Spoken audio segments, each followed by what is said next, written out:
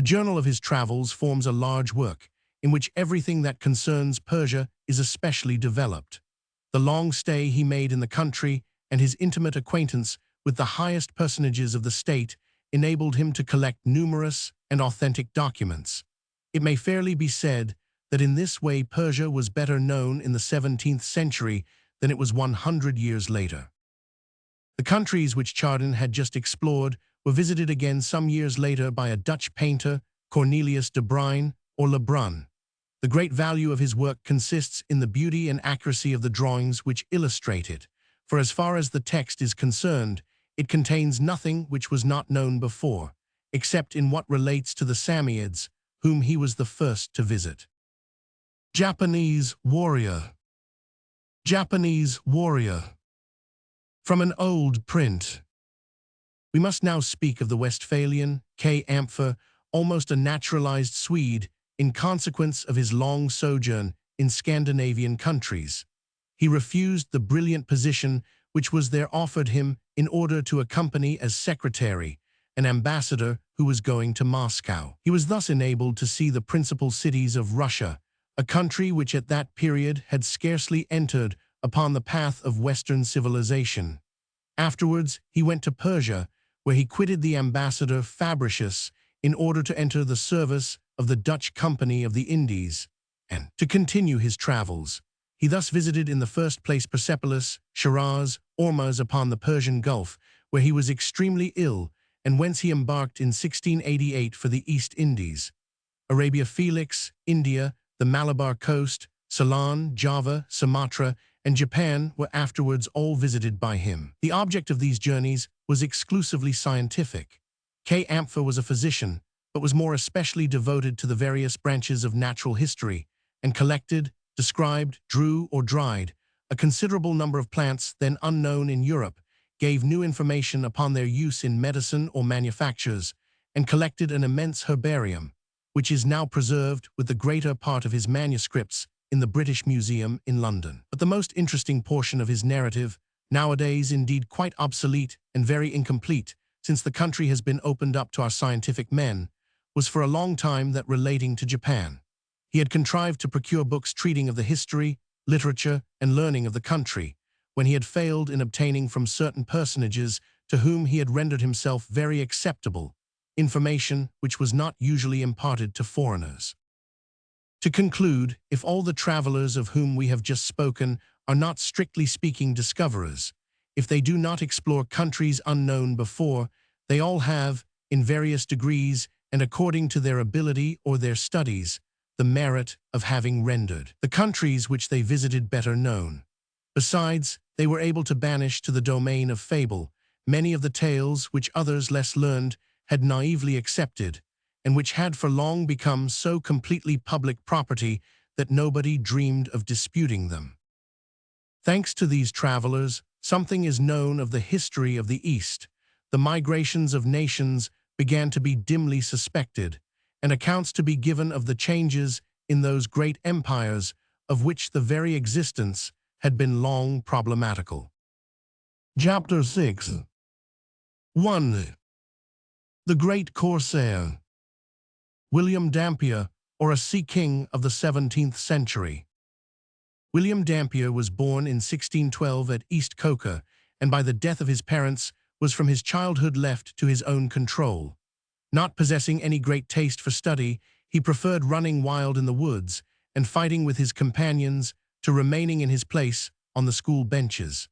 While still young, he was sent to sea as cabin boy on board merchant ships. After a voyage to Newfoundland and a campaign in the East Indies, he took service in the naval marine, and being wounded in a battle, returned to Greenwich to be nursed. Free from any prejudices, Dampier forgot his engagement when he left the military hospital and started for Jamaica in the position of manager of a plantation. It did not require a long trial to discover that this occupation was not to his taste. So he abandoned his Negroes at the end of 6 months and went on board a ship bound for the Bay of Kampiki, where he worked for 3 years at gathering in woods for dyeing. At the end of that period, he is again found in London, but the laws and the officers charged with compelling their observance are too strict for his comfort. he goes back to Jamaica, where he speedily puts himself into communication with those famous buccaneers and corsairs, who at that time did so much harm to the Spaniards. These English or French adventurers, established in the island of Tortuga off the coast of San Domingo, had sworn implacable hatred to Spain. Their ravages were not confined to the Gulf of Mexico. They crossed the Isthmus of Panama and devastated the coast of the Pacific Ocean from the Strait of Magellan to California. Terror exaggerated the exploits of these pirates, which however presented something of the marvelous. Was amongst these adventurers, then commanded by Harris, Sawkins, and Shays, that Dampier enrolled himself. In 1680 we find him in Darien, where he pillages Santa Maria, endeavors in vain to surprise Panama, and with his companions on board of some wretched canoes stolen from the Indians, captures 8 vessels well armed, which were at anchor not far from the town. In this affair the losses of the corsairs are so great in the fight, and the spoil is so poor, that they separate from each other. Some go back to the Gulf of Mexico, while others establish themselves upon the island of Juan Fernandez, whence shortly after they attack Arica. But here again they were so roughly handled that a new secession takes place, and Dampier is sent to Virginia, where his captain hoped to make some recruits. Their captain Cook was fitting out a vessel, with the intention of reaching the Pacific by the Strait of Magellan, and Dampier joins the expedition. It begins by privateering upon the African coast, in the Cape de Verde Islands, at Sierra Leone, and in the river Sherbero, for this is the route habitually taken by the ships going to South America. In 36 degrees south latitude, Dampier, who notes in his journal every interesting fact, remarks that the sea is become white or rather pale. But of this he cannot explain the reason, which he might easily have done had he made use of the microscope. The Sebaldine Islands are passed without incident, the Strait of Le Maire is traversed, Cape Horn is doubled on the 6th February, 1684, and as soon as he can escape from the storms which usually assail ships entering the Pacific, Captain Cook arrives at the island of Juan Fernandez, where he hopes to revictual. Dampier wondered if he would find a Nicaraguan Indian there, who had been left behind in 1680 by Captain Sharp. This Indian had remained alone upon the island for more than 3 years. He had been in the woods hunting goats when the English captain had ordered his men to re-embark, and they had set sail without perceiving his absence. He had only his gun and his knife, with a small horn of powder and a little lead. When his powder and lead were exhausted, he had contrived to saw the barrel of his gun into small pieces with his knife, and out of them to make harpoons, spears, fish hooks, and a long knife. With these instruments he obtained all the supplies which the island afforded, goats and fish. At the distance of half a mile from the sea, he had a small hut covered with goat skins. He had no clothes left, but an animal's skin covered his loins. We have dwelt at some length upon this involuntary hermit because he served Daniel Defoe as the original of his Robinson Crusoe, a romance which has formed the delight of every child. We shall not relate minutely all the expeditions in which Dampier participated. Suffice it to mention that in this campaign he visited the Galapagos Islands. In 1686, Dampier was serving on board of Captain Swan's ship, who, seeing that the greater part of his enterprises failed, went to the East Indies, where the Spaniards were less upon their guard, and where the corsairs reckoned upon seizing the Manila galleon. But when our adventurers arrived at Guaham, they had only 3 days' provisions, and the sailors had plotted, if the voyage should be prolonged, to eat in turn all those who had declared themselves in favor of the voyage, and to begin with the captain who had proposed it. Dampier's turn would have come next. Thus it came to pass, says he very humorously, that after having cast anchor at Guaham, Swan embraced him and said, "Ah, Dampier, you would have made them but a sorry meal." He was right, he adds, for I was as thin and lean as he was fat and plump. Mindanao, Manila, certain parts of the Chinese coasts, the Moluccas, New Holland, and the Nicobar Islands were the places visited and plundered by Dampier in this campaign. In the last-named archipelago, he became separated from his companions and was discovered half dead upon the coast of Sumatra. Ah, Dampier, you would have afforded them but a sorry meal. Ah, Dampier, you would have afforded them but a sorry meal. During this voyage, Dampier had discovered several hitherto unknown islands, and especially the Basque group. Like the thorough adventurer he was, immediately he recovered his health, he traveled over the south of Asia, Malacca, Tonkin, Madras, and Bencoolen, where he enrolled himself as an artilleryman in the English service.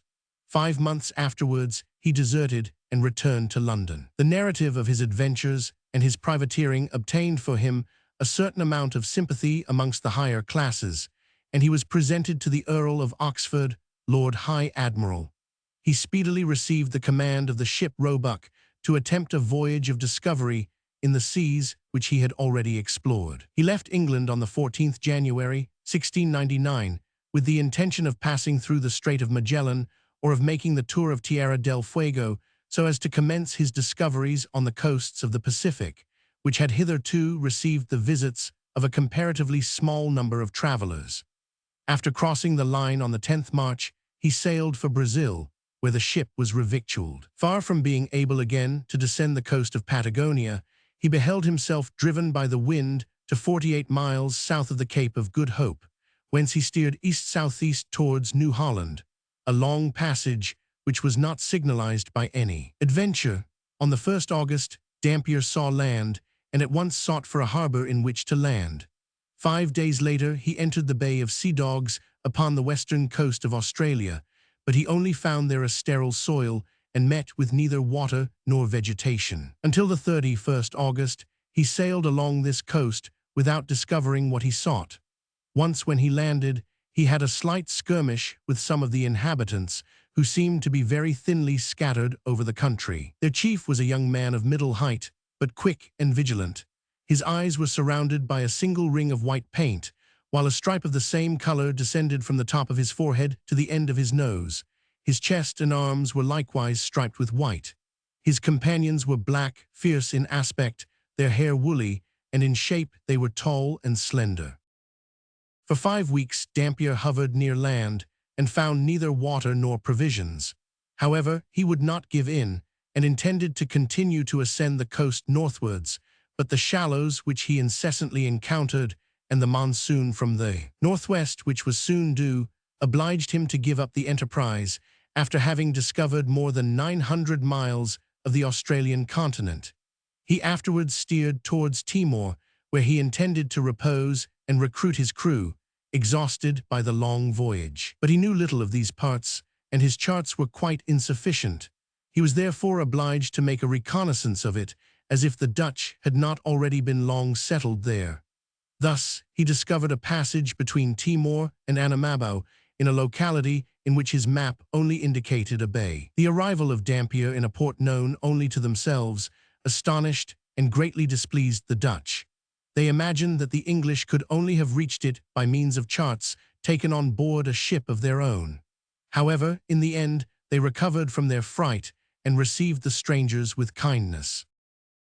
Although the precursors of the monsoon were making themselves felt, Dampier again put to sea and steered towards the western coast of New Guinea, where he arrived on the 4th February, 1700, near to Cape Maho of the Dutch. Amongst the things which struck him, Dampier notices the prodigious quantities of a species of pigeon, bats of extraordinary size, and scallops, a kind of shellfish, of which the empty shell weighed as much as 258 pounds. On the 7th of February, he approaches King William's Island and runs to the east, where he soon sights the Cape of Good Hope of Schouten and the island named after that navigator. On the 24th, the crew witnessed a curious spectacle. 2 fish, which had accompanied the vessel for 5 or 6 days, perceived a great sea serpent and began to pursue it. They were about the shape and size of mackerel, but yellow and green in color. The serpent, who fled from them with great swiftness, carried his head out of the water, and one of them attempted to seize his tail. As soon as he turned round, the first fish remained in the rear, and the other took his place. They retained their wind for a long time, always heedful to defend themselves by flight, until they were lost to view. On the 25th, Dampier gave the name of St. Matthias to a mountainous island, 30 miles long, situated above and to the east of the Admiralty Islands. Further on, at the distance of 21 or 24 miles, he discovered another island, which received the name of Squally Island, on account of violent whirlwinds which prevented him from landing upon it. Dampier believed himself to be on the coast of New Guinea, while he was in reality sailing along that of New Ireland. He endeavored to land there, but he was surrounded by canoes carrying more than 200 natives, and the shore was covered by a large crowd. Seeing that it would be imprudent to send a boat on shore, Dampier ordered the ship to be put about. Scarcely was the order given, when the ship was assailed by showers of stones, which the natives hurled from a machine of which Dampier could not discover the shape, but which caused the name of Slingers Bay to be given to this locality. A single discharge of cannon stupefied the natives and put an end to hostilities. A little further on, at some distance from the coast of New Ireland, the English discover the islands of Denny's and St. John. Dampier is the first to pass through the strait which separates New Ireland from New Britain, and discovers Vulcan, Crown, G. Rook, Long Reach, and Burning Islands. Battle in Slingers Bay. Battle in Slingers Bay. After this long cruise, distinguished by important discoveries, Dampier again steered towards the west, reached Misery Island, and at length arrived at the island of Ceram, one of the Moluccas, where he made a somewhat long stay. He went afterwards to Borneo, passed through the Strait of Macassar, and on the 23rd of June anchored at Batavia in the island of Java. He remained there until the 17th of October, when he set out for Europe. On arriving at the island of Ascension on the 23rd of February, 1701, his vessel had so considerable a leak that it was impossible to stop it. It was necessary to run the ship aground and to put the crew and cargo on shore. Happily, there was no want of water, turtles, goats, and land crabs, which prevented any fear of dying of hunger before some ship should call at the island and transport the shipwrecked sailors to their country. For this they had not long to wait, for on the 2nd of April an English vessel took them on board and carried them to England. We shall have occasion again to speak of Dampier with relation to the voyages of Wood Rogers. Chapter 2. The Pole and America. Hudson and Baffin, Champlain and La Salle, the English upon the coast of the Atlantic, the Spaniards in South America. Summary of the information acquired at the close of the 17th century, the measure of the terrestrial degree, progress of cartography, inauguration of mathematical geography.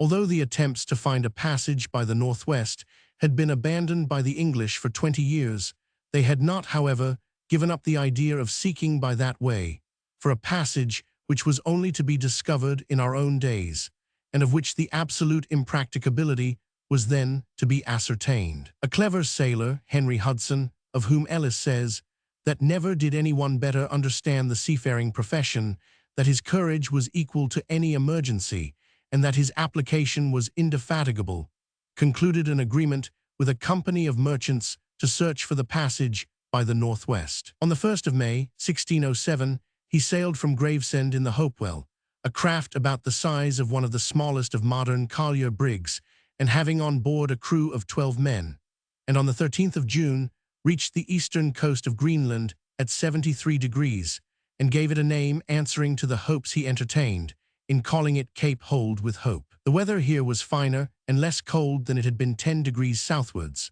By the 27th of June, Hudson had advanced degrees more to the north, but on the 2nd of July, by one of the sudden changes which so frequently occur in those countries, the cold became severe.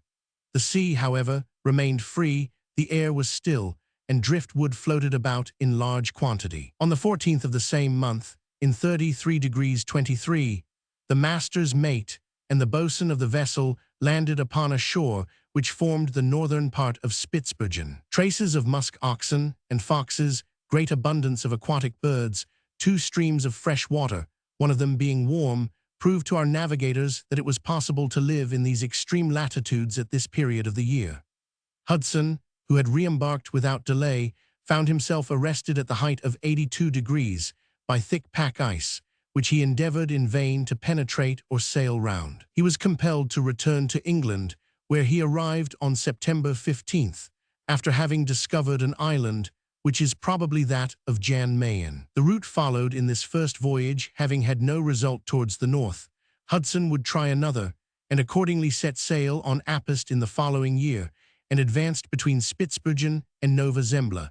But he could only follow for a certain distance the coast of that vast land, without being able to attain as high an elevation as he had wished. The failure of this second attempt was more complete than that of the voyage of 1607. In consequence, the English company, which had defrayed the expenses of both attempts, declined to proceed further. This was doubtless the reason which decided Hudson to take service in Holland. The Company of Amsterdam gave him, in 1609, the command of a vessel, with which he set sail from the Texel at the beginning of the year. Having doubled the North Cape, he advanced along the coasts of Nova Zembla, but his crew, composed of English and Dutch, who had made voyages to the East Indies, were soon disheartened by the cold and ice. Hudson found himself forced to change his route, and to propose to his sailors, who were in open mutiny, to seek for a passage either by Davis Strait or the coasts of Virginia, where, according to the information of Captain Smith, who had frequently visited them, an outlet must surely be found. The choice of this crew, little accustomed to discipline, could not be doubtful. In order not to render the outlay of the company completely abortive, Hudson was obliged to make for the Faroe Islands, to descend southward as low as 44 degrees, and to search on the coast of America for the strait, of the existence of which he had been assured. On July 18th, he disembarked on the continent in order to replace his foremast, which had been broken in a storm, and he took the opportunity of bartering furs with the natives. But his undisciplined sailors, having by their exactions roused the indignation of the poor and peaceable natives, compelled him again to set sail. He continued to follow the coast until August 3rd, and then landed a second time.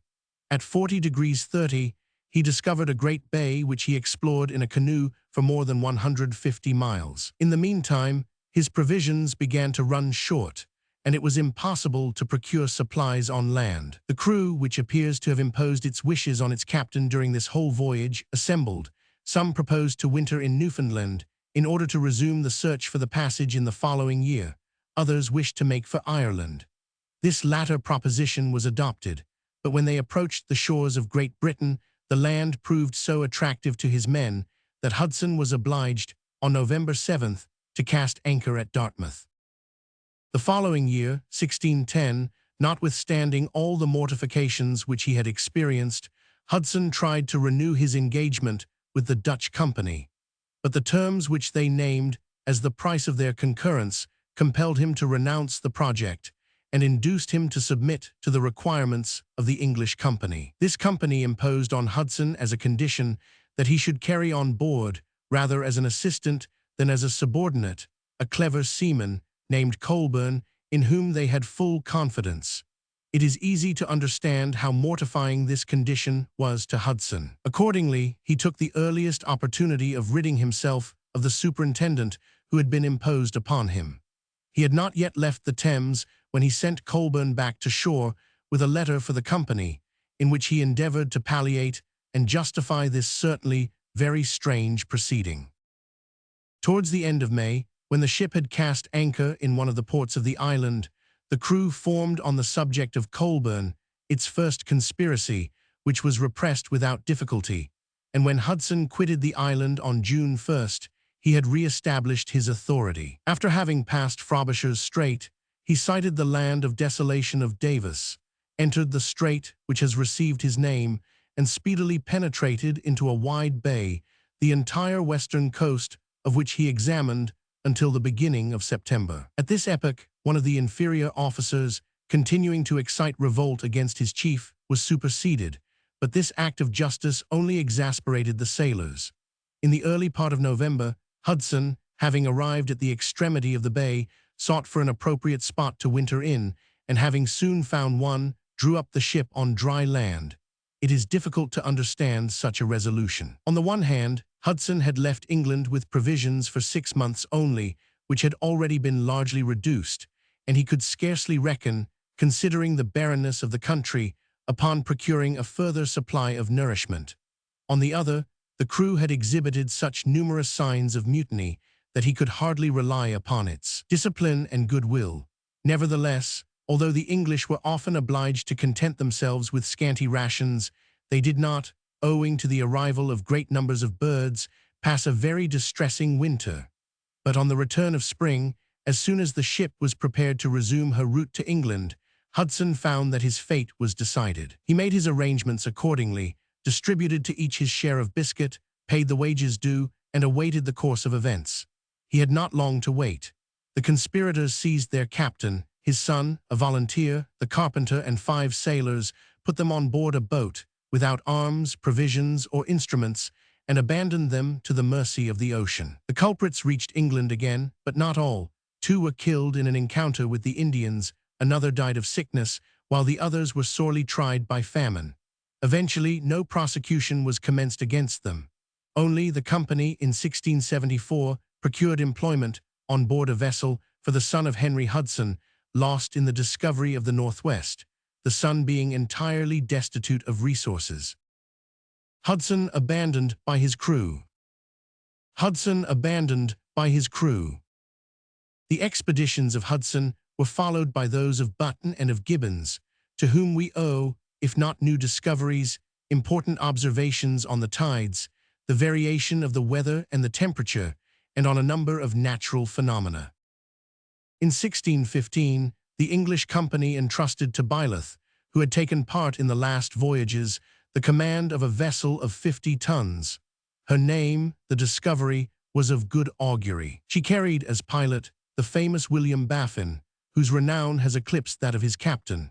Setting sail from England on Apeth, the English explorers sighted Cape Farewell by the 6th of May, passed from the Island of Desolation to the Savage Islands, where they met with a great number of natives, and ascended northwestward as high as 64 degrees. On July 10th, land appeared on the starboard, and the tide flowed from the north, from which they conceived so much hope of the passage sought for that they gave to the cape, discovered on this spot, the name of Comfort. It was probably Cape Walsingham, for they ascertained, after doubling it, that the land inclined towards the northeast and the east. It was at the entry of Davis Strait that their discoveries came to an end for this year. They returned to Plymouth on September 9th without having lost a single man. So strong were the hopes entertained by Byleth and Baffin that they obtained permission to put to sea again in the same vessel the following year. On May 14th, 1616, after a voyage in which nothing worthy of remark occurred, the 2 captains penetrated into Davis Strait, sighted Cape Henderson's Hope, the extreme point formerly reached by Davis, and ascended as high as 72 degrees 40 to the Women's Island, thus named after some Esquimaux females whom they met with. On June 12th, Byleth and Baffin were forced by the ice to enter a bay on the coast. Some Esquimaux brought them a great quantity of horns, without doubt tusks of walruses or horns of musk oxen, from which they named the Bay Horn Sound. After remaining some days in this place, they were able to put to sea again. On setting out fro degrees 40, they encountered a vast expanse of water free from ice, and penetrated, without much danger, beyond the 78 degrees of latitude, to the entrance of the strait, which prolonged northwards the immense bay which they had just traversed, and which received the name of Baffin. Then turning to the west, and afterwards to the southwest, Byleth and Baffin discovered the Carey Islands, Jones Strait, Coburg Island, and Lancaster Strait, and afterwards they descended along the entire western shore of Baffin's Bay as far as Cumberland Land.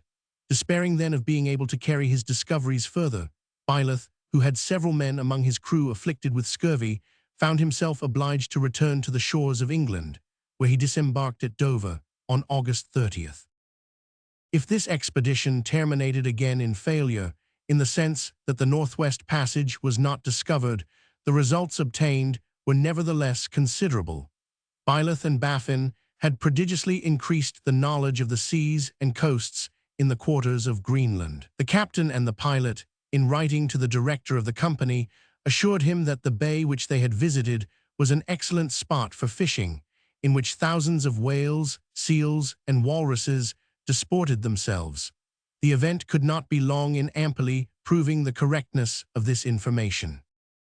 Let us now descend again upon the coast of America as far as Canada and see what had happened since the time of Jacques Cartier. This latter, we may remember, had made an attempt at colonization, which had not produced any important results. Nevertheless, some Frenchmen had remained in the country, had married there, and founded families of colonists. From time to time, they received reinforcements brought by fishing vessels from Dieppe or St. Malo, but it was difficult to establish a current of emigration. It was under these circumstances that a gentleman named Samuel de Champlain, a veteran of the wars of Henry Roman IV, and who, for 2 years and a half, had frequented the East Indies, was engaged by the commander of chastes with the Sieur de Pontgrave to continue the discoveries of Jacques Cartier and to choose the situations most favorable for the establishment of towns and centers of population. This is not the place for us to consider the manner in which Champlain understood the business of a colonizer, nor his great services, which might well entitle him to be called the father of Canada. We will, therefore, advisedly leave this aspect of his undertaking, not the least brilliant, in order simply to occupy ourselves with the discoveries which he effected in the interior of the continent. Setting sail from Honfleur on March 15, 1603, the two chiefs of the enterprise first ascended the St. Lawrence as far as the harbor of Tadoussac, 240 miles from its mouth.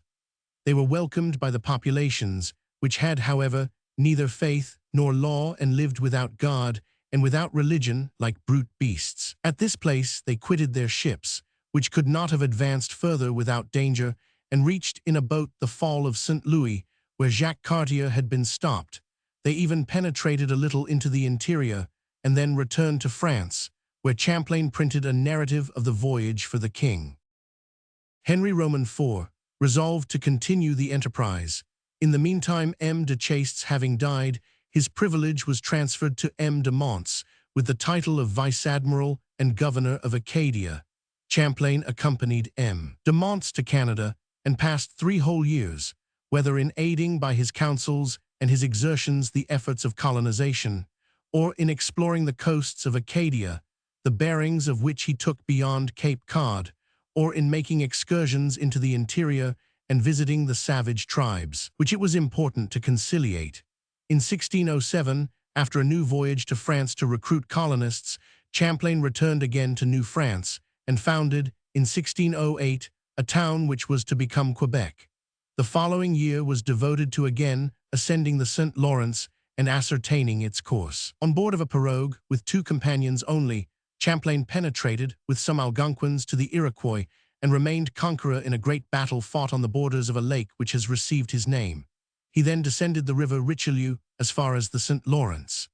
In 1610, he made a fresh incursion into the territory of the Iroquois at the head of his allies, the Algonquins, whom he had the greatest possible difficulty in making observe the European discipline. In this campaign, he employed instruments of warfare which greatly astonished the savages and easily secured him the victory. For the attack of a village, he constructed a cavalier of wood, which 200 of the most powerful men carried before this village to within a pike's length, and displayed 3 arquebusiers well protected from the arrows and stones which might be shot or launched at them. A little later, we see him exploring the river Ottawa and advancing in the north of the continent to within 225 miles of Hudson's Bay. After having fortified Montreal in 1615, he twice ascended the Ottawa, explored Lake Huron, and arrived by land at Lake Ontario, which he crossed. Siege of a Village by Champlain. Siege of a Village by Champlain. It is very difficult to divide into 2 parts a life so occupied as Champlain's. All his excursions, all his reconnaissances, had but one object: the development of the work to which he had consecrated his existence. Thus detached from what gives them their interest, they appear to us unimportant, and yet if the colonial policy of Louis Roman XIV and his successor had been different, we should possess in America a colony which assuredly would not yield in prosperity to the United States. Notwithstanding our abandonment, Canada has preserved a fervent love for the mother country. We must now leap over a period of 40 years to arrive at Robert Cavelier de la Salle. During this time, the French establishments have acquired some importance in Canada and have extended themselves over a great part of North America. Our hunters and trappers scour the woods and bring, every year, with their load of furs, new information respecting the interior of the continent. In this latter task, they are powerfully seconded by the missionaries, in the first rank of whom we must place Father Marquette, whom the extent of his voyages on the Great Lakes and as far as the Mississippi marks out for special acknowledgement. Two men, besides, deserve to be mentioned for the encouragements and facilities which they afforded to the explorers, viz. M. de Frontenac, governor of New France, and Talon, intendant of justice and police. In 1678, there arrived in Canada, without any settled purpose, a young man named Cavelier de la Salle. He was born at Rouen, says Father Charlevoix, of a family in easy circumstances, but having passed some years with the Jesuits, he had had no share in the inheritance of his parents. He had a cultivated mind, he wished to distinguish himself, and he felt within himself sufficient genius and courage to ensure success. In reality, he was not deficient in resolution to enter upon, nor in perseverance to follow up, an undertaking, nor in firmness in contending against obstacles, nor in resource to repair his losses. But he knew not how to make himself loved, nor how to manage those of whom he stood in need, and when he had attained authority, he exercised it with harshness and arrogance. With such defects he could not be happy, and in fact he was not. Father Charlevoix's portrait appears to us somewhat too black, and he does not seem to estimate at its true value the great discovery which we owe to Cavelier de la Salle. A discovery which has nothing like it, we do not say equal to it, except that of the river Amazon by Orellana in the 16th century, and that of the Congo by Stanley in the 19th. However this may be, no sooner had he arrived in the country than he set himself, with extraordinary application, to study the native idioms and to associate with the savages in order to render himself familiar with their manners and habits. At the same time, he gathered from the trappers a mass of information on the situation of the rivers and lakes. He communicated his projects of exploration to M. de Frontenac, who encouraged him and gave him the command of a fort constructed at the outlet of the lake into the St. Lawrence. In the meantime, one Joliet arrived at Quebec. He brought the news that in company with Father Marquette and 4 other persons, he had reached a great river called the Mississippi, flowing towards the south. Cavelier de la Salle very soon understood what advantage might be derived from an artery of this importance, especially if the Mississippi had, as he believed, its mouth in the Gulf of Mexico. By the lakes and the Illinois, an affluent of the Mississippi, it was easy to effect a communication between the St. Lawrence and the Sea of the Antilles. What marvelous profit would France derive from this discovery?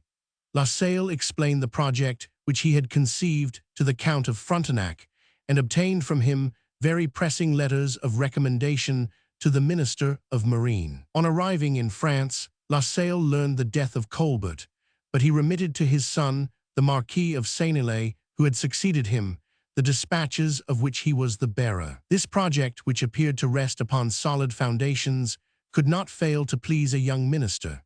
Accordingly, Seignelay presented La Salle to the king, who caused letters of nobility to be prepared for him, granted him the seigneury of Cataraqui and the government of the fort which he had built, with the monopoly of commerce in the countries which he might discover. La Salle had also found means to procure the patronage of the Prince de Conti, who asked him to take with him the Chevalier Tonty, son of the inventor of the tontine, in whom he felt an interest. He was for La Salle a precious acquisition. Tonty, who had made a campaign in Sicily, where his hand had been carried off by the explosion of a grenade, was a brave and skillful officer, who always showed himself extremely devoted. La Salle and Tonty embarked at Rochelle on July 14, 1678, carrying with them about 30 men, workmen and soldiers, and a Recollet monk, Father Hennepin, who accompanied them in all their voyages. Then La Salle, being conscious that the execution of his project required more considerable resources than those which were at his disposal, constructed a boat upon the Lake Erie, and devoted a whole year to scouring the country, visiting the Indians, and carrying on an active trade in furs, which he stored in his fort of Niagara, while Tonty pursued the same course in other directions. At length, towards the middle of August of the year 1679, his boat, the Griffin, being prepared for sailing, he embarked on the Lake Erie with 30 men and 3 fathers Recollets for Mackillimickinac. In crossing the Lake St. Clair in Huron, he experienced a violent storm, which caused the desertion of some of his people, whom, however, Tonty brought back to him. La Salle arrived at Mackillimickinac and very soon entered the Green Bay. But during this time, his creditors at Quebec had sold all that he possessed, and the Griffin, which he had dispatched, laden with furs, to the fort of Niagara was either lost or pillaged by the Indians. Which of these took place has never been precisely ascertained. For himself, although the departure of the Griffin had displeased his companions, he continued his route and reached the river St. Joseph, where he found an encampment of Miamis and where Tonty speedily rejoined him.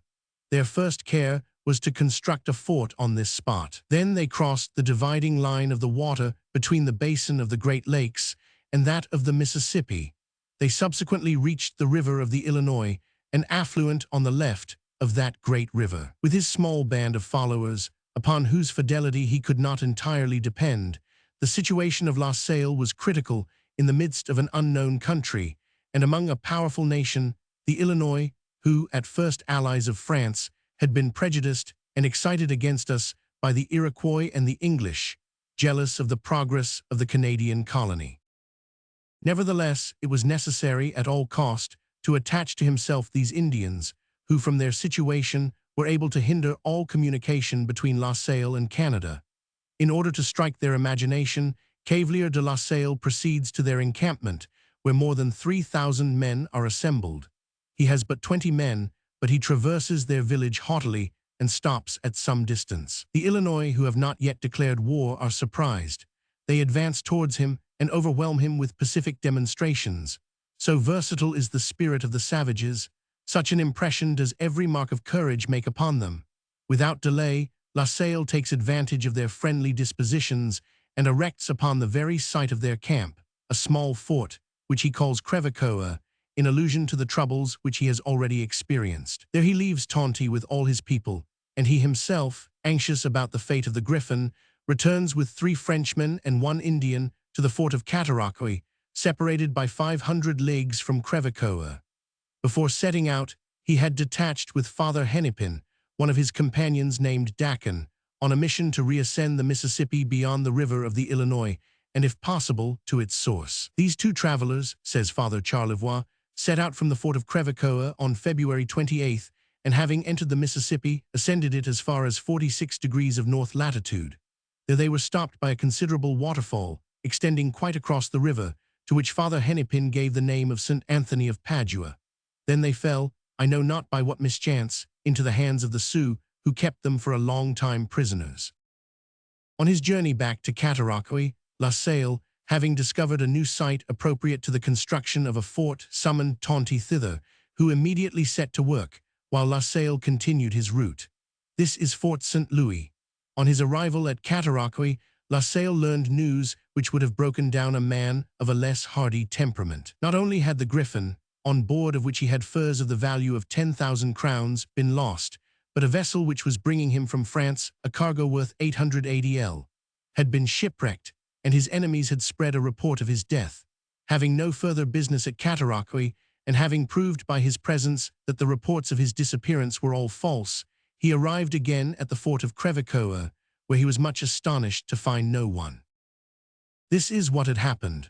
While the Chevalier Tonty was employed in the construction of Fort St. Louis, the garrison of Fort Crevecoeur had mutinied, had pillaged the magazines, had done the same at Fort Miami, and then fled to Macalimickinac. Tonty, almost alone in face of the Illinois, who were roused against him by the depredations of his men, and judging that he could not resist in his fort of Crevecoeur, had left it on September 11th, 1680, with the 5 Frenchmen who composed his garrison, and had retired as far as the Bay of the Lake. Michigan, after having placed a garrison at Crevecoeur and at Fort St. Louis, La Salle came to Macalimickinac, where he rejoined Tonty, and together they set out again from thence towards the end of August for Cataraqui, whence they embarked on the Lake Erie with 55 persons on August 28, 1681. After a journey of 240 miles along the frozen river of the Illinois, they reached Fort Crevecoeur, where the water, free from ice,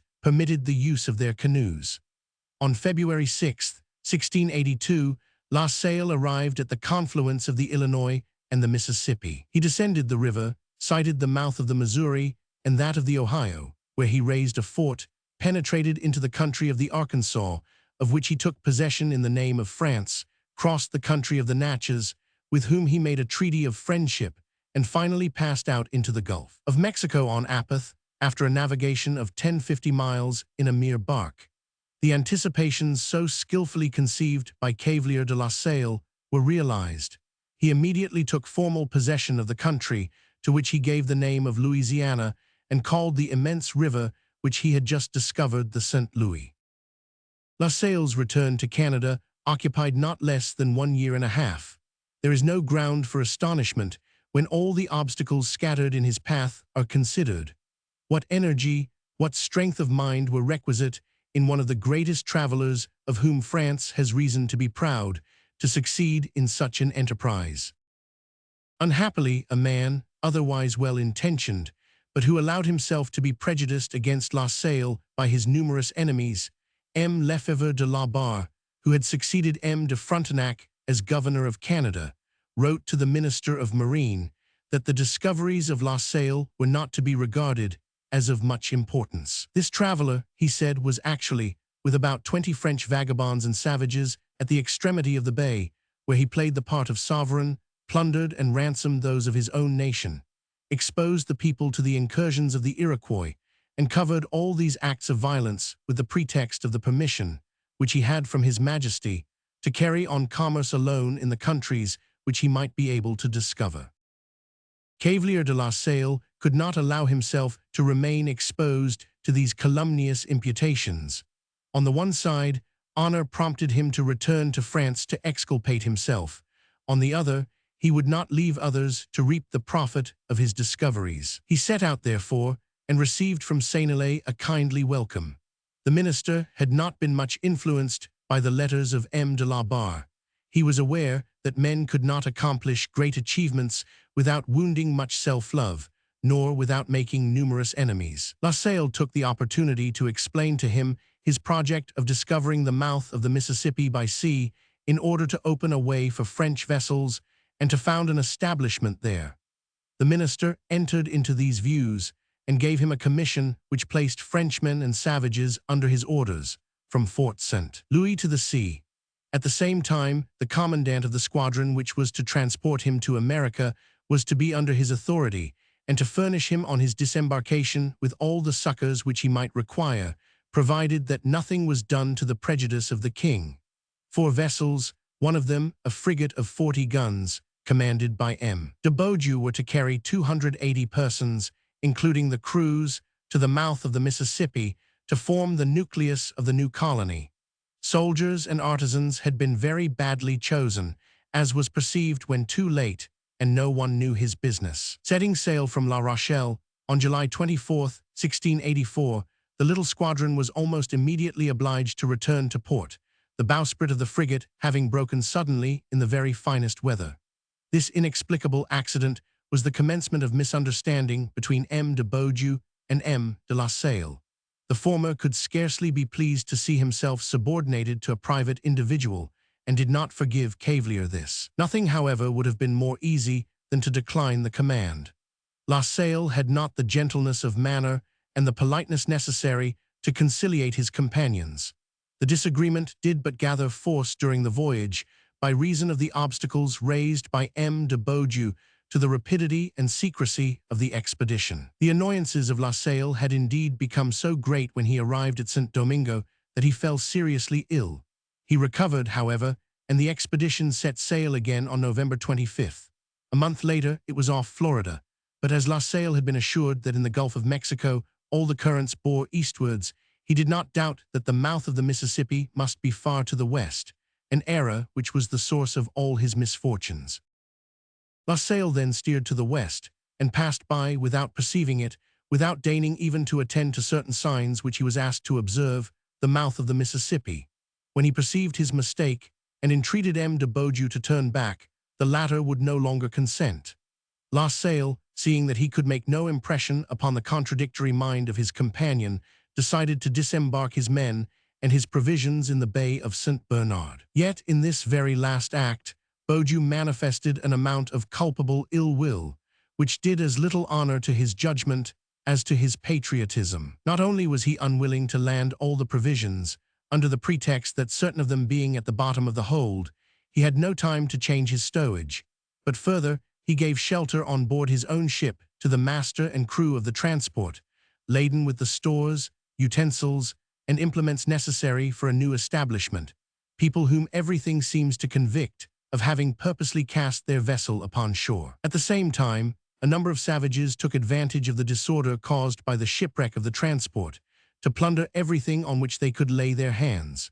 Nevertheless, La Salle, who had the talent of never appearing depressed by misfortune, and who found in his own genius resources adapted to the circumstances of the case, ordered the works of the establishment to be begun. In order to give courage to his companions, he more than once took part with his own hands in the work, but very slow progress was made, in consequence of the ignorance of the workmen. Struck with the resemblance of the language and habits of the Indians of these parts to those of the Mississippi, La Salle was very soon persuaded that he was not far distant from that river, and made several excursions in order to approach it. But if he found a country beautiful and fertile, he did not make progress towards what he was in search of. He returned each time to the fort more gloomy and more harsh, and this was not the way to restore calm to spirits embittered by sufferings and the inutility of their efforts. Grain had been sown, but scarcely any came up for want of rain, and what had sprung up was soon laid waste by the savages and the deer. The hunters who wandered far from the camp were massacred by the Indians, and sickness found an easy prey in men overwhelmed with ennui, disappointment, and misery. In a short time, the number of the colonists fell to 37. At length, La Salle resolved to try a last effort to reach the Mississippi, and in descending the river to seek help from the nations with which he had made alliance. He set out on January 12, 1687, with his brother, his 2 nephews, 2 missionaries, and 12 colonists. He was approaching the country of the Shawnees, when, in consequence of an altercation between one of his nephews and 3 of his companions, these latter assassinated the young man and his servant during their sleep, and resolved immediately to do the same with the chief of the enterprise. De La Salle, uneasy at not seeing his nephew return, set out to seek him on the morning of the 19th, with Father Anastase. The assassins, seeing him approach, lay in ambush in a thicket, and one of them shot him in the head and stretched him on the ground stark dead. Thus perished Cavalier de La Salle, a man of a capacity, says Father Charlevoix, of a largeness of mind, of a courage and firmness of soul, which might have led him to the achievement of something great, if with so many great qualities he had known how to master his gloomy and atrabilious disposition, and to soften the severity, or rather the harshness of his nature. Many calumnies had been spread abroad against him, but it is necessary so much the more to be on our guard against all these malevolent reports, as it is only too common to exaggerate the defects of the unfortunate, to impute to them even some which they had not, especially when they have given occasion for their misfortune, and have not known how to make themselves beloved. What is sadder for the memory of this celebrated man is that he has been regretted by few persons, and that the ill success of his undertakings, only of his last, has given him the air of an adventurer among those who judge only by appearances. Unhappily, these are usually the most numerous, and in some degree the voice of the public. Assassination of La Salle. Assassination of La Salle. We have but little to add to these last wise words. La Salle knew not how to obtain pardon for his first success. We have related subsequently by what concurrence of circumstances his second enterprise miscarried. He died, the victim, it may be said, of the jealousy and malevolence of the Chevalier de Beaujeu. It is to this slight cause that we owe the failure to found in America a powerful colony, which would very soon have been found in a condition to compete with the English establishments. We have narrated the beginning of the English colonies.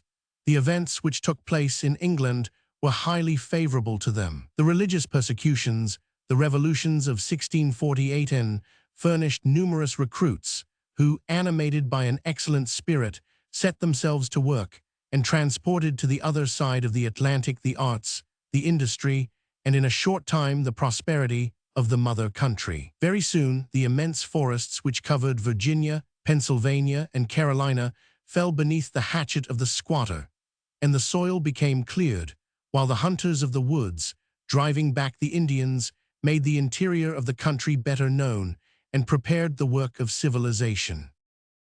In Mexico, in the whole of Central America, in Peru, in Chile, and on the shores of the Atlantic, a different state of things prevailed.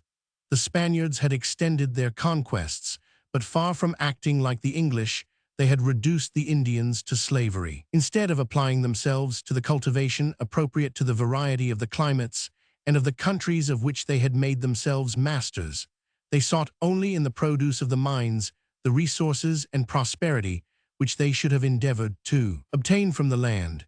If a country can thus rapidly attain prodigious wealth, yet this factitious system cannot last long. With the mines a prosperity which does not renew itself must ere long become exhausted. The Spaniards could not fail to experience the sad result. Thus then, at the end of the 17th century, a great part of the New World was known. In North America, Canada, the shores of the Atlantic and of the Gulf of Mexico, the valley of the Mississippi, the coasts of California and of New Mexico were discovered or colonized. All the central part of the continent, from Rio del Norte as far as terra firma, was subject, at least nominally, to the Spaniards. In the south, the savannas and the forests of Brazil, the pampas of the Argentine and the interior of Patagonia escaped the observation of the explorers, as they were destined to do for a long time yet. In Africa, the long line of coasts, which are washed by the Atlantic and the Indian Oceans, had been patiently followed and observed by navigators. At some points only, colonists and missionaries had tried to penetrate the mystery of this vast continent. Senegal, Congo, the valley of the Nile, and Abyssinia were all that were known with some degree of detail and of certainty. If many of the countries of Asia, surveyed by the travelers of the Middle Ages, had not been revisited since that epoch, we had carefully explored the whole anterior part of that continent. India had been revealed to us. We had even founded some establishments there. China had been touched by our missionaries, and Japan, that famous Cipango which had exercised so great an attraction for our travelers of the preceding age, was at length known to us. Only Siberia and the whole northeast angle of Asia had escaped our investigations, and it was not yet known whether America was not connected with Asia, a mystery which was before long to be cleared up. In Oceania, a number of archipelagos of islands and separate islets remained still to be discovered, but the islands of Sunda were colonized, the coasts of Australia and of New Zealand had been partially revealed, and the existence of that great continent which, according to Tasman, extended from Tierra del Fuego to New Zealand, began to be doubted. But it still required the long and careful researches of Cook to banish definitely into the domain of fable a chimera so long cherished. Geography was on the point of transforming itself. The great discoveries made in astronomy were about to be applied to geography. The labors of Verne, and above all of Picard, upon the measure of a terrestrial degree between Paris and Amiens, had made it clear that the globe is not a sphere, but a spheroid, that is to say, a ball flattened at the poles and swollen at the equator, and thus were found at one stroke the form and the dimensions of the world which we inhabit.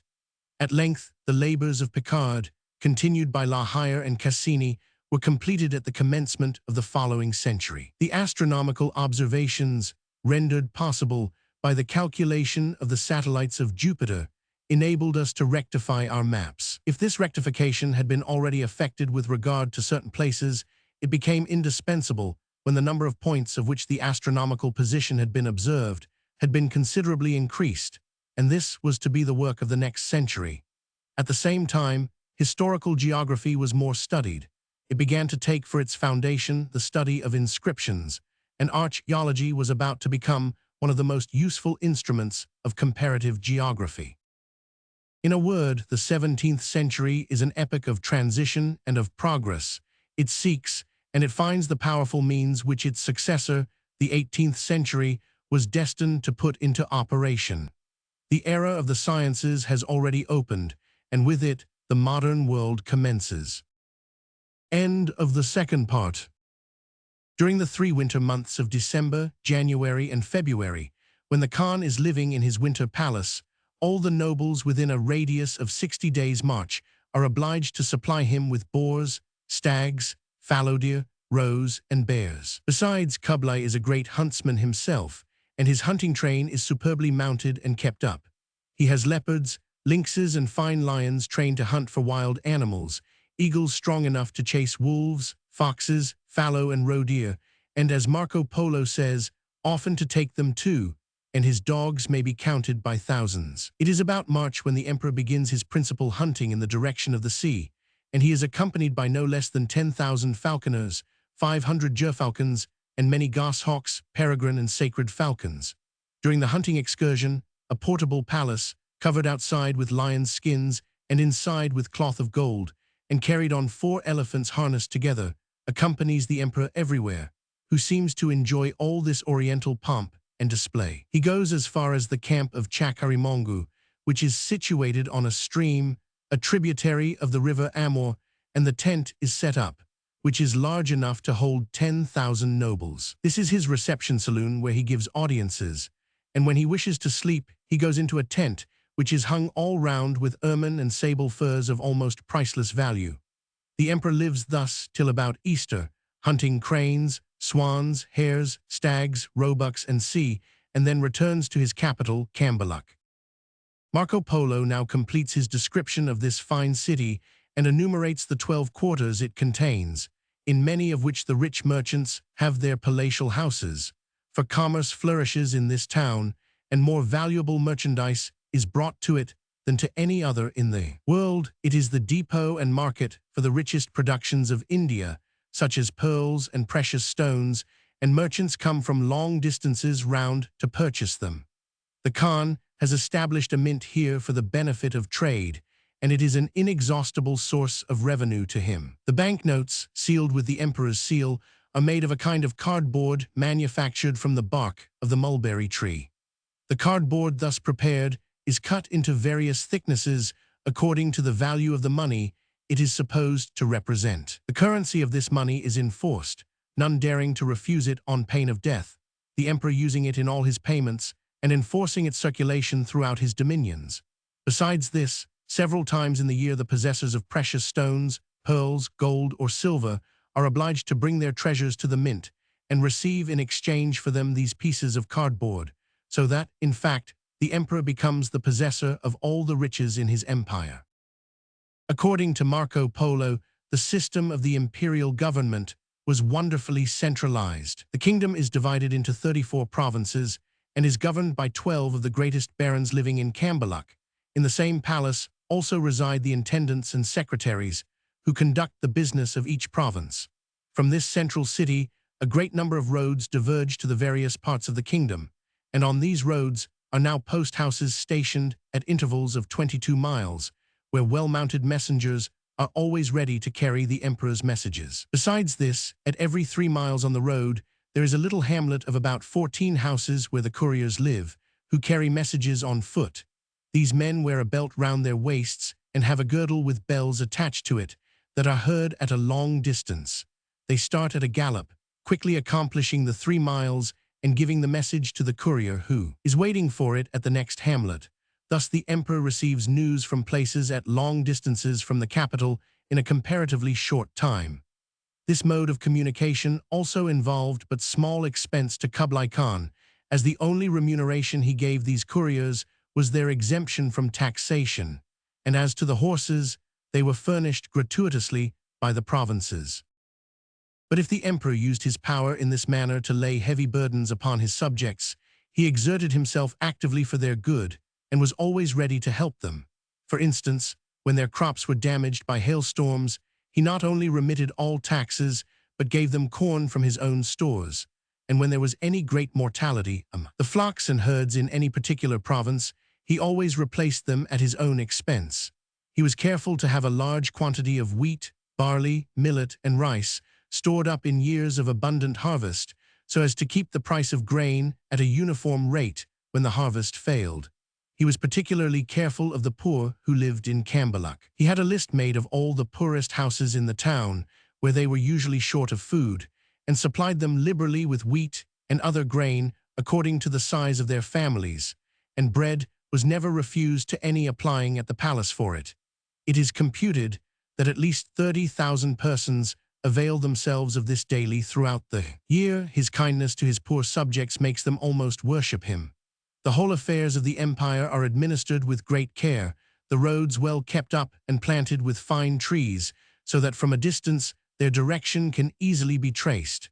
There is no want of wood, and in Cathay they work a number of coal pits, which supply abundance of coal. Map of the world according to Marco Polo's ideas. Marco Polo remained a long time at Cambaluc, and his intelligence, spirit, and readiness in adapting himself made him a great favorite with the emperor. He was entrusted with various missions, not only in China, but also to places on the coast of India, Ceylon, the Coromandel and Malabar coasts, and a part of Cochin China near Cambodia. And between the years 1277 and he was made governor of Yangtze and of 27 other towns which were joined with it under the same government. Thanks to the missions on which he was sent, he traveled over an immense extent of country and gained a great amount of ethnological and geographical knowledge. We can now follow him map in hand through some of these journeys, which were of the greatest service to science. Chapter 3. Marco Polo. Sochu Tianfu Pinyangfu, the Yellow River Signanfu, Shutichuan Qingtufu Thibet, Likiangfu Karajan Yangti Changmin Bengal Annam, Taiping Sintingui, Sindafu Tichut Sinanfu Linsinchu Linsing, Mangi Yangtichufu towns on the coast, Quinsay or Hangtichufu Fokin. When Marco Polo had been at Cambaluc some time, he was sent on a mission that kept him absent from the capital for 4 months. 10 miles southwards from Cambaluc, he crossed the fine river Pihonor, which he calls the Pulisanghe, by a stone bridge of 24 arches and feet in length, which was then without parallel in the world. 30 miles further on he came to the town of Tsochu, where a large trade in sandalwood is carried on. At 10 days' journey from hence, he came to the modern town of Tianfu, which was once the seat of an independent government. All the province of Shanxi seemed rich in vines and mulberry trees. The principal industry in the towns was the making of armor for the emperor's use. A fine bridge of stone built on 24 arches. A fine bridge of stone built on 24 arches. 7 days' journey further on they came to the beautiful commercial city of Pianfu, now called Pinyangfu, where the manufacture of silk was carried on. He soon afterwards came to the banks of the Yellow River, which he calls Karamoran or Black River, probably on account of its waters being darkened by the aquatic plants growing in them. At 2 days' journey from hence, he came to the town of Kashianfu, whose position is not now clearly defined. He found nothing remarkable in this town, and leaving it, he rode across a beautiful country, covered with towns, country houses, and gardens, and abounding in game. In 8 days he reached the fine city of Quanjianfu, the ancient capital of the Tang dynasty, now called Signanfu, and the capital of Shenxi. Here reigned Prince Mangalai, the emperor's son, an upright and amiable prince, much loved by his people. He lived in a magnificent palace outside the town, built in the midst of a park, of which the battlemented wall cannot have been less than 5 miles in circumference. From Signanfu, the traveler went towards Thibet, across the modern province of Shutichuan, a mountainous country intersected by deep valleys, where lions, bears, lynxes, and sea abounded, and after 28 days' march he found himself on the borders of the great plain of Akmilik Mangi. This is a fertile country and produces all kinds of vegetation. Ginger is especially cultivated.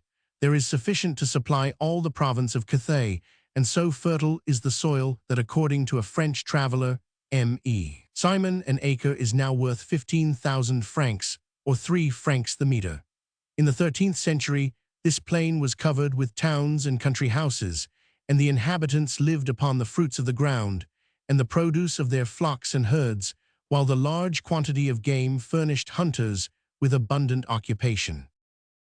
Marco Polo next visited the town of Sindafu, now Tiqingtufu, the capital of the province of Sichuan, whose population at the present day exceeds 1,500,000 souls. Sindafu, measuring at that time 20 miles round, was divided into 3 parts, each surrounded with its own wall, and each part had a king of its own before Kublai Khan took possession of the town. The great river Kiang ran through the town.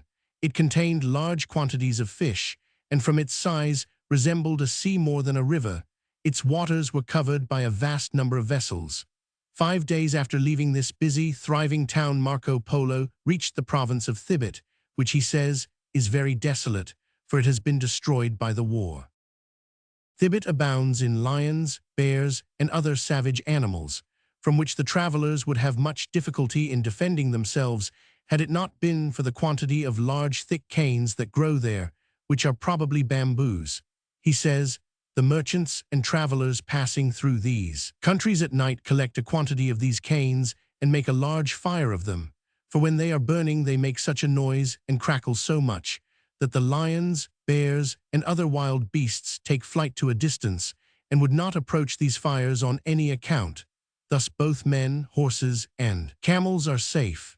In another way, too, protection is afforded by throwing a number of these canes on a wood fire, and when they become heated and split, and the sap hisses, the sound is heard at least 10 miles off. When anyone is not accustomed to this noise, it is so terrifying that even the horses will break away from their cords and tethers, so their owners often bandage their eyes and tie their feet together to prevent their running away.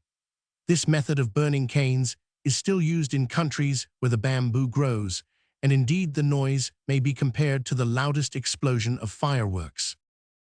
According to Marco Polo, Thibet is a very large province, having its own language, and its inhabitants, who are idolaters, are a race of bold thieves. A large river, the Kinchakyang, flows over auriferous sands through the province. A quantity of coral is found in it, which is much used for idols and for the adornment of the women. Thibet was at this time under the dominion of the Great Khan. The traveler took a westerly direction when he left Sindafu, and crossing the kingdom of Gaindu, he must have come to Likyangfu, the capital of the country that is now called Simong. In this province, he visited a beautiful lake which produces pearl oysters. The fishing is the emperor's property. He also found great quantities of cinnamon, ginger, cloves, and other spices under cultivation. After leaving the province of Gaindu and crossing a large river, probably the Irrawaddy, Marco Polo took a southeasterly course to the province of Karajan, which probably forms the northwestern part of Yunnan. According to his account, all the inhabitants of this province, who are mostly great riders, live on the raw flesh of fowls, sheep, buffaloes, and oxen, the rich seasoning their raw meat with garlic sauce and good spices. This country is infested with great adders and serpents, hideous to look upon. These reptiles, probably alligators, were 10 feet long, had 2 legs armed with claws, and with their large heads and great jaws could at one gulp swallow a man. 5 days' journey west of Karajan, Marco Polo took a new route to the south and entered the province of Zardandan, whose capital Notian is the modern town of Yungchang. All the inhabitants of the city had teeth of gold, that is to say, they covered their teeth with little plates of gold, which they removed before eating. The men of this province employed themselves only in hunting, catching birds, and making war, the hard work all devolving upon the women and slaves. These Zardanians have neither idols nor churches, but they each worship their ancestor, the patriarch of the family. Their tradesmen carry their goods about on barrows like the bakers in France. They have no doctors, but only enchanters, who jump, dance, and play musical instruments around the invalid's bed till he either dies or recovers. Marco Polo in the midst of the forests. Marco Polo in the midst of the forests. Leaving these people with gilded teeth, Marco Polo took the great road which conveys all the traffic between India and Indochina, and passed by Bamo, where a market is held 3 times a week, which attracts merchants from the most distant countries.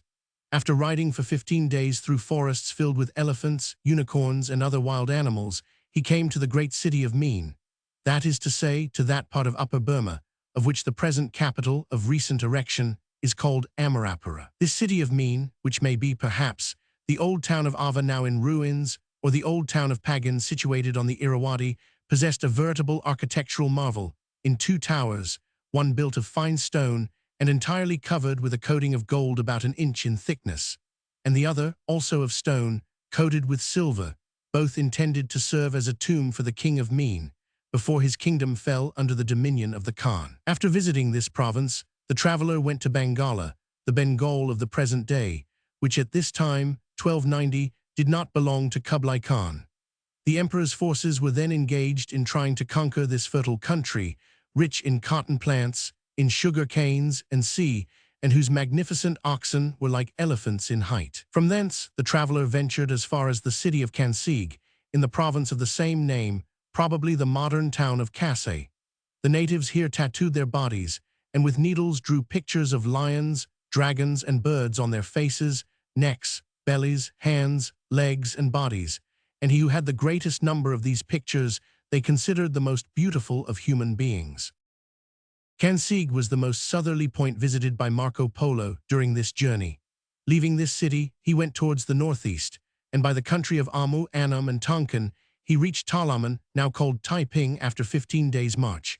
There he found that fine race of men, of dark color, who have crowned their mountains with strong castles, and whose ordinary food is the flesh of animals, milk, rice, and spices. On leaving Talaman, he followed the course of a river for 12 days and found numerous towns on its banks.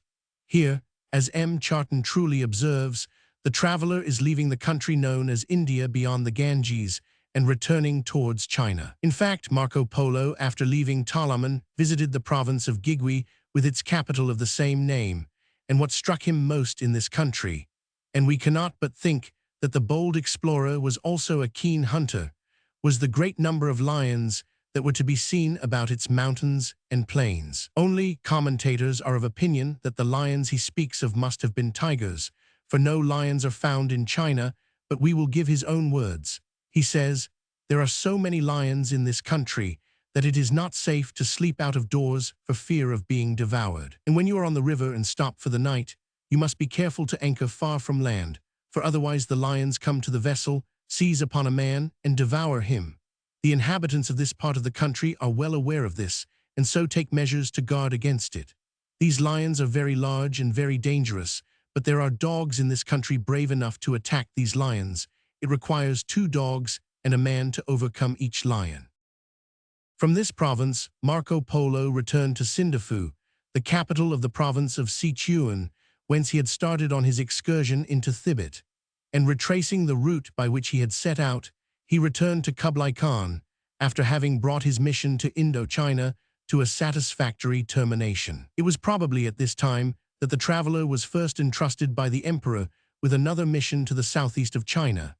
M. Pothier, in his fine work upon the Venetian traveler, speaks of this southeasterly part of China as the richest and most flourishing quarter of this vast empire, and that also about which, since the 16th century, Europeans have had the most information. As we return to the route that M. Pothier has traced on his map, we find that Marco Polo went southwards to Siangli, probably the town of Taichu, and at 6 days' journey from thence he came to Kandinfu, the present city of Tainan, the capital of the province of Shantung, the birthplace of Confucius. It was at that time a fine town and much frequented by silk merchants, and its beautiful gardens produced abundance of excellent fruit. 3 days' march from hence, the traveler came to the town of Linsing, standing at the mouth of the Yuho Canal, the principal rendezvous for the innumerable boats that carry so much merchandise to the provinces of Mangi and Cathay. 8 days afterwards he passed by Ligui, which seems to correspond to the modern town of Linsin, and the town of Paisu, the first city in the province of Tichangsu. Then by the town of Singui, he arrived at Karamoran, the Yellow River, which he had crossed higher up when he was on his way to Indochina. Here Marco Polo was not more than a league from the mouth of this great river. After crossing it, he was in the province of Mangi, a territory included in the empire of the Soongs. Before this province of Mangi belonged to Kublai Khan, it was governed by a very pacific king who shunned war and was very merciful to all his subjects. Marco Polo describes him so well that we will quote his own words. "This last emperor of the Sung dynasty was most generous, and I will cite but 2 noble traits to show this. Every year he had nearly 20,000 infants brought up at the royal charge, for it was the custom in these provinces, when a poor woman could not bring up a child herself, to cast it away as soon as it was born, to die. The king had all these children taken care of, and a record kept of the sign and the planet under which each was born, and then they were sent to different places to be brought up, for there are a quantity of nurses. When a rich man had no sons, he came to the king and asked of him some of his wards, who were immediately given to him. As the children grew up they intermarried, and the king gave them sufficient incomes to live upon. When he went through his dominions and saw a small house among several much larger ones, He inquired why this house was smaller than those near it, and if he found it was on account of the poverty of the owner, he immediately had it made as large as the others at his own expense. He was always waited upon by 1,000 pages and 1,000 girls. He kept up such rigorous discipline throughout his kingdom that there was never any crime. At night, houses and shops remained open, and nothing was taken from them, and traveling was as safe by night as by day. Marco Polo came first to the town of Koigengui, now called Hongfu, on the banks of the Yellow River, where the principal industry is the preparation of the salt found in the salt marshes. One day's journey from this town he came to Paoinchen, famous for its cloth of gold, and the town of Keiyu, now Kaoyu, whose inhabitants are clever fishermen and hunters, then to the city of Taichu, where numerous vessels are generally to be found, and at last to the city of Yonghui. This town of Yonghui, of which Marco Polo was the governor for 3 years, is the modern Yangtichu. It is a very populous and busy town, and cannot be less than 2 leagues in circumference. It was from Yonghui that the traveler set out on the various expeditions which enabled him to see so much of the inland and seacoast towns. First, the traveler went westward to Nangin, which must not be confounded with Nankin of the present day. Its modern name is Ngangking, and it stands in the midst of a remarkably fertile province. Further on in the same direction, he came to Saianfu, which is now called Xiangyang, and is built in the northern part of the province of Hupi. This was the last town in the province of Mangi that resisted the dominion of Kublai Khan. He besieged it for 3 years, and he owed his taking it at last to the help of the 3 Polos, who constructed some powerful balusters and crushed the besieged under a perfect hailstorm of stones, some of which weighed as much as 300 pounds. From Saianfu, Marco Polo retraced his steps that he might visit some of the towns on the sea-coast. He visited Cuikiang on the river Kiang, which is very broad here, and upon which 5,000 ships can sail at the same moment. Kaingui, which supplies the emperor's palace with corn. Qingqiang, where are 2 Nestorian Christian churches. Jingguigui, now Tichangtichu, a busy, thriving city. And Singui, now called Suchu, a large town, which, according to the very exaggerated account of the Venetian traveler, has no less than 6,000 bridges. After spending some time at Viugui, probably Hutichiu, and at Sayangan, now Kiahing, Marco Polo reached the fine city of Quinsay after 3 days' march. This name means the city of heaven, but it is now called Hangchaofu. It is 6 leagues round, the river Tsintangkiang flows through it, and by its constant windings makes Quinsay almost a second Venice. This ancient capital of the Sungs is almost as populous as Pekin. Its streets are paved with stones and bricks, and if we may credit Marco Polo's statement, it contained 600,000 houses, 4,000 bathing establishments, and 0 stone bridges. In this city dwell the richest merchants in the world with their wives, who are beautiful and angelic creatures. It is the residence of a viceroy, who has besides 140 other cities under his dominion. Here was to be seen also the palace of the Mangi sovereigns, surrounded by beautiful gardens, lakes, and fountains, the palace itself containing more than 1,000 rooms. Kublai Khan draws immense revenues from this town and province, and it is by tens of thousands of pounds we must reckon the income derived from the sugar, salt, spices, and silk, which form the principal productions of this country. At 1 day's journey south from Quinsay, Marco Polo visited Kaohing, Viugui or Hutichu, Gengui or Kuitichu, Xianxian or Yotichu Fu, according to M. Charton, and Soni Tichang Fu, according to M. Possia and Kugui or Kiutichu, the last town in the kingdom of Quinsay. Thence he entered the kingdom of Fugui, whose chief town of the same name is now called Futichu Fu, the capital of the province of Fokien. According to Marco Polo, the inhabitants of this province are a cruel warlike race, never sparing their enemies, of whom, after they have killed them, they drink the blood and eat the flesh. After passing by Quenlefu, now Qinningfu and Ungan, the traveler entered Fugui, probably the modern town of Quantichiu, called Canton amongst us, and the chief town of the province, where a large trade in pearls and precious stones was carried on, and in 5 days he reached the port of Zatum, probably the Chinese town of Tsiuantichiu, which was the extreme point reached by him in this exploration of southeastern China. 4. Marco Polo. Japan, departure of the 3 Venetians with the emperor's daughter and the Persian ambassadors. Saigon, Java, Condor, Bintang, Sumatra, the Nicobar Islands, Ceylon, the Coromandel Coast, the Malabar Coast, the Sea of Oman, the island of Socotra, Madagascar, Zanzibar, and the coast of Africa, Abyssinia, Yemen, Hadramaut, and Oman, Ormuz, the return to Venice, a feast in the household of Polo, Marco Polo, a Genoese prisoner, death of Marco Polo about 1323. Marco Polo returned to the court of Kublai Khan when he had finished the expedition of which we spoke in the last chapter. He was then entrusted with several other missions, in which he found his knowledge of the Turkish, Chinese, Mongolian, and Manchurian languages of the greatest use. He seems to have taken part in an expedition to the islands in the Indian Ocean, and he brought back a detailed account of this hitherto little-known sea. There is a want of clearness as to dates at this part of his life, which makes it difficult to give a correct narrative of these voyages in their right order. He gives a circumstantial account of the island of Cipango, a name applying to the group of islands which make up Japan, but it does not appear that he actually entered that kingdom. This country was famous for its wealth, and about 1264, some years before Marco Polo arrived at the Tartar court, Kublai Khan had tried to conquer it and sent his fleet there with that purpose. They had taken possession of a citadel and put all its valiant defenders to the edge of the sword, but just at the moment of apparent victory, a storm arose and dispersed all the enemy's fleet, and thus the expedition was useless.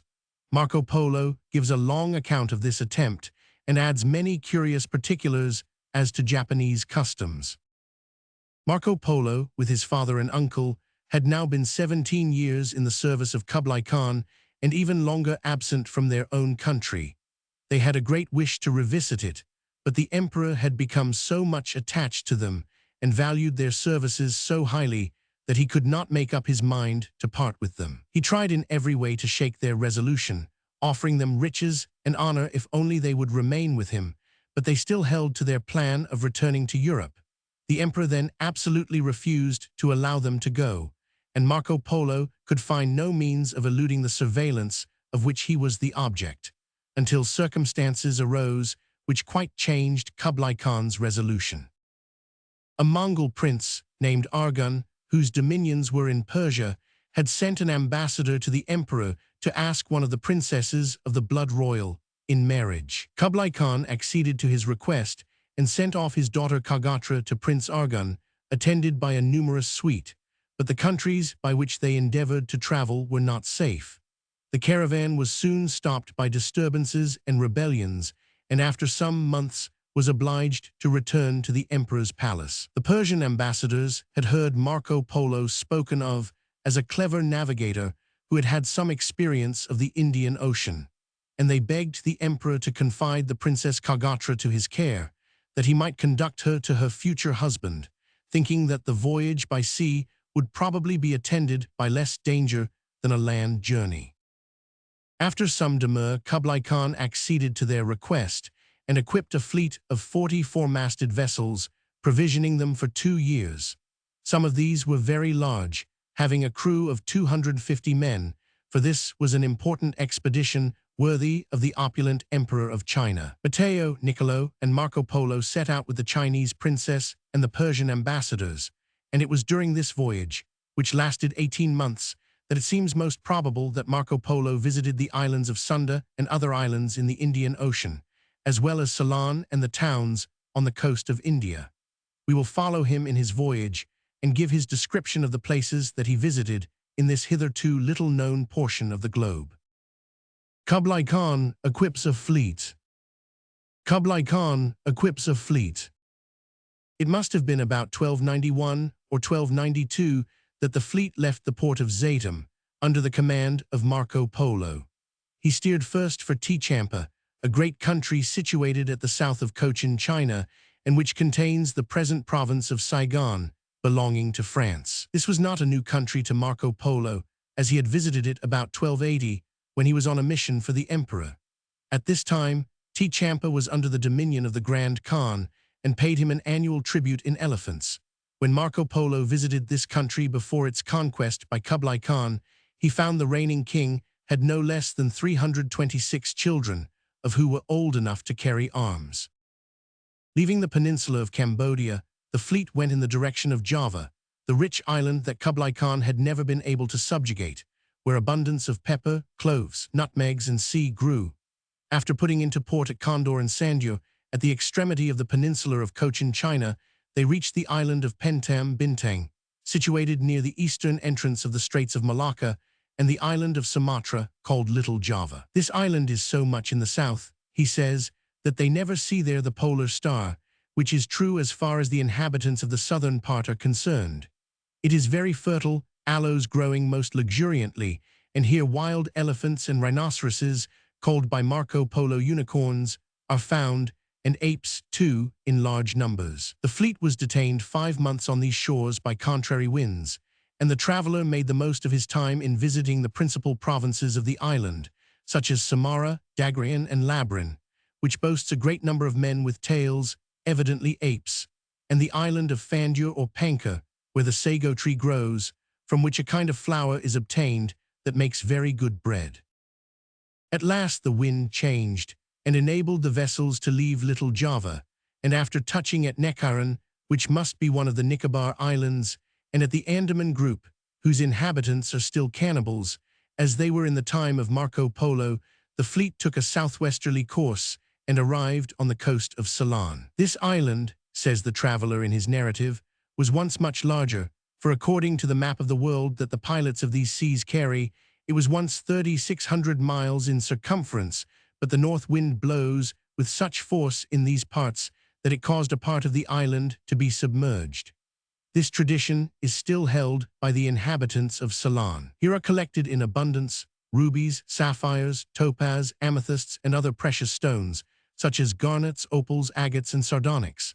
The king of the country was the possessor at this time of a most splendid ruby as long as the palm of the hand, as thick as a man's arm, and red as fire, which excited the envy of the Grand Khan, who vainly tried to induce its possessor to part with it, offering a whole city in exchange, but that could not tempt the king to let him have the jewel. 60 miles west of Ceylon, the travelers came to Malabar, a great province on the coast of India.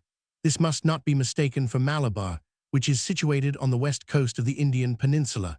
This Malabar forms the southern part of the Coromandel coast and is celebrated for its pearl fisheries. Here the magicians are at work, and are said to render the monsters of the deep harmless to the fishermen. They are astrologers whose race is perpetuated even to modern times. Marco Polo gives some interesting details of the customs of the natives. One is that when a king dies, the nobles throw themselves into the fire in his honor. Another strange custom is that of the religious purifications twice every day and their blind faith in astrologers and diviners. He also speaks of the frequency of religious suicides and the sacrifice of widows whom the funeral pile awaits on the death of their husbands. He also notices the skill in physiognomy evinced by the natives. The next resting place of the fleet was Muftali, of which the capital is now called Masulipatam, the chief city of the kingdom of Golconda. This country was well governed by a queen, a widow for 40 years, who desired to remain faithful to the memory of her husband. The country contained many valuable diamond mines, but these were unfortunately among mountains where serpents abounded. The miners had recourse to a strange device when collecting the precious stones to protect themselves from these reptiles, which we may believe or not as we choose. Marco Polo says they take several pieces of meat and throw them among the pointed rocks where no man can go, and the meat, falling upon the diamonds, they become attached to it. Now among these mountains live a number of white eagles who hunt the serpents, and when they see the meat at the foot of the precipices, they swoop down and carry it away. At the moment the men who have been following the eagles' movements see them alight to eat the meat, they raise fearful cries, the meat is dropped, and the eagles take to flight, and thus the men have no difficulty in taking the diamonds that are attached to the meat. Diamonds are often found on the mountains, mingled with the excrement of the eagles. After visiting the small town of St. Thomas, situated some miles to the south of Madras, where St. Thomas the Apostle is said to be buried, the travelers explored the kingdom of Malabar and especially the province of Lar, from whence spring all the Abrahamites of the world, probably the Brahmins. These men, he says, lived to a great age, owing to their abstinence and sobriety, Some have been known to attain 150 and even 200 years of age. Their diet is principally rice and milk, and they drink a mixture of sulfur and quicksilver. These Abrahamites are clever merchants, superstitious, however, but remarkably sincere and never guilty of theft of any kind. They never kill any living thing, and they worship the ox, which is a sacred animal among them. The fleet now returned to Ceylon, where in 1284 Kublai Khan had sent an ambassador who had brought him back some pretended relics of Adam, and among other things 2 of his molar teeth. For, if we can believe the Saracen traditions, the tomb of our first father must have been on the summit of one of the precipitous mountains, which forms the highest ground in the island. After losing sight of Ceylon, Marco Polo went to Kale, a port that we do not find marked on any of the modern maps, but a place where all the vessels touched coming from Ormuz, Kis, Aden, and the coasts of Arabia. Thence doubling Cape Comorin they came to Coilum, now Quilon, which was a very thriving city in the 13th century. It is there that a great quantity of sandalwood and indigo is found, and merchants come in large numbers from the Levant and from the west to trade in both. The country of Malabar produces a great quantity of rice, and wild animals are found there, such as leopards, which Marco Polo calls black lions, also peacocks of much greater beauty than those of Europe, as well as different kinds of parakeets.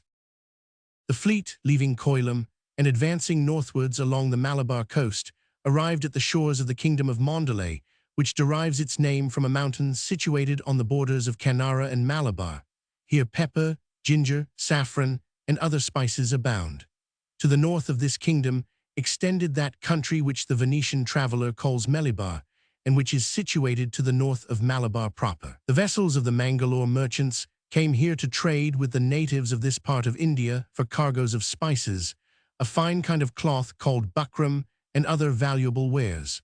But their vessels were frequently attacked, and too often pillaged by the pirates who infested these seas, and who were justly regarded as formidable enemies. These pirates principally inhabit the peninsula of Gujarat, now called Gujarat, where the fleet was on its way after calling at Tana, a country where is collected the frankincense, and Canboat, now Cambay, a town where there is a great trade in leather. Visiting Sumanath, a city of the peninsula, whose inhabitants are cruel, ferocious, and idolaters, and Kesmacoran, the modern city of Kedj, the capital of Makran, situated on the Indus near the sea, and the last town in India on the northwest, Marco Polo went westward across the Sea of Oman, instead of going to Persia, which was the destination of the princess.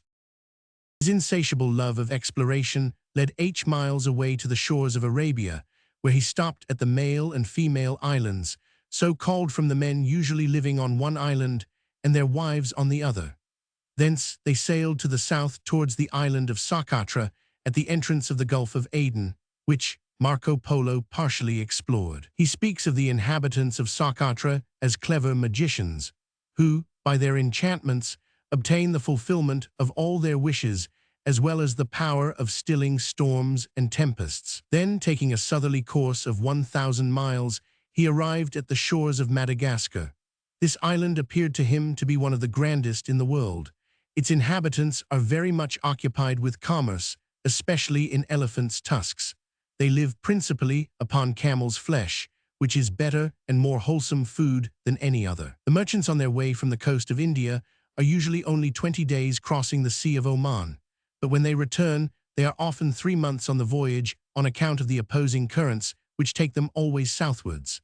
Nevertheless, they visit Madagascar very constantly, for there are whole forests of sandalwood, and amber is also found there, from which they can obtain great profit by bartering it for gold and silk stuffs. Wild animals and game are plentiful, according to Marco Polo. Leopards, bears, lions, wild boars, giraffes, wild asses, roebucks, deer, stags, and cattle were to be found in great numbers.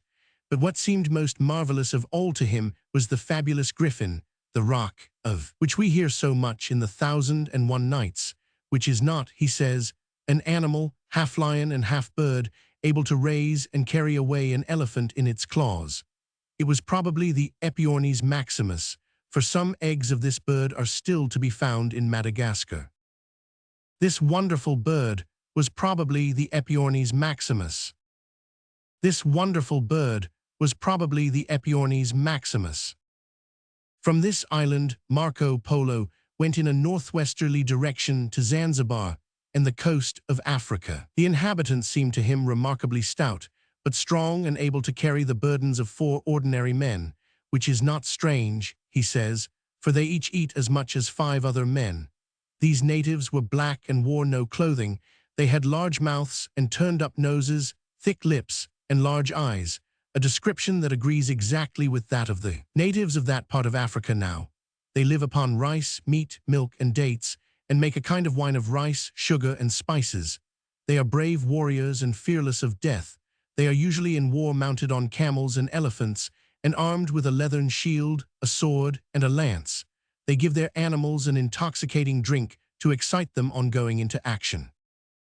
In Marco Polo's time, says M. Charton, the countries comprised under the title of India were divided into 3 parts: Greater India or Hindustan, that is, the country lying between the Indus and the Ganges; Lesser India, that is, all the country lying beyond the Ganges, between the western coast of the peninsula and the coast of Cochin; China; lastly, Middle India, that is, Abyssinia and the Arabian coast to the Persian Gulf. After leaving Zanzibar, it was Middle India whose coast Marco Polo explored, sailing towards the north, and first Abassi or Abyssinia, a fertile country where the manufacture of fine cotton cloths and buckram is largely carried on. Then the fleet went to Zayla, almost at the entrance of the Straits of Bab el-Mandeb, and at last by the coast of Yemen and Hadramaut they came to Aden, the port frequented by all the ships trading with India and China. Then to Essia, whence a great quantity of fine horses are exported; Dhafar, which produces incense of the finest quality; and Galatu, now Calicut, on the coast of Oman. Then to Ormuz, that Marco Polo had visited once before when he was on his way from Venice to the court of Kublai Khan. This was the furthest point that the fleet had to reach, as the princess was now on the borders of Persia after a voyage of 18 months. But on their arrival, they were met by the sad news of the death of Prince Arghun, the fiancé of the princess, and they found the country involved in civil war. The poor princess was put under the care of Prince Ghazan, the son of Prince Arghun, who did not ascend the throne when his uncle, the usurper, was strangled. What became of the princess we do not hear, but on parting with Niccolo, Matteo, and Marco Polo, she bestowed on them great marks of favor. It was probably during Marco Polo's residence in Persia that he collected some curious documents upon Turkey in Asia. They are disconnected pieces, which he gives at the close of his narrative, and they form a genuine history of the Mongol Khans of Persia. His travels for exploration were at an end, and after taking leave of the Tartar princess, the 3 Venetians, well escorted, and with all expenses paid, set out on their way home. They went to Trebizond, then to Constantinople, and thence to Negropont, where they embarked for Venice. It was in the year 1295, 24 years after leaving it, that Marco Polo and his companions returned to their native town. They were bronzed by exposure to the air and sun, coarsely clad in Tartar costume, and both in manners and language were so much more Mongolian than Venetian that even their nearest relatives failed to recognize them. Beyond this, a report had been widely spread that they were dead, and it had gained so much credence that their friends never expected to see them again. They went to their own house in the part of Venice called St. John Chrysostom, and found it occupied by different members of the Polo family, who received the travelers with every mark of distrust, which their pitiable appearance did not tend to lessen, and placed no faith in the somewhat marvelous stories related to them by Marco Polo. After some persuasion, however, they gained admittance into their own house. When they had been a few days in Venice, the 3 travelers gave a magnificent banquet, followed by a splendid fete, to do away with any remaining doubts as to their identity. They invited the nobility of Venice and all the members of their own family, and when all the guests were assembled, the 3 hosts appeared dressed in crimson satin robes. The guests then entered the dining room, and the feast began. After the first course was over, the 3 travelers retired for a few moments and then reappeared, clad in robes of splendid silk damask, which they proceeded to tear, and to present each of their guests with a piece. After the second course, they dressed themselves in even more splendid robes of crimson velvet, which they wore until the feast was over, when they appeared in simple Venetian costume. The astonished guests marveled at the magnificence of these garments and wondered what their hosts would next show them. Then the coarse, rough clothes that they had worn on the voyage were brought in, and when the linings and seams were undone, rubies, sapphires, emeralds, diamonds, and carbuncles of great value were poured forth from them. Great riches had been hidden in these rags. This unexpected sight cleared away all doubt. The three travelers were recognized at once as Marco, Niccolo, and Matteo Polo, and congratulations upon their return were showered upon them. So celebrated a man as Marco Polo could not escape civic honors.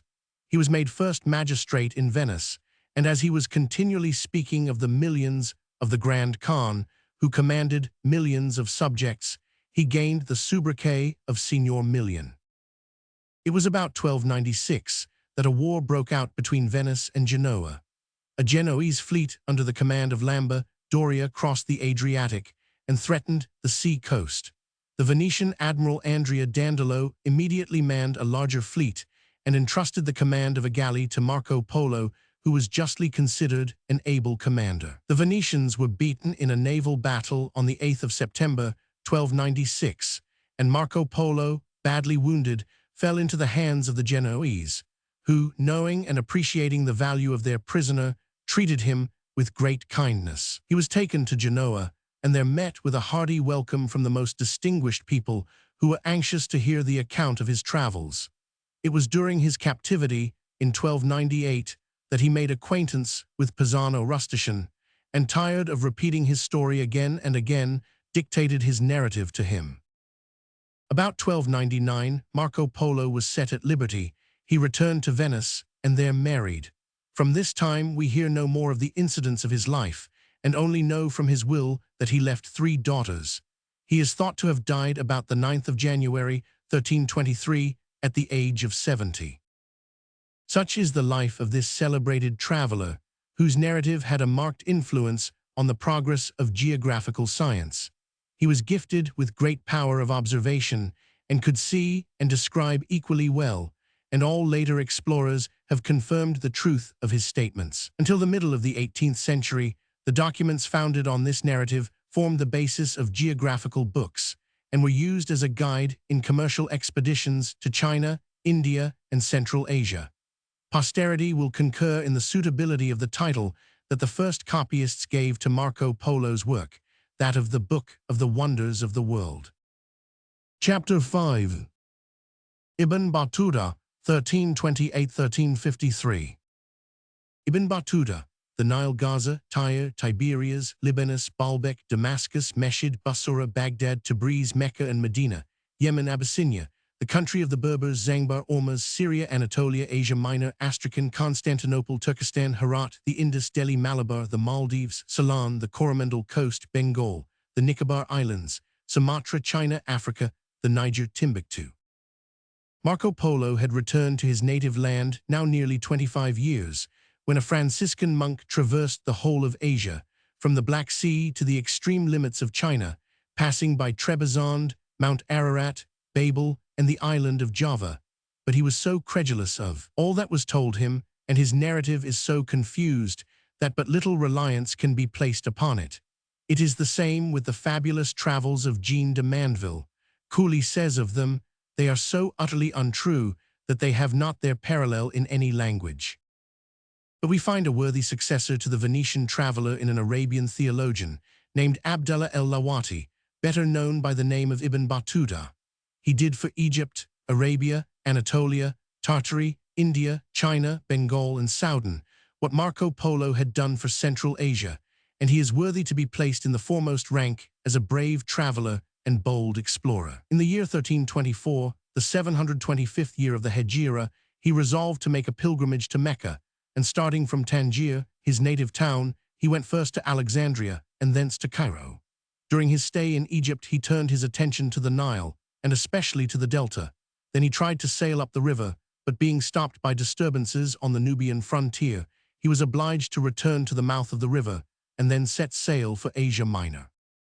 Ibn Battuta in Egypt. Ibn Battuta in Egypt. After visiting Gaza, the tombs of Abraham, Isaac, and Jacob, Tyre, then strongly fortified and unassailable on three sides, and Tiberias, which was in ruins, and whose celebrated baths were completely destroyed. Ibn Battuta was attracted by the wonders of Lebanon, the center for all the hermits of that day, who had judiciously chosen one of the most lovely spots in the whole world wherein to end their days.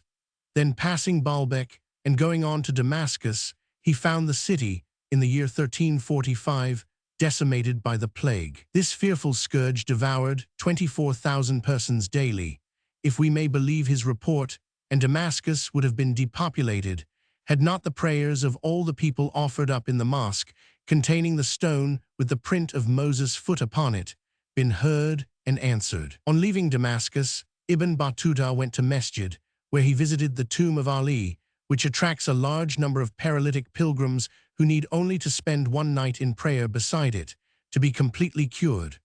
Battuta does not seem to doubt the authenticity of this miracle, well known in the East under the title of the Night of Cure. From Masjid, the traveler went to Basora and entered the kingdom of Ispahan, and then the province of Shiraz, where he wished to converse with the celebrated worker of miracles, Magd Aden. From Shiraz he went to Baghdad, to Tabriz, then to Medina, where he prayed beside the tomb of the Prophet, and finally to Mecca, where he remained 3 years. It is well known that from Mecca, caravans are continually starting for the surrounding country, and it was in company with some of these bold merchants that Ibn Battuta was able to visit the towns of Yemen. He went as far as Aden, at the mouth of the Red Sea, and embarked for Zayla, one of the Abyssinian ports. He was now once more on African ground, and advanced into the country of the Berbers, that he might study the manners and customs of those dirty and repulsive tribes. He found their diet consisted wholly of fish and camel's flesh. But in the town of Makdisbu, there was an attempt at comfort and civilization, presenting a most agreeable contrast with the surrounding squalor. The inhabitants were very fat, each of them, to use Ibn's own expression, eating enough to feed a convent. They were very fond of delicacies, such as plantains boiled in milk, preserved citrons, pods of fresh pepper, and green ginger. After seeing all he wished of the country of the Berbers, chiefly on the coast, he resolved to go to Zanzibar, and then, crossing the Red Sea and following the coast of Arabia, he came to Zafar, a town situated upon the Indian Ocean. The vegetation of this country is most luxuriant, the betel, coconut, and incense trees forming their great forests. Still, the traveler pushed on and came to Ormuz on the Persian Gulf and passed through several provinces of Persia. We find him a second time at Mecca in the year 1332, 3 years after he had left it. But this was only to be a short rest for the traveler, for now, leaving Asia for Africa, he went to Upper Egypt, a region but little known, and thence to Cairo. He next visited Syria, making a short stay at Jerusalem and Tripoli, and thence he visited the Turkomans of Anatolia, where the confraternity of young men gave him a most hearty welcome. After Anatolia, the Arabian narrative speaks of Asia Minor. Ibn Battuta advanced as far as Erzurum, where he was shown an aerolite weighing 620 pounds. Then, crossing the Black Sea, he visited the Crimea, Kaffa, and Bulgar, a town of sufficiently high latitude for the unequal length of day and night to be very marked. And at last, he reached Astrakhan, at the mouth of the Volga, where the Khan of Tartary lived during the winter months. The Princess Baylan, the wife of the Khan and daughter of the Emperor of Constantinople, was wishing to visit her father, and it was an opportunity not to be lost by Ibn Battuta for exploring Turkey in Europe. He gained permission to accompany the princess, who set out, attended by 5,000 men and followed by a portable mosque, which was set up at every place where they stayed. The princess's reception at Constantinople was very magnificent, the bells being rung with such spirit that he says, even the horizon seemed full of the vibration. The welcome given to the theologian by the princes of the country was worthy of his fame. He remained in the city 36 days, so that he was able to study it in all its details. This was a time when communication between the different countries was both dangerous and difficult, and Ibn Battuta was considered a very bold traveler. Egypt, Arabia, Turkey, and Asia, The Caucasian provinces had all in turn been explored by him. After such hard work, he might well have taken rest and been satisfied with the laurels that he had gained, for he was without doubt the most celebrated traveler of the 14th century. But his insatiable passion for traveling remained, and the circle of his explorations was still to widen considerably. On leaving Constantinople, Ibn Battuta went again to Astrakhan. Thence, crossing the sandy wastes of the present Turkestan, he arrived at Kaverzan, a large populous town, then at Bakhara, half destroyed by the armies of Genghis Khan.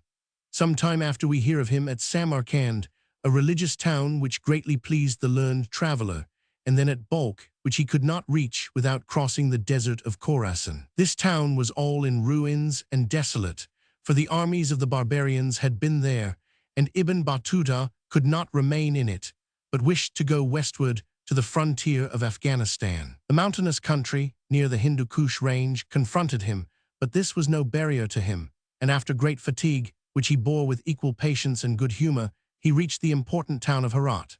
This was the most westerly point reached by the traveler. He now resolved to change his course for an easterly one, and in going to the extreme limits of Asia, to reach the shores of the Pacific.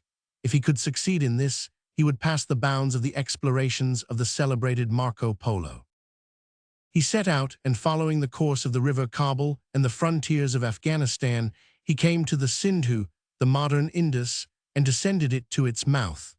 From the town of Lahore, he went to Delhi, which great and beautiful city had been deserted by its inhabitants, who had fled from the Emperor Mohammed.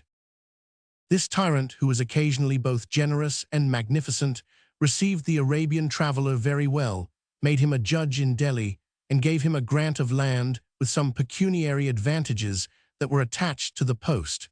But these honors were not to be of any long duration, for Ibn Battuta, being implicated in a pretended conspiracy, thought it best to give up his place and make himself a fakir to escape the emperor's displeasure.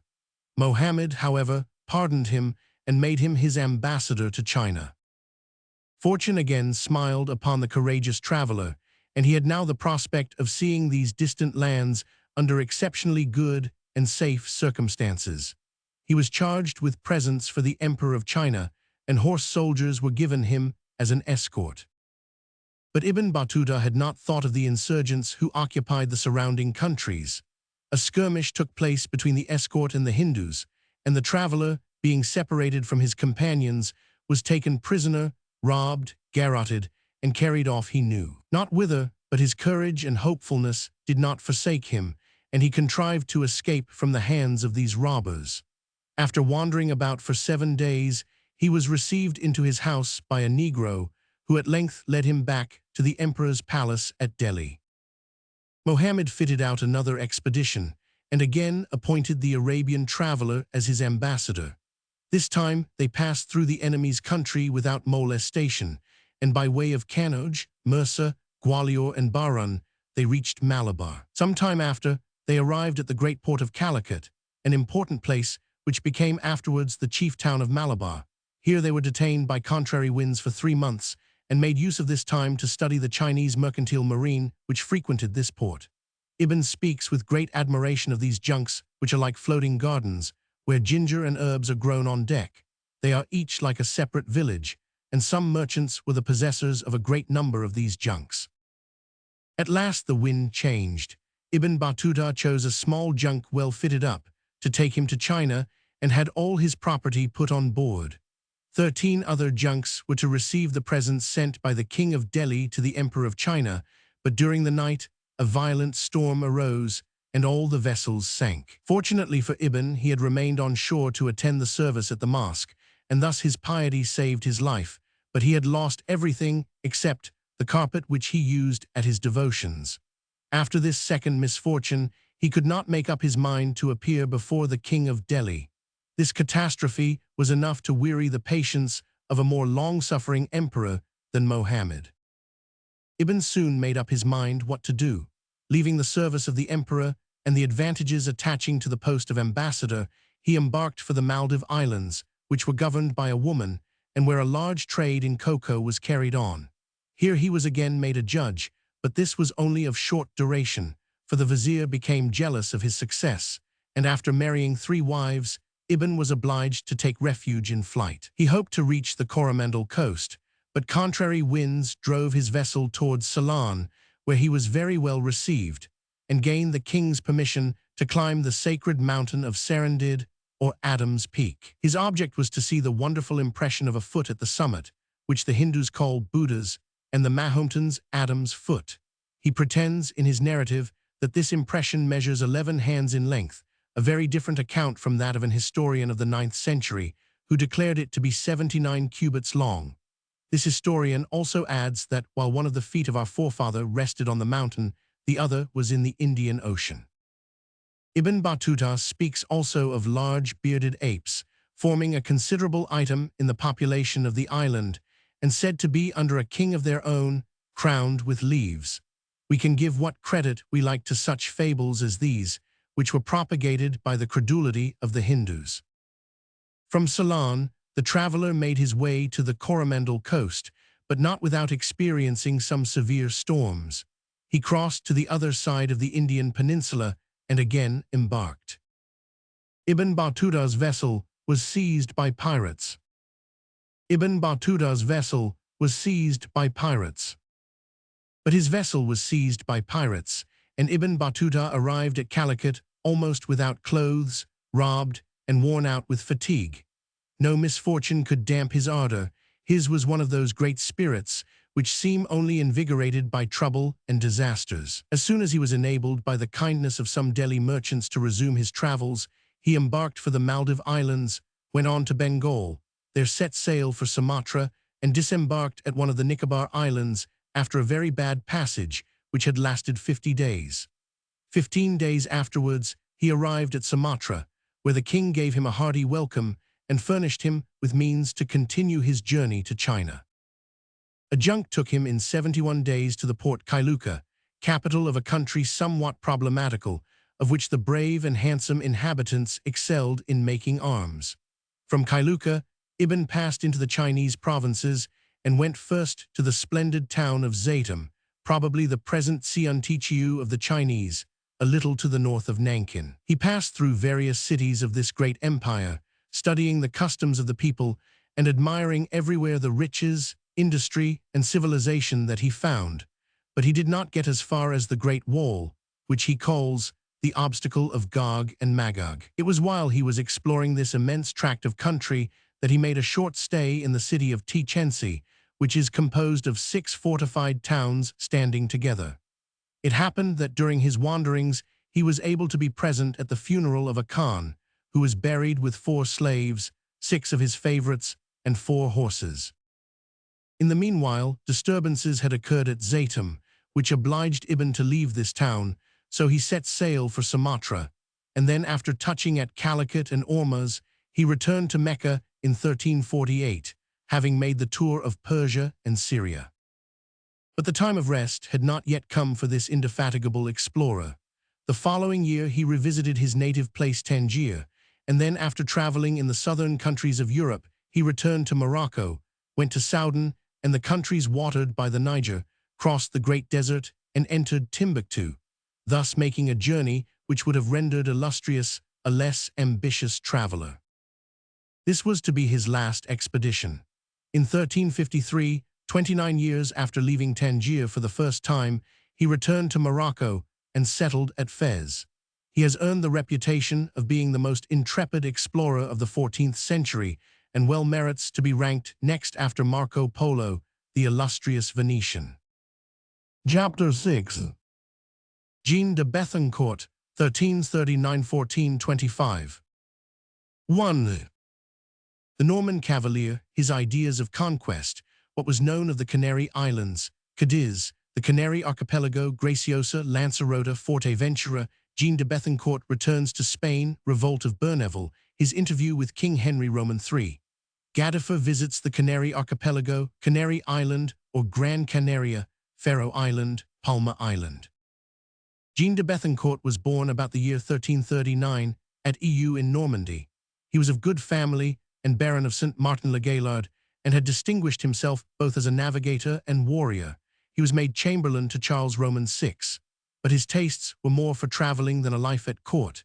he resolved to make himself a still more illustrious name by further conquests, and soon an opportunity offered for him to carry out his plans. Jean de Bethencourt. Jean de Bethencourt. On the coast of Africa, there is a group of islands called the Canaries, which were once known as the Fortunate Islands.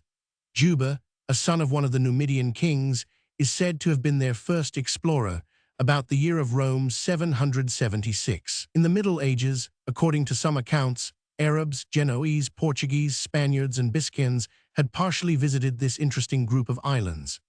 In 1393, a Spanish gentleman named Almonaster, who was commanding an expedition, succeeded in landing on Lancerota, one of these islands, and brought back with several prisoners some produce which was a sufficient guarantee of the fertility of this archipelago. The Norman cavalier now found the opening that he sought, and he determined to conquer the Canary Islands and try to convert the inhabitants to the Catholic faith. He was as intelligent, brave, and full of resources as he was energetic, and leaving his house of Grainville-la-Teinturière at Cox, he went to La Rochelle, where he met the Chevalier Gadifer de la Salle, and having explained his project to him, they decided to go to the Canary Islands together. Jean de Bethencourt, having collected an army and made his preparations, and had vessels fitted out and manned, Gadifer and he set sail. After experiencing adverse winds on the way to the Isle de Ré and being much harassed by the constant dissensions on board, they arrived at Vivero and then at Corunna. Here they remained 8 days, then set sail again, and doubling Cape Finisterre, followed the Portuguese coast to Cape St. Vincent and arrived at Cadiz, where they made a longer stay. Here Bethencourt had a dispute with some Genoese merchants who accused him of having taken their vessel, and he had to go to Seville, where King Henry Roman III heard his complaint and acquitted him from all blame. On his return to Cadiz, he found part of his crew in open mutiny, and some of his sailors so frightened that they refused to continue the voyage. So the Chevalier sent back the cowardly sailors and set sail with those who were more courageous. The vessel in which Jean de Bethencourt sailed was becalmed for 3 days. Then, the weather improving, he reached the island of Graziosa, one of the smaller of the Canary group, in 5 days, and then the larger island of Lancerota, which is nearly the same size as the island of Rhodes. Lancerota has excellent pasturage and arable land, which is particularly good for the cultivation of barley. Its numerous fountains and cisterns are well supplied with excellent water. The orchilla, which is so much used in dyeing, grows abundantly here. The inhabitants of this island, who as a rule wear scarce any clothing, are tall and well-made, and the women, who wear leathern greatcoats reaching to the ground, are very good-looking and honest. The traveler, prior to disclosing his plans of conquest, wished to possess himself of some of the natives, but his ignorance of the country made this a difficult matter. So, anchoring under the shelter of a small island in the archipelago, he called a meeting of his companions to decide upon a plan of action. They all agreed that the only thing to be done was to take some of the natives by fair means or foul. Guardafia, the king of the island, treated Bethencourt more as a friend than a subject. A castle, or rather fort, was built at the southwestern extremity of the island, and some men left there under the command of Berthun de Berneville, while Bethencourt set out with the rest of his followers for the island of Urbania or Forteventura. Gadifer counseled a debarkation by night, which was done, and then he took the command of a small body of men and scoured the island with them for 8 days without meeting one native, they having all fled to the mountains. Provisions failing, Gadifer was forced to return, and he went to the island of Lobos between Lancerota and Forteventura. But there his chief sailor mutinied, and it was not without difficulty that Gadifer and Bethencourt reached the fort on Lancerota. Bethencourt resolved to return to Spain to get provisions and a new contingent of soldiers, for his crew he could not depend upon. So he left Gadifer in command and set sail for Spain in one of Gadifer's ships. It will be remembered that Berthun de Berneville had been left in command of the fort on Lancerota Island. Unfortunately, he was Gadifer's bitter enemy, and no sooner had Bethencourt set out than he tried to poison the minds of Gadifer's men against him.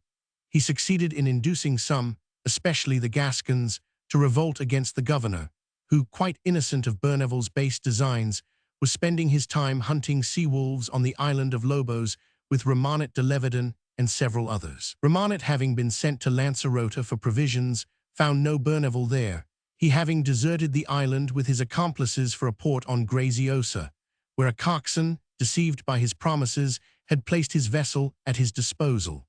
From Graziosa, the traitor Burneville returned to Lancerota and put the finishing stroke to his villainy by pretending to make an alliance with the king of the island. The king, thinking that no officer of Bethencourt's, in whom he had implicit confidence, could deceive him, came with 24 of his subjects to see Burneville, who seized them when asleep, had them bound, and then carried them off to Graziosa. The king managed to break his bonds, set 3 of his men free, and succeeded in escaping, but the remainder of his unfortunate companions were still prisoners, and Burneville gave them up to some Spanish thieves, who took them away to sell in a foreign land. Burneville's evil deeds did not stop here. By his order, the vessel that Gadifer had sent to the fort at Lancerota was seized. Remannet tried resistance, but his numbers were too small, and his supplications were useless to prevent Burneville's men, and even Burneville himself, from destroying all the arms, furniture, and goods which Bethencourt had placed in the fort at Lancerota. Insults were showered upon the governor, and Burneville cried, "I should like Gadifer de la Salle to know that if he were as young as I would kill him, but as he is not, I will spare him. If he is put above me, I shall have him drowned, and then he can fish for sea-wolves." Meanwhile, Gadifer and his 10 companions were in danger of perishing on the island of Lobos for want of food and fresh water. But happily, the 2 chaplains of the fort of Lancerota had gone to Graziosa and met the coxswain who had been the victim of Burneville's treason, and he sent one of his men named Ximenes with them back to Lancerota. There they found a small boat which they filled with provisions, and embarking with 4 men who were faithful to Gadifer, they succeeded in reaching Lobos 4 leagues off after a most dangerous passage. Gadifer and his companions were suffering fearfully from hunger and thirst, when Ximenes arrived just in time to save them from perishing, and the governor, learning Burneville's treachery, embarked in the boat for Lancerota as soon as he was a little restored to health. He was grieved at Burneville's conduct towards the poor islanders whom Bethencourt and he had sworn to protect. No, he never could have expected such wickedness in one who was looked upon as the most able of the whole band. But what was Burneville doing meanwhile? After having betrayed his master, he did the same to the companions who had aided him in his evil deeds.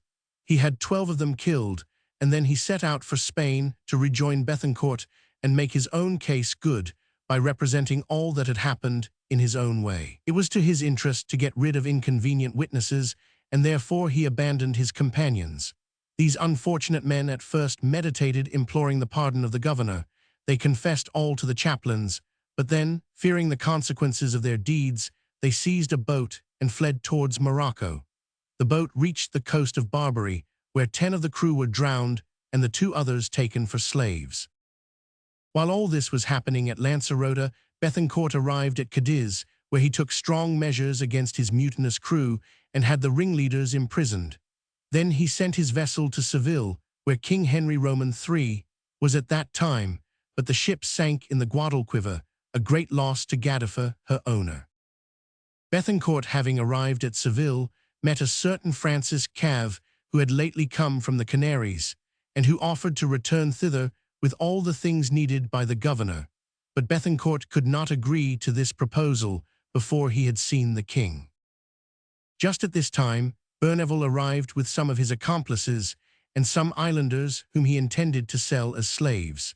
He hoped to be able to deceive Bethencourt, but he had not reckoned upon a certain Courtil who was with him, who lost no time in denouncing the villainy of Burneville, and on whose word the traitors were all imprisoned at Cadiz. Courtil also told of the treatment that the poor islanders had received. As Bethencourt could not leave Seville till he had had an audience with the king, he gave orders that they should receive every kindness, but while these preliminaries were being concluded, the vessel that contained them was taken to Aragon, and they were sold for slaves. Bethencourt obtained the audience that he sought with the King of Castile, and after telling him the result of his expedition, he said, "Sire, I come to ask your assistance and your leave to conquer the Canary Islands for the Catholic faith. And as you are king and lord of all the surrounding country and the nearest Christian king to these islands, I beg you to receive the homage of your humble servant." The king was very gracious to him and gave him dominion over these islands, and beyond this, a fifth of all the merchandise that should be brought from them to Spain. He gave H0 maravedis, about 600 L, to buy all that he needed, and also the right to coin money in the Canary Islands. Most unfortunately, these 20,000 maravedis were confided to the care of a dishonest man who fled to France, carrying the money with him.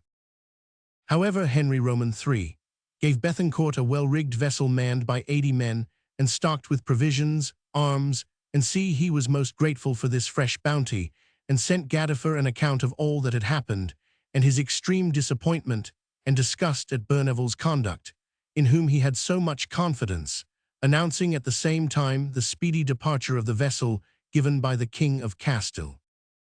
Plan of Jerusalem. Plan of Jerusalem. But meanwhile very serious troubles had arisen on Lancerota.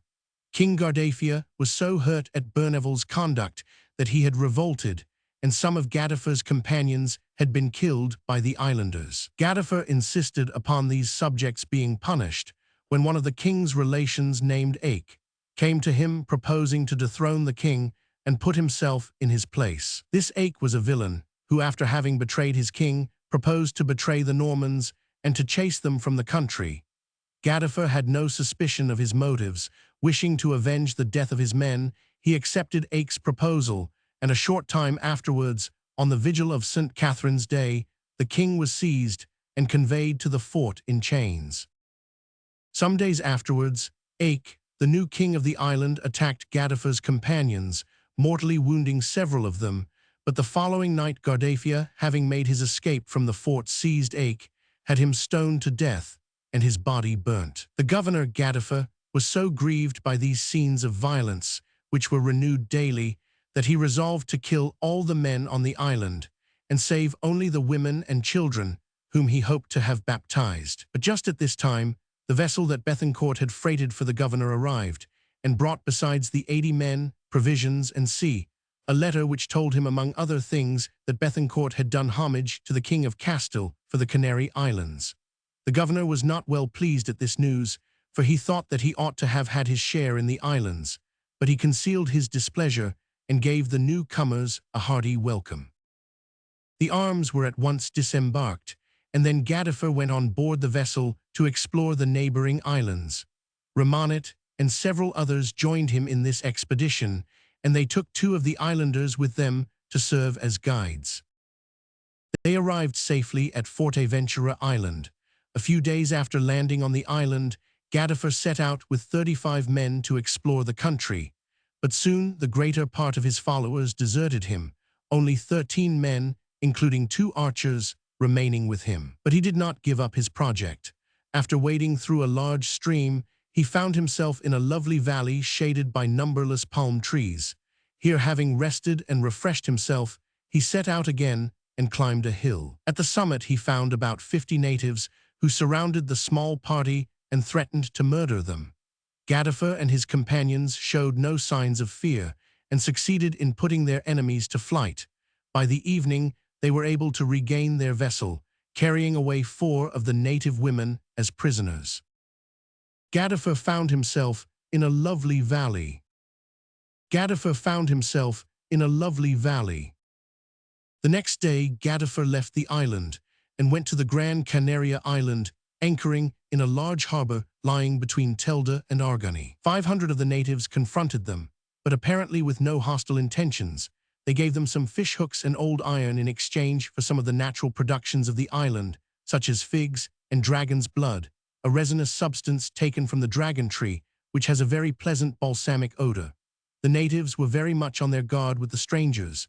For 20 years before this, some of Captain Lopez's men had invaded the island, so they would not allow Gadifer to land. The governor was obliged to weigh anchor without exploring the island.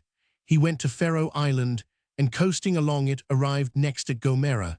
It was night, and the sailors were attracted by the fires that the natives had lighted on the shore. When day broke, Gadifer and his companions wished to land, but the islanders would not allow them to proceed when they reached the shore and drove them back to their vessel. Much disappointed by his reception, Gadifer determined to make another attempt at Faroe Island. There he found that he could land without opposition, and he remained on the island 22 days. The interior of the island was very beautiful. Pine trees grew in abundance, and clear streams of water added to its fertility. Quails were found in large numbers, as well as pigs, goats, and sheep. From this fertile island, the party of explorers went to Palma and anchored in a harbor situated to the right of a large river. This is the furthest island of the Canary group. It is covered with pine and dragon trees. From the abundance of fresh water, the pasturage is excellent, and the land might be cultivated with much profit. Its inhabitants are a tall, robust race, well-made, with good features and very white skin. Gadifer remained a short time on this island. On leaving it, he spent 2 days and 2 nights sailing round the other islands and then returned to the fort on Lancerota. They had been absent 3 months. In the meantime, those of the party who had been left in the fort had waged a petty war with the natives and had made a great number of prisoners. The Canarians, demoralized, now came daily to cast themselves on their mercy and to pray for the consecration of baptism. Gadifer was so pleased to hear of this that he sent one of his companions to Spain to inform Bethencourt of the state of the colony. Chapter 2. Jean de Bethencourt. The return of Jean de Bethencourt, Gadifer's jealousy. Bethencourt visits his archipelago. Gadifer goes to conquer Gran Canaria. Disagreement of the two commanders. Their return to Spain. Gadifer blamed by the king. Return of Bethencourt. The natives of Forteventura are baptized. Bethencourt revisits Cox. Returns to Lancerota. Lands on the African coast. Conquest of Gran Canaria, Faroe, and Palma Islands. Maciot appointed governor of the archipelago. Bethencourt obtains the Pope's consent to the Canary Islands being made an episcopal see. His return to his country and his death. The envoy had not reached Cadiz when Bethencourt landed at the fort on Lancerota. Gadifer gave him a hearty welcome, and so did the Canary Islanders who had been baptized. A few days afterwards, King Gardafia came and threw himself on their mercy. He was baptized on the 20th of February, 1404, with all his followers. Bethencourt's chaplains drew up a very simple form of instruction for their use, embracing the principal elements of Christianity: the creation, Adam and Eve's fall, the history of Noah, the lives of the patriarchs, the life of our Savior and his crucifixion by the Jews, finishing with an exhortation to believe the 10 Commandments, the holy sacrament of the altar, Easter, confession, and some other points. Bethencourt was an ambitious man, not content with having explored, and so to speak, gained possession of the Canary Islands. He desired to conquer the African countries bordering on the ocean. This was his secret wish in returning to Lancerota, and meanwhile, he had full occupation in establishing his authority in these islands, of which he was only the nominal sovereign. He gave himself wholly to the task, and first visited the islands which Gadifer had explored. But before he set out, a conversation took place between Gadifer and himself, which we must not omit to notice. Gadifer began boasting of all he had done and asked for the gift of Forteventura, Tenerife, and Gomera Islands as a recompense. "My friend," replied Bethencourt, "the islands that you ask me to give you are not yet conquered, but I do not intend you to be at any loss for your trouble, nor that you should be unrequited. But let us accomplish our project, and meanwhile remain the friends we have always been." "That is all very well," replied Gadifer, "but there is one point on which I do not feel at all satisfied, and that is that you have done homage to the King of Castile for these islands, and so you call yourself absolute master over them." "With regard to that," said Bethencourt, "I certainly have done homage for them, and so I am their rightful master. But if you will only patiently wait the end of our affair, I will give you what I feel sure will quite content you." "I shall not remain here," replied Gadifer. "I am going back to France, and have no wish to be here any longer." Upon this they separated, but Gadifer gradually cooled down and agreed to accompany Bethencourt in his exploration of the islands. They set out for Forteventura well armed and with plenty of provisions. They remained there 3 months, and began by seizing a number of the natives and sending them to Lancerota. This was such a usual mode of proceeding at that time that we are less surprised at it than we should be at the present day. The whole island was explored, and a fort named Richeroque built on the slope of a high mountain. Traces of it may still be found in a hamlet there. Just at this time, and when he had scarcely had time to forget his grievances and ill humor, Gadifer accepted the command of a small band of men who were to conquer Gran Canaria. He set out on the 25th July, 1404, but this expedition was not fated to meet with any good results. Winds and waves were against it. At last they reached the port of Telda, but as it was nearly dark and a strong wind blowing, they dared not land, and they went on to the little town of Aginmes, where they remained 11 days at anchor.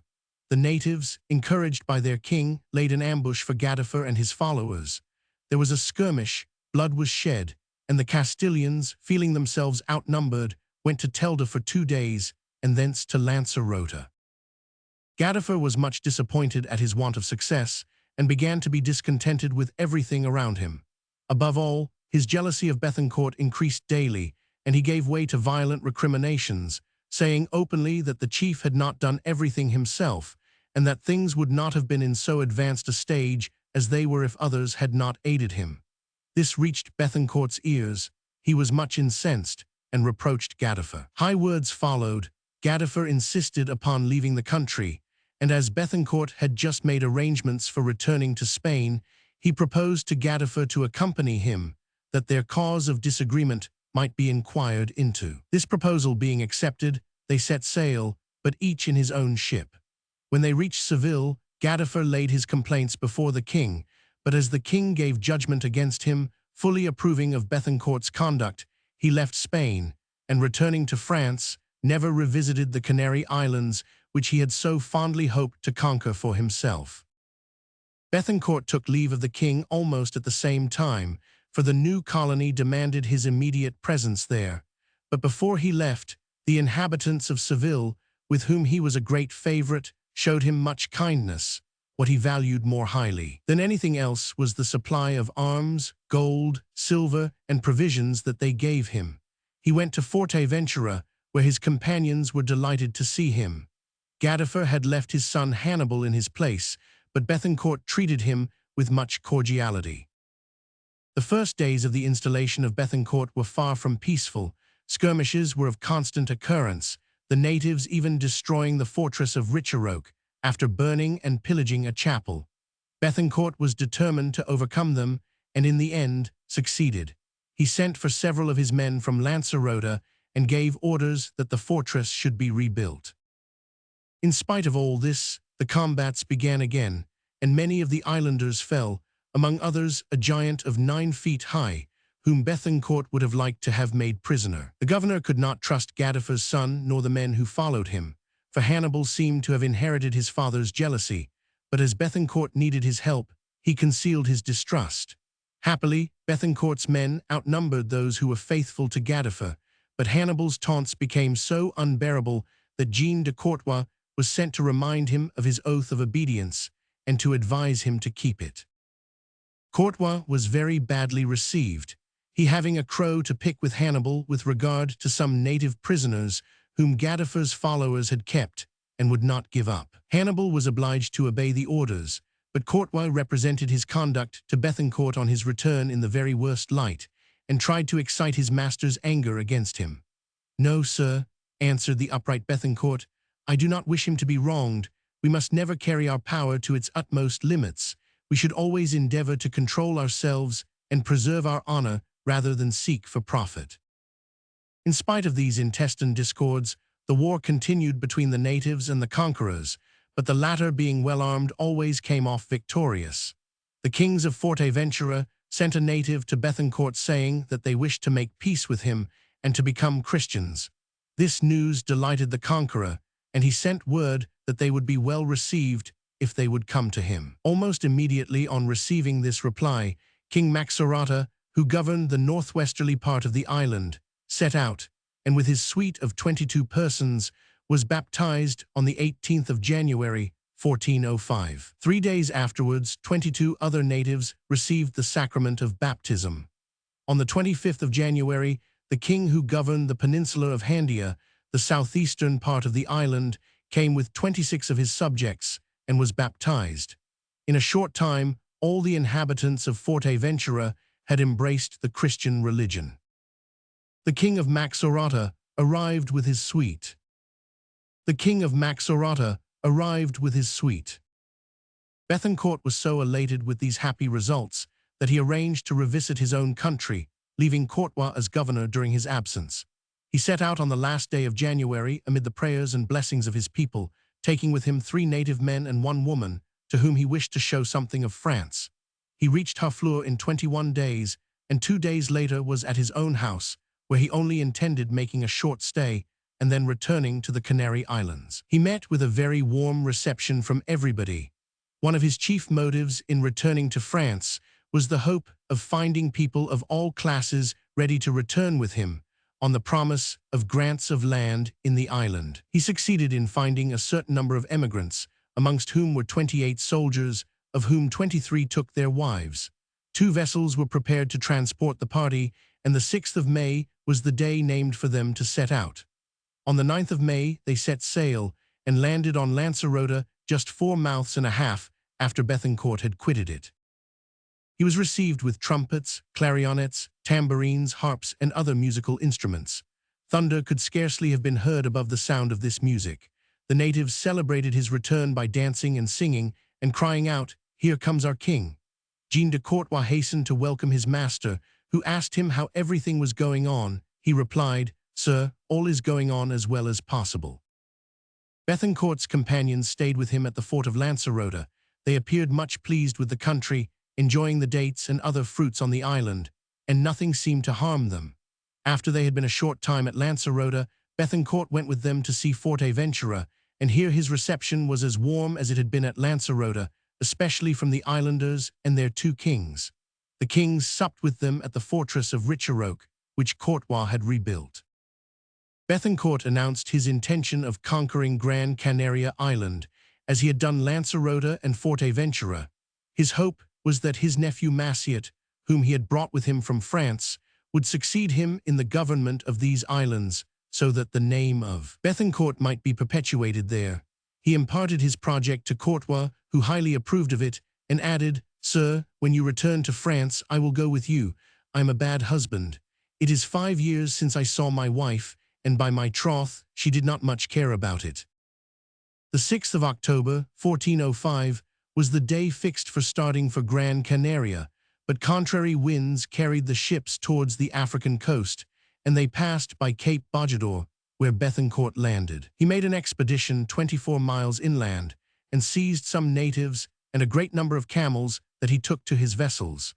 They put as many of the camels as possible on board, wishing to acclimatize them in the Canary Islands, and the Baron set sail again, leaving Cape Bojador, which he had the honor of seeing 30 years before the Portuguese navigators. During this voyage from the coast of Africa to Gran Canaria, the 3 vessels were separated in stormy weather, one going to Palma and another to Forteventura, but finally they all reached Gran Canaria.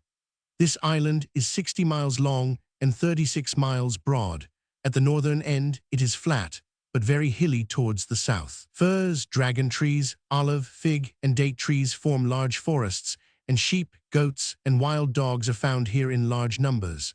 The soil is very fertile and produces 2 crops of corn every year, and that without any means of improving it.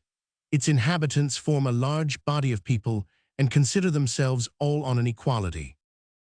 When Bethencourt had landed, he set to work at once to conquer the island.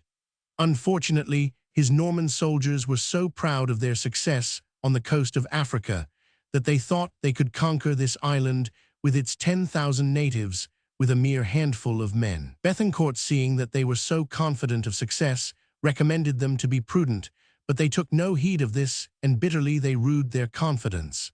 After a skirmish, in which they seemed to have got the better of the islanders, they had left their ranks, when the natives surprised them, massacring 22 of them, including Jean de Courtois and Hannibal, Gadifer's son.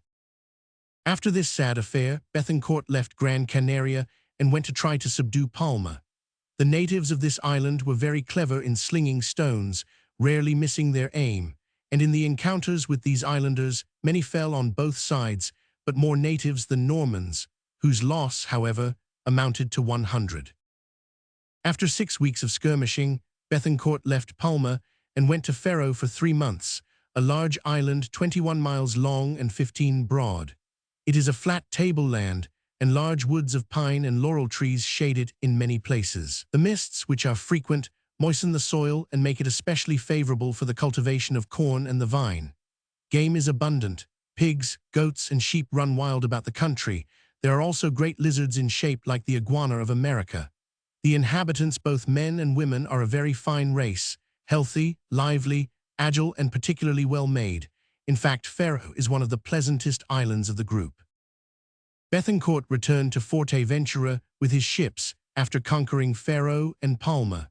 This island is 51 miles in length by 24 in breadth and has high mountains as well as large plains, but its surface is less undulating than that of the other islands. Large streams of fresh water run through the island.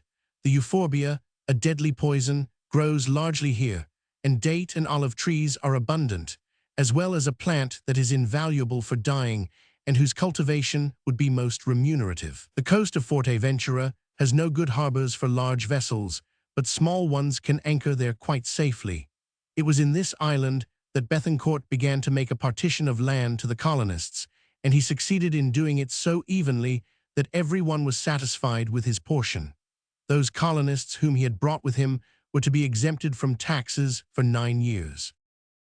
The question of religion and religious administration could not fail to be of the deepest interest to so pious a man as Bethencourt, so he resolved to go to Rome and try to obtain a bishop for this country, who would order and adorn the Roman Catholic faith. Before setting out, he appointed his nephew Maciot as lieutenant and governor of the islands. Under his orders, 2 sergeants were to act and enforce justice. He desired that twice a year news of the colony should be sent to him in Normandy, and the revenue from Lancerota and Forteventura was to be devoted to building 2 churches. He said to his nephew Maciot, "I give you full authority in everything to do whatever you think best, and I believe you will do all for my honor and to my advantage. Follow as nearly as possible Norman and French customs, especially in the administration of justice. Above all things, try and keep peace and unity among yourselves, and care for each other as brothers, and specially try that there shall be no rivalry among the gentlemen. I have given to each one his share, and the country is quite large enough for each to have his own sphere. I can tell you nothing further beyond again impressing the importance of your all living as good friends together, and then all will be well." Bethencourt remained 3 months in Forteventura and the other islands. He rode about among the people on his mule and found many of the natives beginning to speak Norman French. Maciot and the other gentlemen accompanied him, he pointing out what was best to be done and the most honest way of doing it. Then he gave notice that he would set out for Rome on the ensuing 15th of December. Returning to Lancerota, he remained there till his departure, and ordered all the gentlemen he had brought with him, the workmen, and the 3 kings to appear before him 2 days before his departure, to tell them what he wished done, and to commend himself and them to God's protection. None failed to appear at this meeting. They were all received at the fort on Lancerota and sumptuously entertained. When the repast was over, he spoke to them, especially impressing the duty of obedience to his nephew Maciot upon them, the retention of the 5th of everything for himself, and also the exercise of all Christian virtues and of fervent love to God. This done, he chose those who were to accompany him to Rome and prepared to set out. His vessel had scarcely set sail when cries and groans were heard on all sides, both Europeans and natives alike regretting this just master, who they feared would never return to them.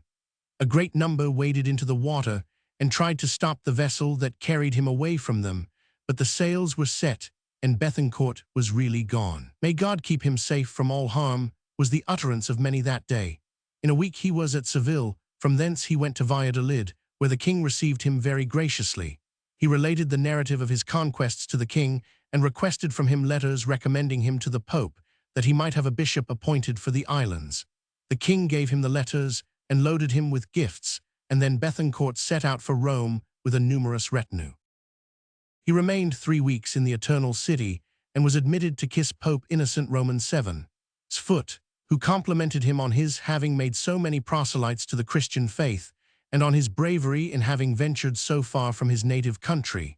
When the bulls were prepared, as Bethencourt had requested, and Albert des Masons was appointed Bishop of the Canary Islands, the Norman took leave of the Pope after receiving his blessing. The new prelate took leave of Bethencourt and set out at once for his diocese. He went by way of Spain, taking with him some letters from Bethencourt to the king. Then he set sail for Forteventura and arrived there without any obstacle. Massiot gave him a cordial reception, and the bishop at once began to organize his diocese, governing with gentleness and courtesy, preaching now in one island, now in another, and offering up public prayers for Bethencourt's safety. Massiot was universally beloved, but especially by the natives. This happy, peaceful time only lasted for 5 years, for later on, Massiot began to abuse his unlimited power and levied such heavy exactions that he was obliged to fly the country to save his life. Bethencourt, after leaving Rome, went to Florence and to Paris, and then to his own chateau, where a great number of people came to pay their respects to the King of the Canary Islands, and if on his return the first time he was much thought of, his reception this second time far exceeded it. Bethencourt established himself at Grainville. Although he was an old man, his wife was still young. He had frequent accounts from Massiot of his beloved islands, and he hoped one day to return to his kingdom, but God willed otherwise. One day in the year 1425, he was seized with what proved to be fatal illness. He was aware that the end was near, and after making his will and receiving the last sacraments of the Church, he passed away. May God keep him and pardon his sins, says the narrative of his life. He is buried in the church of Grainville-la-Teinturière, in front of the high altar. Jean de Bethencourt makes his will. Jean de Bethencourt makes his will. Chapter 7. Christopher Columbus, 1436–1506. 1. Discovery of Madeira, Cape de Verde Islands, the Azores, Congo and Guinea, Bartholomew Dias, Cabot and Labrador, the geographical and commercial tendencies of the Middle Ages, the erroneous idea of the distance between Europe and Asia, birth of Christopher Columbus, his first voyages, his plans rejected, his sojourn at the Franciscan convent, his reception by Ferdinand and Isabella, treaty of the 17th of April, 1492, the brothers Pinzon, 3 armed caravels at the port of Palos, departure on the 3rd of August, 1492. The year 1492 is an era in geographical annals. It is the date of the discovery of America. The genius of one man was fated to complete the terrestrial globe and to show the truth of Gaglioffi's saying, Unus erat mundus, duo sint et ist, fura. The old world was to be entrusted with the moral and political education of the new. Was it equal to the task, with its ideas still limited, its tendencies still semi-barbarous, and its bitter religious animosities? We must leave the answer to these questions to the facts that follow. Between the year 1405, when Bethencourt had just accomplished the colonization of the Canary Islands, and the year 1492, what had taken place? We will give a short sketch of the geographical enterprise of the intervening years. A considerable impetus had been given to science by the Arabs, who were soon to be expelled from Spain and had spread throughout the peninsula. In all the ports, but more especially in those of Portugal, there was much talk of the continent of Africa and the rich and wonderful countries beyond the sea. 1,000 anecdotes, says Michelet, stimulated curiosity, valor, and avarice, everyone wishing to see these mysterious countries where monsters abounded and gold was scattered over the surface of the land. A young prince, Don Henry, Duke of Viseu, third son of John I, who was very fond of the study of astronomy and geography, exercised a considerable influence over his contemporaries. It is to him that Portugal owes her colonial power and wealth, and the expeditions so repeatedly made, which were vividly described, and their results spoken of as so wonderful that they may have aided in awakening Columbus' love of adventure. Don Henry had an observatory built in the southern part of the province of Algarve, at Sagres, commanding a most splendid view over the sea, and seeming as though it must have been placed there to seek for some unknown land.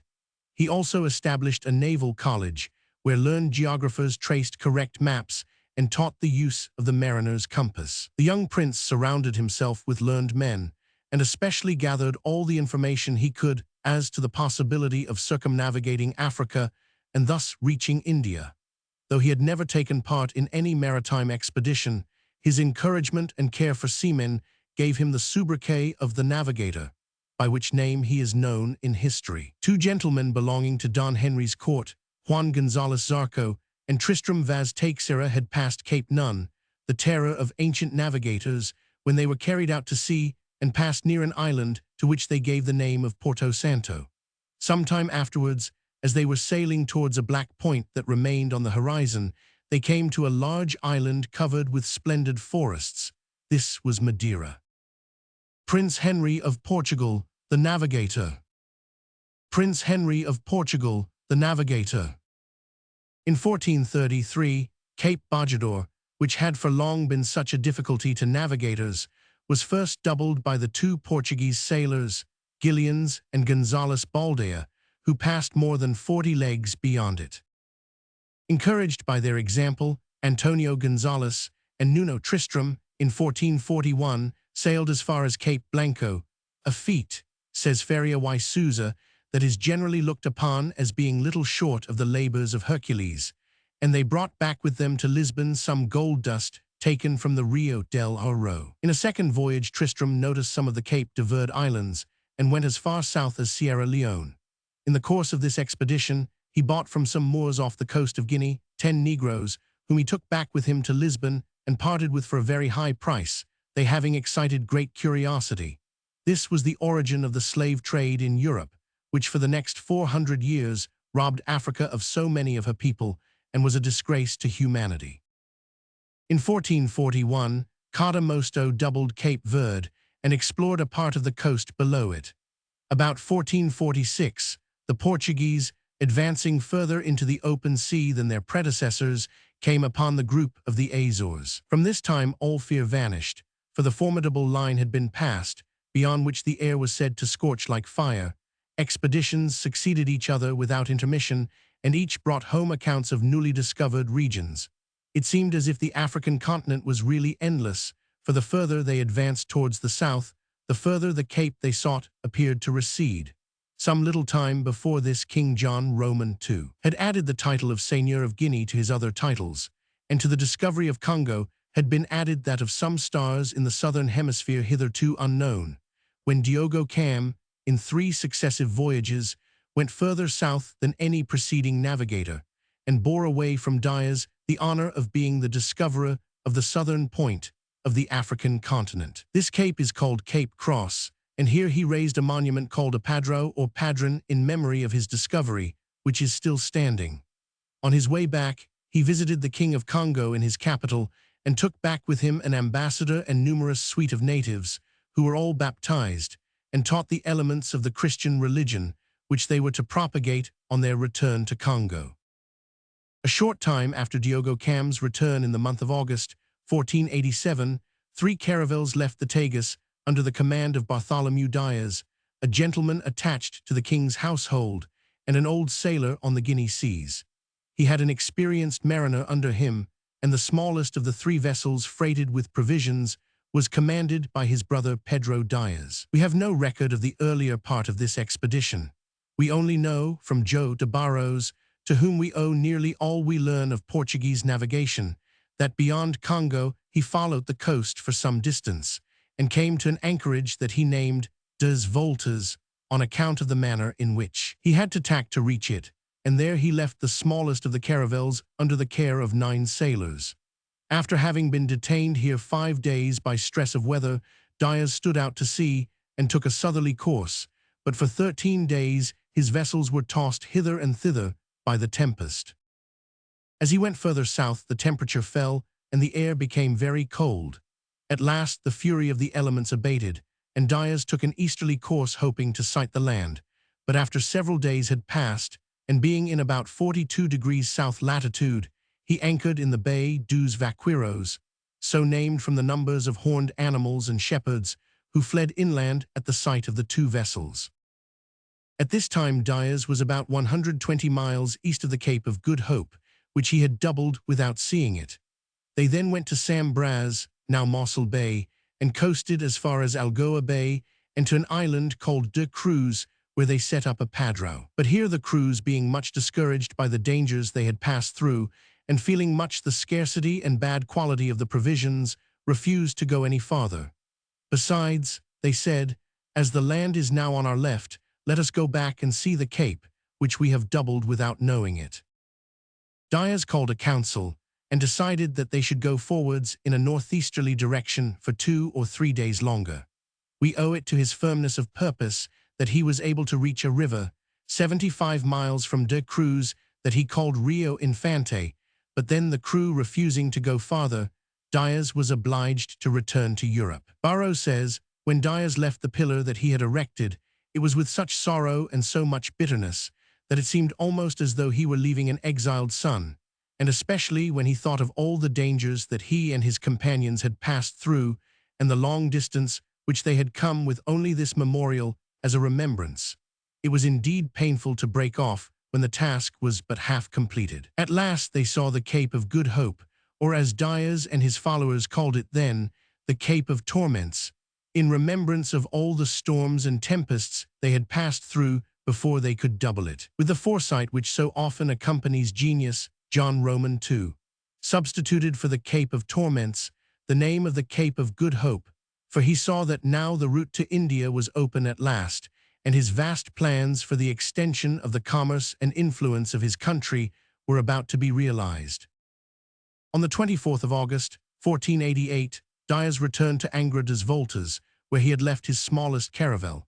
He found 6 of his 9 men dead, and the 7th was so overcome with joy at seeing his companions again that he died also. No particular incident marked the voyage home. They reached Lisbon in December 1488, after staying at Benin, where they traded, and at La Mina to receive the money gained by the commerce of the colony. It is strange, but true, that Diaz not only received no reward of any kind for this voyage, which had been so successful, but he seemed to be treated rather as though he had disgraced himself, for he was not employed again for 10 years. More than this, the command of the expedition that was sent to double the Cape, which Diaz had discovered, was given to Vasco da Gama, and Diaz was only to accompany it to La Mina, holding a subordinate position. He was to hear of the marvelous campaign of his successful rival in India, and to see what an effect such an event would have upon the destiny of his country. He took part in Cabral's expedition which discovered Brazil, but he had not the pleasure of seeing the shores to which he had been the pioneer, for the fleet had only just left the American shore when a fearful storm arose. 4 vessels sank, and among them the one that Diaz commanded. It is in allusion to his sad fate that Camoens puts the following prediction into the mouth of Adamastor, the spirit of the Cape of Tempests. I will make a terrible example of the first fleet that shall pass near these rocks, and I will wreak my vengeance on him who first comes to brave me in my dwelling. In fact, it was only in 1497, maybe 5 years after the discovery of America, that the southern point of Africa was passed by Vasco da Gama, and it may be affirmed that if this latter had preceded Columbus, the discovery of the new continent might have been delayed for several centuries. The navigators of this period were very timorous, and did not dare to sail out into mid-ocean. Not liking to venture upon seas that were but little known, they always followed the coastline of Africa rather than go further from land.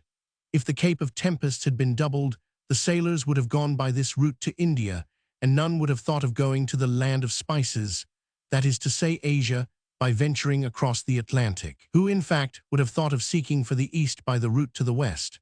But in truth, this was the great idea of that day, for Cooley says, the principal object of Portuguese maritime enterprise in the 15th century was to search for a passage to India by the ocean. The most learned men had not gone so far as to imagine the existence of another continent to complete the equilibrium and balance of the terrestrial globe. Some parts of the American continent had been already discovered, for an Italian navigator, Sebastian Cabot, had landed on Labrador in 1487, and the Scandinavians had certainly disembarked on this unknown land. The colonists of Greenland, too, had explored Winland, but so little disposition was there at this time to believe in the existence of a new world, that Greenland, Winland, and Labrador were all thought to be a continuation of the European continent. The main question before the navigators of the 15th century was the opening up of an easier communication with the shores of Asia. The route to India, China, and Japan, countries already known through the wonderful narrative of Marco Polo, via Asia Minor, Persia, and Tartary, was long and dangerous. The transport of goods was too difficult and costly for these ways terrestrial ever to become roads for commerce. A more practicable means of communication must be found. Thus all the dwellers on the coasts, from England to Spain, as well as the people living on the shores of the Mediterranean, seeing the great Atlantic Ocean open to their vessels, began to inquire whether indeed this new route might not conduct them to the shores of Asia. The sphericity of the globe being established, this reasoning was correct, for going always westward, the traveler must necessarily at last reach the east, and as to the route across the ocean, it would certainly be open. Who could, indeed, have suspected the existence of an obstacle 9750 miles in length, lying between Europe and Asia, and called America? We must observe also that the scientific men of the Middle Ages believed that the shores of Asia were not more than 6,000 miles distant from those of Europe. Aristotle supposed the terrestrial globe to be smaller than it really is. Seneca said, "How far is it from the shores of Spain to India? A very few days' sail, should the wind be favorable." This was also the opinion of Strabo. So it seemed that the route between Europe and Asia must be short, and there being such places for ships to touch at as the Azores and Antilles, of which the existence was known in the 15th century, the transoceanic communication promised not to be difficult. This popular error as to distance had the happy effect of inducing navigators to try to cross the Atlantic, a feat which, had they been aware of the 15,000 miles of ocean separating Europe from Asia, they would scarcely have dared to attempt. We must in justice allow that certain facts gave, or seemed to give, reason to the partisans of Aristotle and Strabo for their belief in the proximity of the eastern shores. Thus, a pilot in the service of the King of Portugal, while sailing at 1350 miles distance from Cape St. Vincent, the southwestern point of the Portuguese province of Algarve, met with a piece of wood ornamented with ancient sculptures, which he considered must have come from a continent not far off. Again, some fishermen had found near the island of Madeira a sculptured post and some bamboos, which in shape resembled those found in India. The inhabitants of the Azores also often picked up gigantic pine trees of an unknown species, and one day 2 human bodies were cast upon their shores, corpses with broad faces, says the chronicler Herrera, and not resembling Christians. These various facts tended to inflame imagination. As in the 15th century, men had no knowledge of that great Gulf Stream, which, in nearing the European coasts, brings with it waifs and strays from America, so they could only imagine that these various debris must come from Asia. Therefore, they argued, Asia could not be far off, and the communication between these 2 extremes of the old continent must be easy. One point must be clearly borne in mind: no geographer of this period had any notion of the existence of a new world. It was not even a desire of adding to geographical knowledge which led to the exploration of the western route. It was the men of commerce who were the leaders in this movement and who first undertook to cross the Atlantic. Their only thought was of traffic and of carrying it on by the shortest road. The mariner's compass, invented, according to the generally received opinion, about 1302 by one Flavio Gioja of Amalfi, enabled vessels to sail at a distance from the coasts and to guide themselves when out of sight of land. Martin Behaim, with 2 physicians in the service of Prince Henry of Portugal, had also added to nautical science by discovering the way of directing the voyager's course according to the position of the sun in the heavens, and by applying the astrolabe to the purposes of navigation. These improvements being adopted, the commercial question of the western route increased daily in importance in Spain, Portugal, and Italy, countries in which 3/4 of the science is made up of imagination. There was discussion, there were writings. The excited world of commerce disputed with the world of science. Facts, systems, doctrines were grouped together. The time was come when there was needed one single intelligence to collect together and assimilate the various floating ideas. This intelligence was found. At length, all the scattered notions were gathered together in the mind of one man who possessed in a remarkable degree genius, perseverance, and boldness. Christopher Columbus. Christopher Columbus. This man was no other than Christopher Columbus, born probably near Genoa, about the year 1436.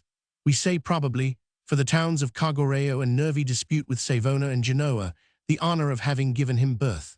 The date of his birth varies, with different biographers, fro to 1445, but the year 1436 would appear to be the correct one, according to the most reliable documents. The family of Columbus was of humble origin. His father, Dominic Columbus, a manufacturer of woolen stuffs, seems, however, to have been in sufficiently easy circumstances to enable him to give his children a more than ordinarily good education.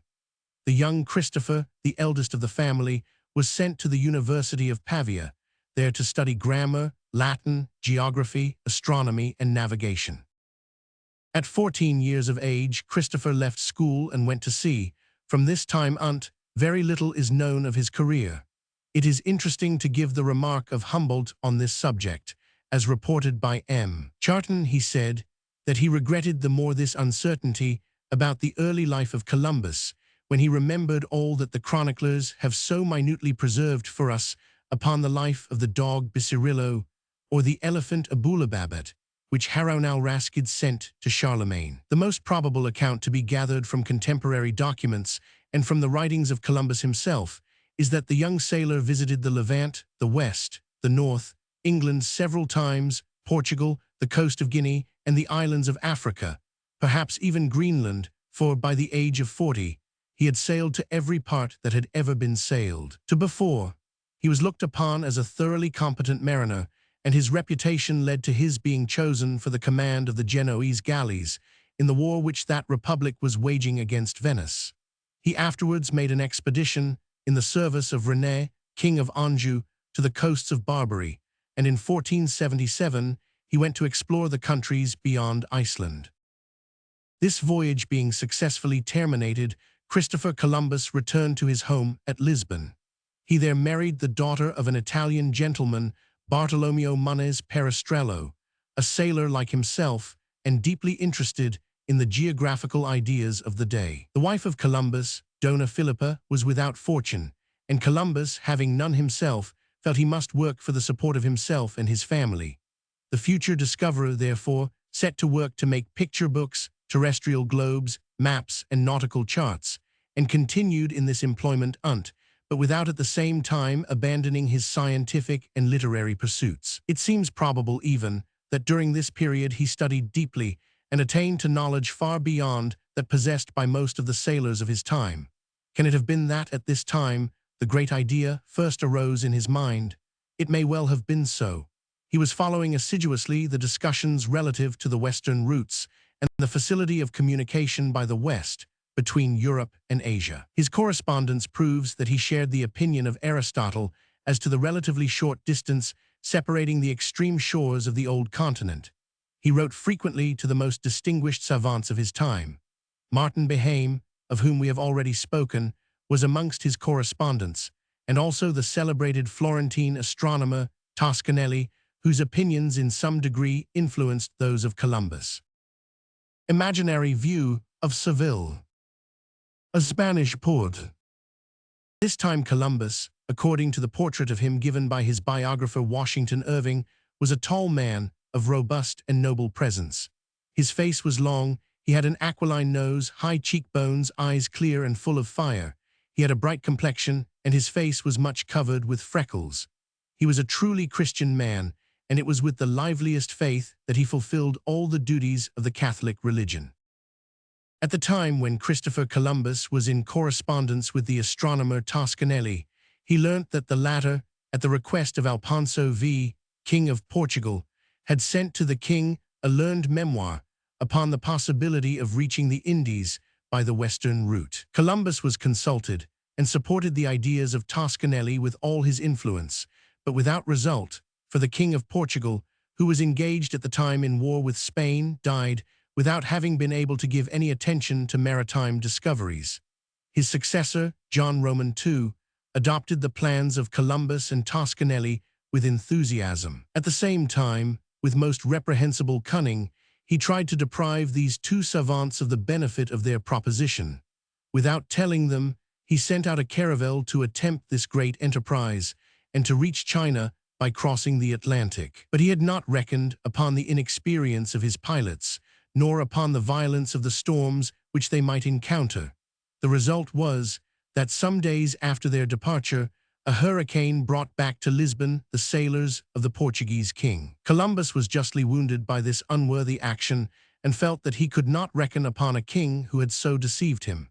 His wife being dead, he left Spain with his son Diego towards the end of the year 1484. It is thought that he went to Genoa and to Venice, where his projects of transoceanic navigation were but badly received. Columbus knocks at a convent door. Columbus knocks at a convent door. However it may have been, in 1485 we find him again in Spain. This great man was poor, without resources. He traveled on foot, carrying Diego, his little son of 10 years old, in his arms. From this period of his life, history follows him step by step. She no more loses sight of him, and she has preserved to posterity the smallest incidents of this grand existence. We find Columbus arrived in Andalusia, only half a league from the port of Palos. Destitute and dying of hunger, he knocked at the door of a Franciscan convent dedicated to Santa Maria de Rabida and asked for a little bread and water for his poor child and for himself. The superior of the convent, Juan Perez de Marchena, gave hospitality to the unfortunate traveler. He questioned him and was surprised by the nobleness of his language, but still more astonished was he by the boldness of the ideas of Columbus, who made the good father the confidant of his aspirations. For several months, the wandering sailor remained in this hospitable convent. Some of the monks were learned men and interested themselves about him and his projects. They studied his plans. They mentioned him to some of the well-known navigators of the time, and we must give them the credit of having been the first to believe in the genius of Christopher Columbus. Juan Perez showed still greater kindness. He offered to take upon himself the charge of the education of Diego, and he gave to Columbus a letter of recommendation addressed to the confessor of the Queen of Castile. This confessor, prior of the monastery of Prado, was deep in the confidence of Ferdinand and Isabella, but he did not approve of the projects of the Genoese navigator, and he rendered him no service whatever with his royal penitent. Columbus must still resign himself to wait. He went to live at Cordova, where the court was soon to come, and for livelihood he resumed his trade of picture seller. Is it possible to quote from the lives of illustrious men an instance of a more trying existence than this of the great navigator? Could ill fortune have assailed any man with more cruel blows? But this indomitable, indefatigable man of genius, rising up again after each trial, did not despair. He felt within him the sacred fire of genius. He worked on unceasingly. He visited influential persons, spreading his ideas and defending them, and combating all objections with the most heroic energy. At length, he obtained the protection of the great Cardinal Archbishop of Toledo, Pedro González de Mendoza, and thanks to him, was admitted into the presence of the King and Queen of Spain.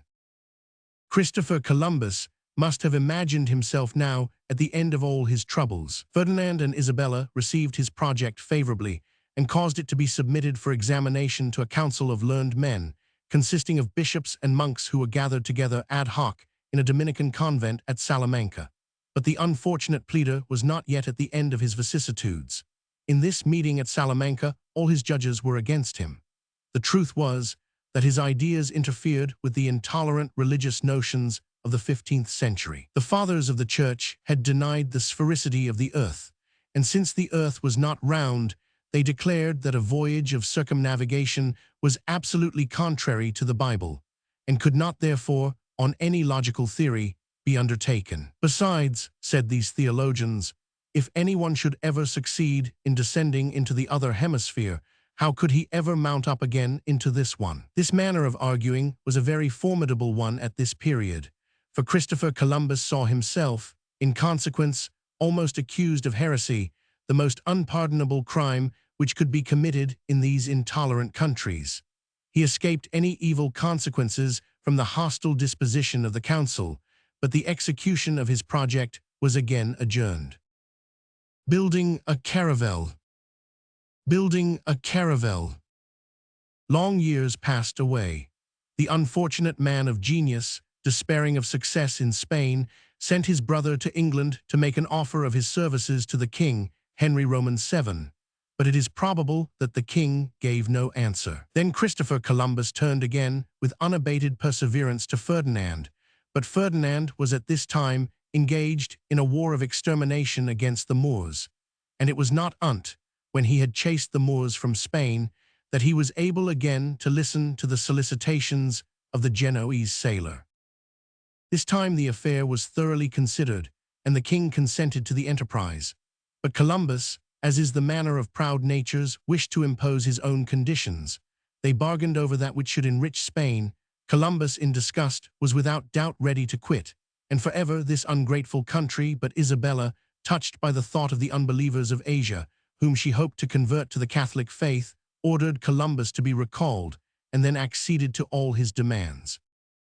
Columbus was in the 56th year of his age when he signed a treaty with the King of Spain at Santa Fita on the 17th of April, 1492, being 18 years after he had first conceived his project, and 7 years from the time of his quitting the monastery of Palos. By this solemn convention, the dignity of High Admiral was to belong to Columbus in all the lands which he might discover, and this dignity was to descend in perpetuity to his heirs and successors. He was named viceroy and governor of the new possessions which he hoped to conquer in the rich countries of Asia, and 1/10 part of the pearls, precious stones, gold, silver, spices, provisions, and merchandise of whatever kind, which might be acquired in any manner whatsoever within the limits of his jurisdiction, was of right to belong to him. All was arranged, and at length Columbus was to put his cherished projects in execution. But let us repeat, he had no thought of meeting with the New World, of the existence of which he had not the faintest suspicion. His aim was to explore the East by the West, and to pass by the way of the West to the land whence come the spices. One may even aver that Columbus died in the belief that he had arrived at the shores of Asia and never knew himself that he had made the discovery of America. But this in no way lessens his glory. The meeting with the new continent was but an accident. The real cause of the immortal renown of Columbus was that audacity of genius which induced him to brave the dangers of an unknown ocean, to separate himself afar from those familiar shores, which until now navigators had never ventured to quit, to adventure himself upon the waves of the Atlantic Ocean in the frail ships of the period, which the first tempest might engulf, to launch himself, in a word, upon the deep darkness of an unknown sea. The preparations began, Columbus entering into an arrangement with some rich navigators of Palos, the three brothers Pinzon, who made the necessary advances for defraying the expenses of fitting out the ships. 3 caravels, named the Gallega, the Nina, and the Pinta, were equipped in the port of Palos.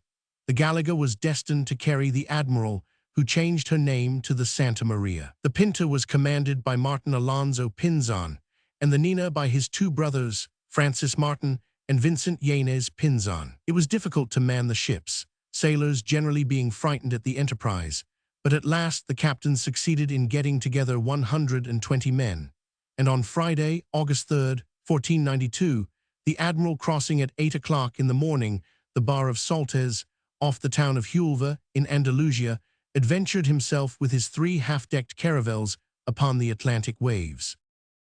Chapter 2. Christopher Columbus. First voyage, the Great Canary, Gomera magnetic variation, symptoms of revolt, land San Salvador, taking possession, Conception Fernandina or Great Exuma, Isabella or Long Island, the Mucaras, Cuba, description of the island archipelago of Notre Dame, Hispaniola or San Domingo, Tortuga Island, the cacique on board the Santa Maria, the caravel of Columbus goes aground and cannot be floated off, island of Monte Cristi, return, tempest, arrival in Spain, homage rendered to Christopher Columbus. During the first day's voyage, the admiral, the title by which he is usually known in the various accounts of his exploits, bearing directly southwards, sailed 45 miles before sunset. Turning then to the southeast, he steered for the Canaries in order to repair the Pinta, which had unshipped her rudder, an accident caused perhaps by the ill will of the steersman who dreaded the voyage. 10 days later, Columbus cast anchor before the Great Canary Island, where the rudder of the caravel was repaired. 19 days afterwards, he arrived before Gomera, where the inhabitants assured him of the existence of an unknown land in the west of the archipelago. He did not leave Gomera until the 6th of September. He had received warning that 3 Portuguese ships awaited him in the open sea, with the intention of barring his passage.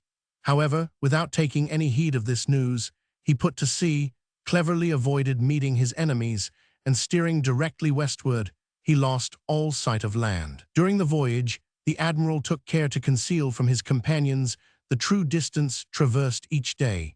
He made it appear less than it really was in the daily abstracts of his observations, that he might not add to the fear already felt by the sailors, by letting them know the real distance which separated them from Europe. Each day he watched the compasses with attention, and it is to him we owe the discovery of the magnetic variation, of which he took account in his calculations. The pilots, however, were much disturbed on seeing the compasses all northwesters, as they expressed it. Christopher Columbus on board his caravel. Christopher Columbus on board his caravel. On the 14th of September, the sailors saw a swallow and some tropic birds. The sight of these birds was an evidence of land being near, for they do not usually fly more than about 70 miles out to sea. The temperature was very mild, the weather magnificent, the wind blew from the east and wafted the caravels in the desired direction. But it was exactly this continuance of east wind which frightened the greater part of the sailors, who saw in this persistence, so favorable for the outward voyage, the promise of a formidable obstacle to their return home. On the 16th of September, some tufts of seaweed, still fresh, were seen floating on the waves. But no land was to be seen, and this seaweed might possibly indicate the presence of submarine rocks, and not of the shores of a continent. On the 17th, 35 days after the departure of the expedition, floating weeds were frequently seen, and upon one mass of weed was found a live crayfish, a sure sign this of the proximity of land. During the following days, a large number of birds, such as gannets, sea swallows, and tropic birds, flew around the caravels. Columbus turned their presence to account as a means of reassuring his companions, who were beginning to be terribly frightened at not meeting with land after 6 weeks of sailing. His own confidence never abated, but putting firm trust in God, he often addressed energetic words of comfort to those around him, and made them each evening chant the Salve Regina or some other hymn to the Virgin. At the words of this heroic man, so noble, so sure of himself, so superior to all human weaknesses, the courage of the sailors revived, and they again went onwards.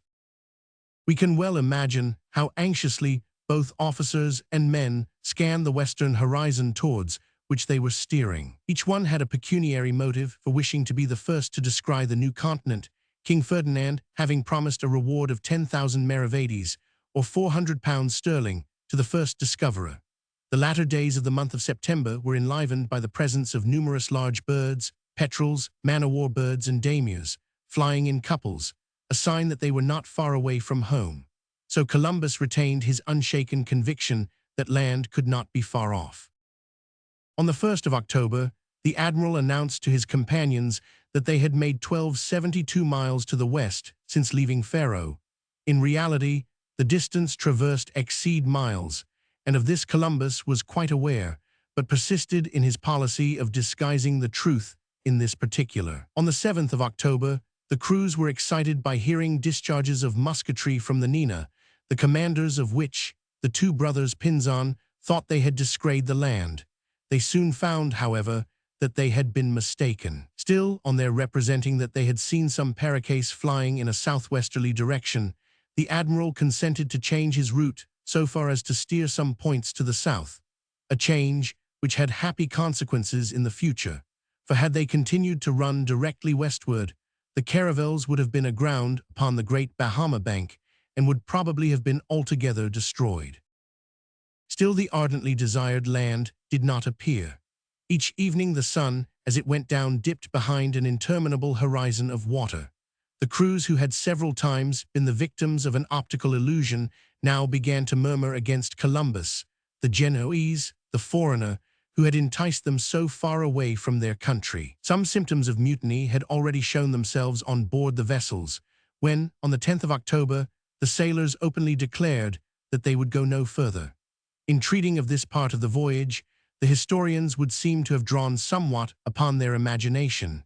They narrate scenes of serious import which took place upon the admiral's caravel, the sailors going so far as even to threaten his life. They say also that the recriminations ended by a kind of arrangement, granting a respite of 3 days to Columbus, at the end of which time, should land not have been then discovered, the fleet was to set out on its return to Europe.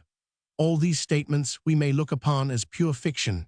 There is nothing in the accounts given by Columbus himself which lends them the smallest credibility. But it has been needful to touch upon them, for nothing must be omitted relating to the great Genoese navigator, and some amount of legend mixed up with history does not ill beseem the grand figure of Christopher Columbus. Still, it is an undoubted fact that there was much murmuring on board the caravels, but it would seem that the crews, cheered by the words of the admiral and by his brave attitude in the midst of uncertainty, did not refuse to do their duty in working the ships. On the 11th of October, the admiral noticed alongside of his vessel a reed still green floating upon the top of a large wave. At the same time, the crew of the Pinta hoisted on board another reed, a small board, and a little stick, which appeared to have been cut with an instrument of iron. It was evident that human hands had been employed upon these things. Almost at the same moment, the men of the Nina perceived a branch of some thorny tree covered with blossoms. At all this, everyone rejoiced exceedingly. There could be no doubt now of the proximity of the coast. Night fell over the sea. The Pinta, the best sailor of the 3 vessels, was leading. Already, Columbus himself and one Rodrigo Sanchez, controller of the expedition, had thought they had seen a light moving amidst the shadows of the horizon, when a sailor named Rodrigo, on board the Pinta, cried out, "Land, land!" What must have been the feelings in the breast of Columbus at that moment? What must have been the feelings in the breast of Columbus at that moment? What must have been the feelings in the breast of Columbus at that moment? Never had any man, since the first creation of the human race, experienced a similar emotion to that now felt by the great navigator. Perhaps even it is allowable to think that the eye which first saw this new continent was indeed that of the admiral himself. But what matters it? The glory of Columbus consisted not in the having arrived. His glory was in the having set out. It was at 2 o'clock in the morning that the land was first seen, when the caravels were not 2 hours' sail away from it. At once all the crews, deeply moved, joined in singing together the Salve Regina. With the first rays of the sun they saw a little island 6 miles to windward of them. It was one of the Bahama group. Columbus named it San Salvador, and immediately falling on his knees, he began to repeat the hymn of St. Ambrose and St. Augustine, Te Deum laudamus, Te Deum confitema. At this moment, some naked savages appeared upon the newly discovered coast. Columbus had his long boat lowered, and got into it with Alonso and Yanez Pinzon, the controller Rodrigo, the secretary Discavido, and some others. He landed upon the shore, carrying in his hand the royal banner, whilst the 2 captains bore between them the green banner of the cross, upon which were interlaced the initials of Ferdinand and Isabella. Then the admiral solemnly took possession of the island in the name of the King and Queen of Spain, and caused a record of the act to be drawn up. During this ceremony, the natives came round Columbus and his companions. M. Charton gives the account of the scene in the very words of Columbus. Desiring to inspire them, the natives, with friendship for us, and being persuaded on seeing them that they would confide the more readily in us, and be the better disposed towards embracing our holy faith, if we used mildness in persuading them, rather than if we had recourse to force, I caused to be given to several amongst them colored caps, and also glass beads, which they put around their necks. I added various other articles of small value. They testified great joy, and showed so much gratitude that we marveled greatly at it. When we were re-embarking, they swam towards us, to offer us paraquets, balls of cotton thread, zagues or long darts, and many other things. In exchange we gave them some small glass beads, little bells, and other objects. They gave us all they had, but they appeared to me to be very poor. The men and women both were as naked as when they were born. Amongst those whom we saw, one woman was rather young, and none of the men appeared to be more than 30 years of age. They were well made, their figures handsome, and their faces agreeable. Their hair, coarse as that of a horse's tail, hung down in front as low as their eyebrows.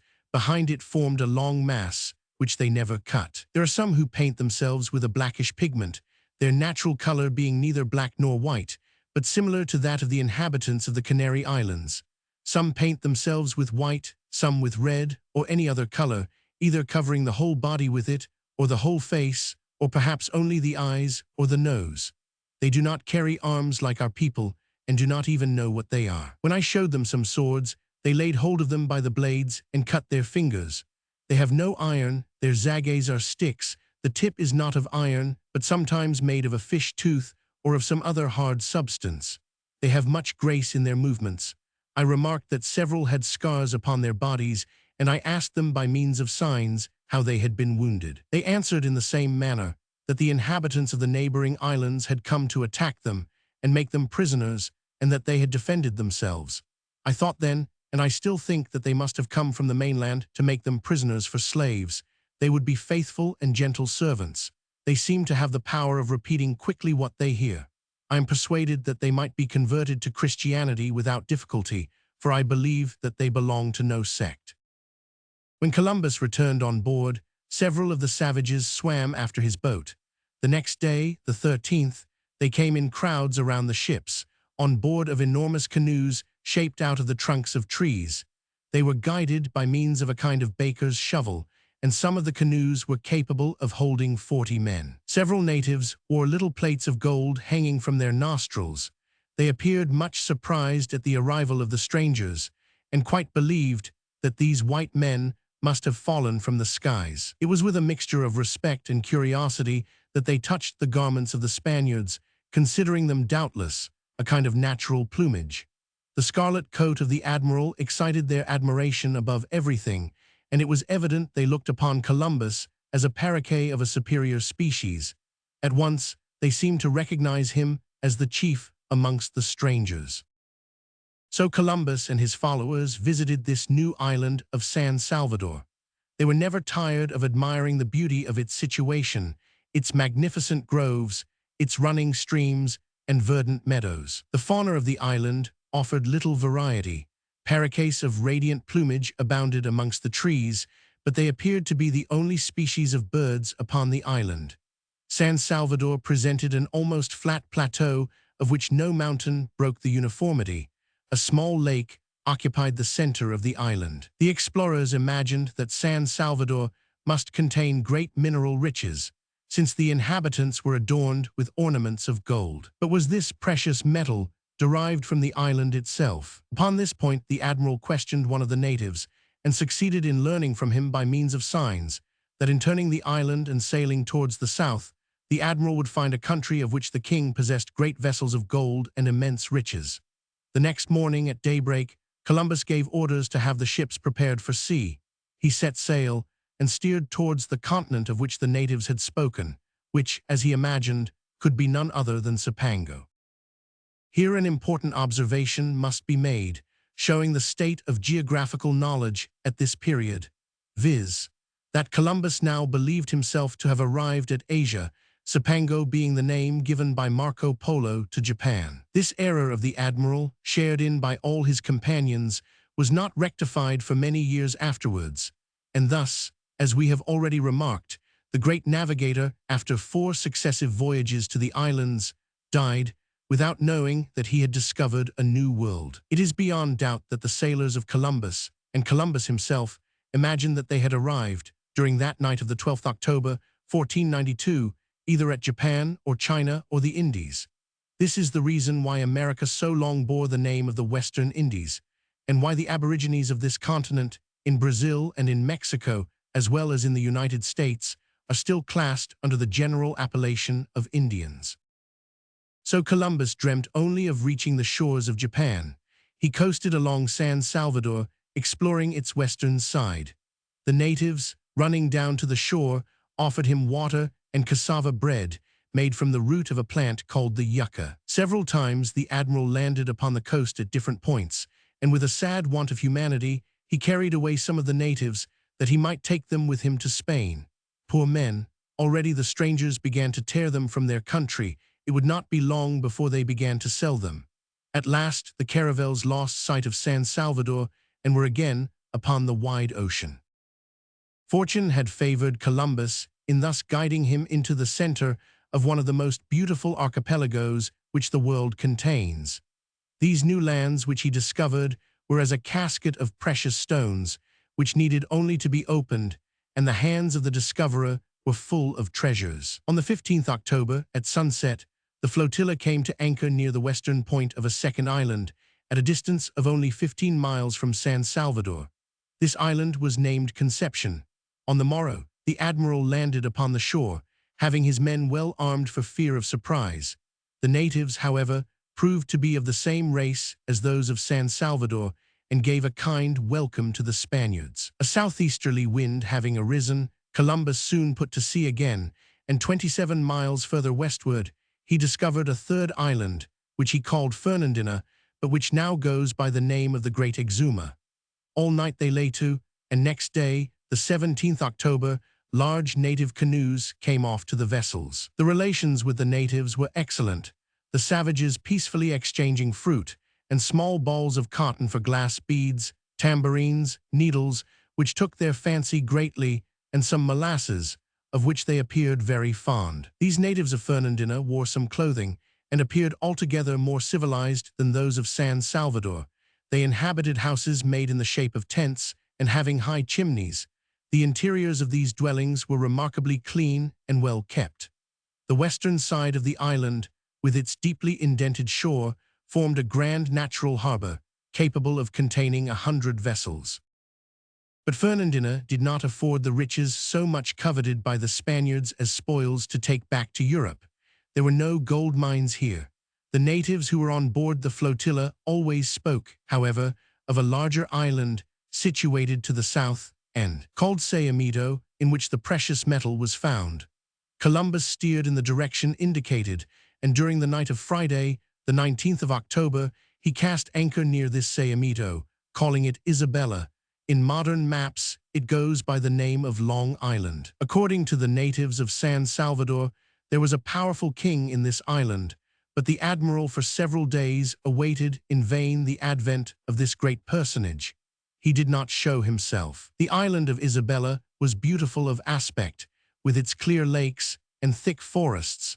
The Spaniards were never tired of admiring the new type of nature presented to their view, and of which the intense verdure was wonderful to European eyes. Paroquets in innumerable flocks were flying amongst the thick trees, and great lizards, doubtless iguanas, glided with rapid movements in the high grass. The inhabitants of the island fled at first at the sight of the foreigners, but soon becoming bolder, they trafficked with the Spaniards in the productions of their country. Still Columbus held firmly to the notion of reaching the shores of Japan.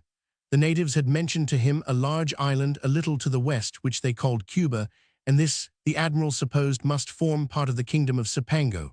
He felt little doubt but that he would soon arrive at the town of Quinsay or Hangti-Chufu, formerly the capital of China.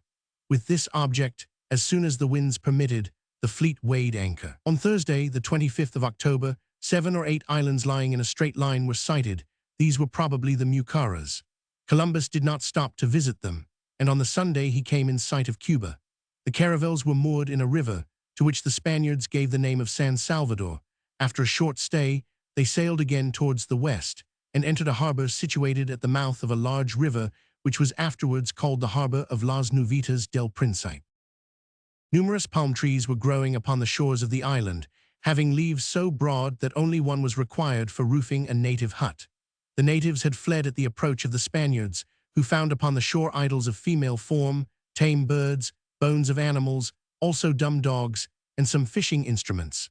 The Cuban savages, however, were ready to be enticed like the others, and they consented to barter their goods with the Spaniards. Columbus believed himself to be now on the mainland, and only a few leagues from Hangti-Chufu, this idea being so rooted in his mind that he even busied himself in dispatching some presents to the great Khan of China. On the 2nd of November, he desired one of the officers of his ship, and a Jew who could speak Hebrew, Chaldee, and Arabic, to set out to seek this native monarch. The ambassadors, carrying with them strings of beads, and having 6 days given to them for the fulfillment of their mission, started, taking a route leading towards the interior of this so-called continent. In the meantime, Columbus explored for nearly 6 miles a splendid river which flowed beneath the shade of woods of odoriferous trees. The inhabitants freely bartered their goods with the Spaniards and frequently mentioned to them a place named Bohio, where gold and pearls might be obtained in abundance. They added that men lived there who had dogs' heads and who fed upon human flesh. The admiral's envoys returned to the port on the 6th of November after a 4 days' absence. 2 days had sufficed to bring them to a village composed of about 50 huts, where they were received with every mark of respect, the natives kissing their feet and hands and taking them for deities descended from the skies. Among other details of native customs, they reported that both men and women smoked tobacco by means of a forked pipe, drawing up the smoke through their nostrils. These savages were acquainted with the secret of obtaining fire by rubbing briskly 2 pieces of wood against each other. Cotton was found in large quantities in the houses, made up into the form of tents, one of these containing as much as 11,000 pounds of the material. As to the Grand Khan, they saw no vestige of him. Another consequence of the error of Columbus must be noticed here, one which, according to Irving, changed the whole series of his discoveries. He believed himself to be on the coast of Asia and therefore looked upon Cuba as a portion of that continent. In consequence, he never thought of making the tour of Cuba, but decided on returning towards the east.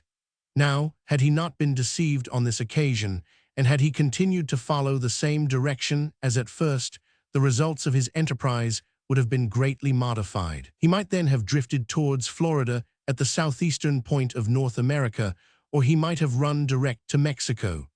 In this latter case, instead of ignorant and savage natives, what would he have found? The inhabitants of the great Aztec Empire, of the half-civilized kingdom of Montezuma. There he would have seen towns, armies, enormous wealth, and his role would no doubt have been the same as that afterwards played by Fernando Cortes. But it was not to be thus, and the admiral, persevering in his mistake, directed his flotilla towards the east, weighing anchor on the 12th of November, 1492. Columbus tacked in and out along the Cuban coast. He saw the 2 mountains, Crystal and Moa. He explored a harbor to which he gave the name of Puerto del Principe, and an archipelago which he called the Sea of Nuestra Senora. Each night the fishermen's fires were seen upon the numerous islands, the inhabitants of which lived upon spiders and huge worms. Several times the Spaniards landed upon different points of the coast, and there planted the cross as a sign of taking possession of the country. The natives often spoke to the admiral about a certain island of Babe, where gold abounded, and thither Columbus resolved to go, but Martin Alonso Pinzon, the captain of the Pinta, the best sailor of the 3 ships, was beforehand with him, and at daybreak on the 21st of November, he had completely disappeared from sight. The admiral was very angry at this separation, his feelings on the subject appearing plainly in his narrative, where he says, "Pinzon has said and done to me many like things." Continuing his exploration of the coast of Cuba, Columbus discovered the Bay of Moa, the Point of Mangle, Point V's, and the harbor of Baracoa, but nowhere did he meet with cannibals, although the huts of the natives were often to be seen adorned with human skulls, a sight which appeared to give great satisfaction to the islanders on board the fleet. On the following days, they saw the Boma River, and the caravels, doubling the point of Los Azules, found themselves upon the eastern part of the island, whose coast they had now reconnoitered for a distance of 375 miles. But Columbus, instead of continuing his route to the south, turned off to the east, and on the 5th of December perceived a large island, called by the natives Bohio. This was Haiti, or San Domingo. In the evening, the Nina, by the admiral's orders, entered a harbor which was named Port Mary. It is situated at the northwestern extremity of the island, and, with the cape near which it lies, is now called St. Nicholas. The next day the Spaniards discovered a number of headlands and an islet called Tortuga Island. Everywhere on the appearance of the ships, the Indian canoes took to flight. The island, along which they were now coasting, appeared very large and very high, from which latter peculiarity it gained, later on, its name of Haiti, which signifies high land. The coast was explored by the Spaniards as far as Mosquito Bay.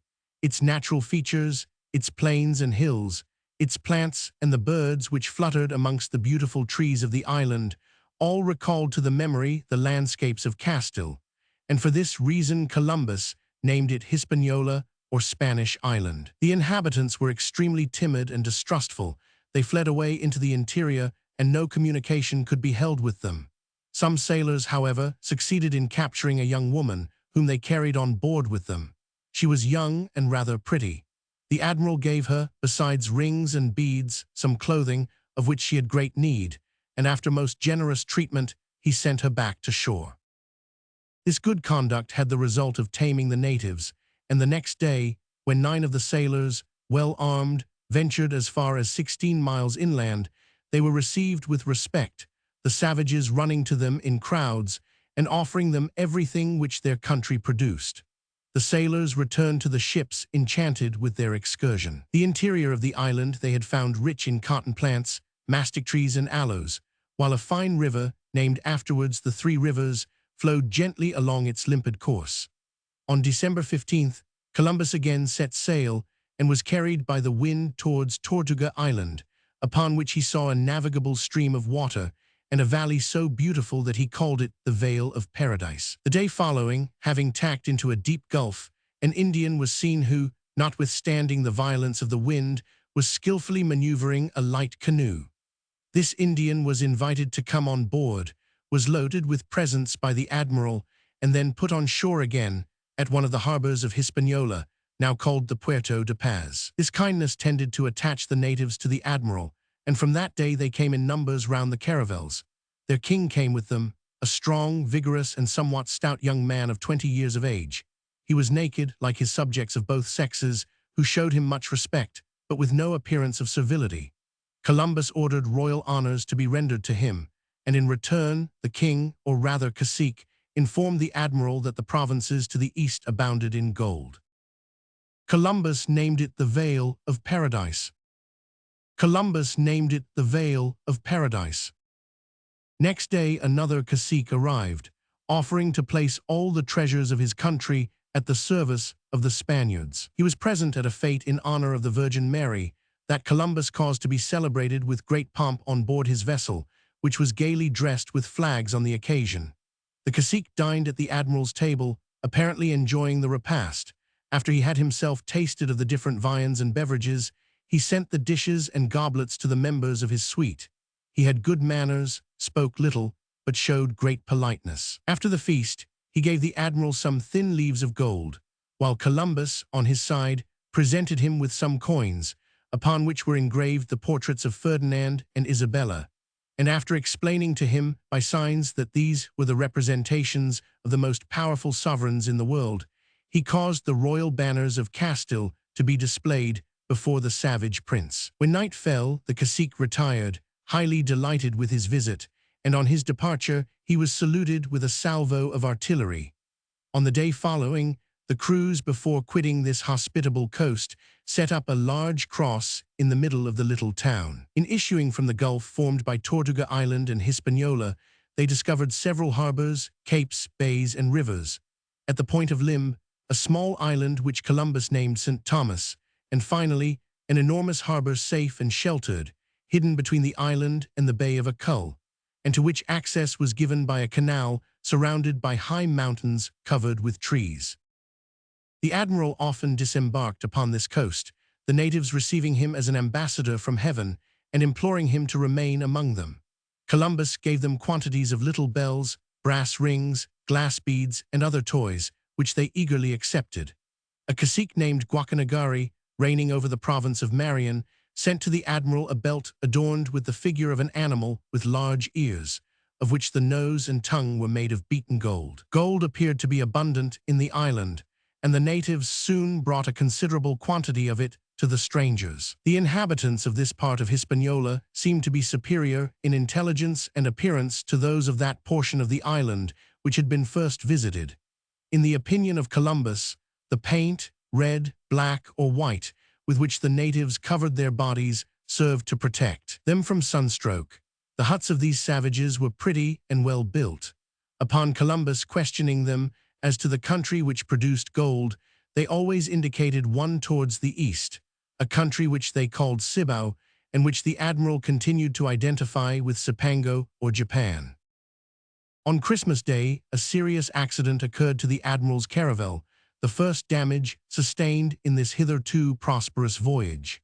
An inexperienced steersman was at the helm of the Santa Maria during an excursion outside the Gulf of St. Thomas. Night came on, and he allowed the vessel to be caught in some currents which threw her upon the rocks. The caravel grounded, and her rudders stuck fast. The admiral, awakened by the shock, ran upon deck. He ordered an anchor to be fastened forward, by which the ship might warp herself off and so float again. The master and some of the sailors charged with the execution of this order jumped into the long boat, but seized with a sudden panic, they rowed away in haste to the Nina. Meantime the tide fell, and the Santa Maria ran further aground.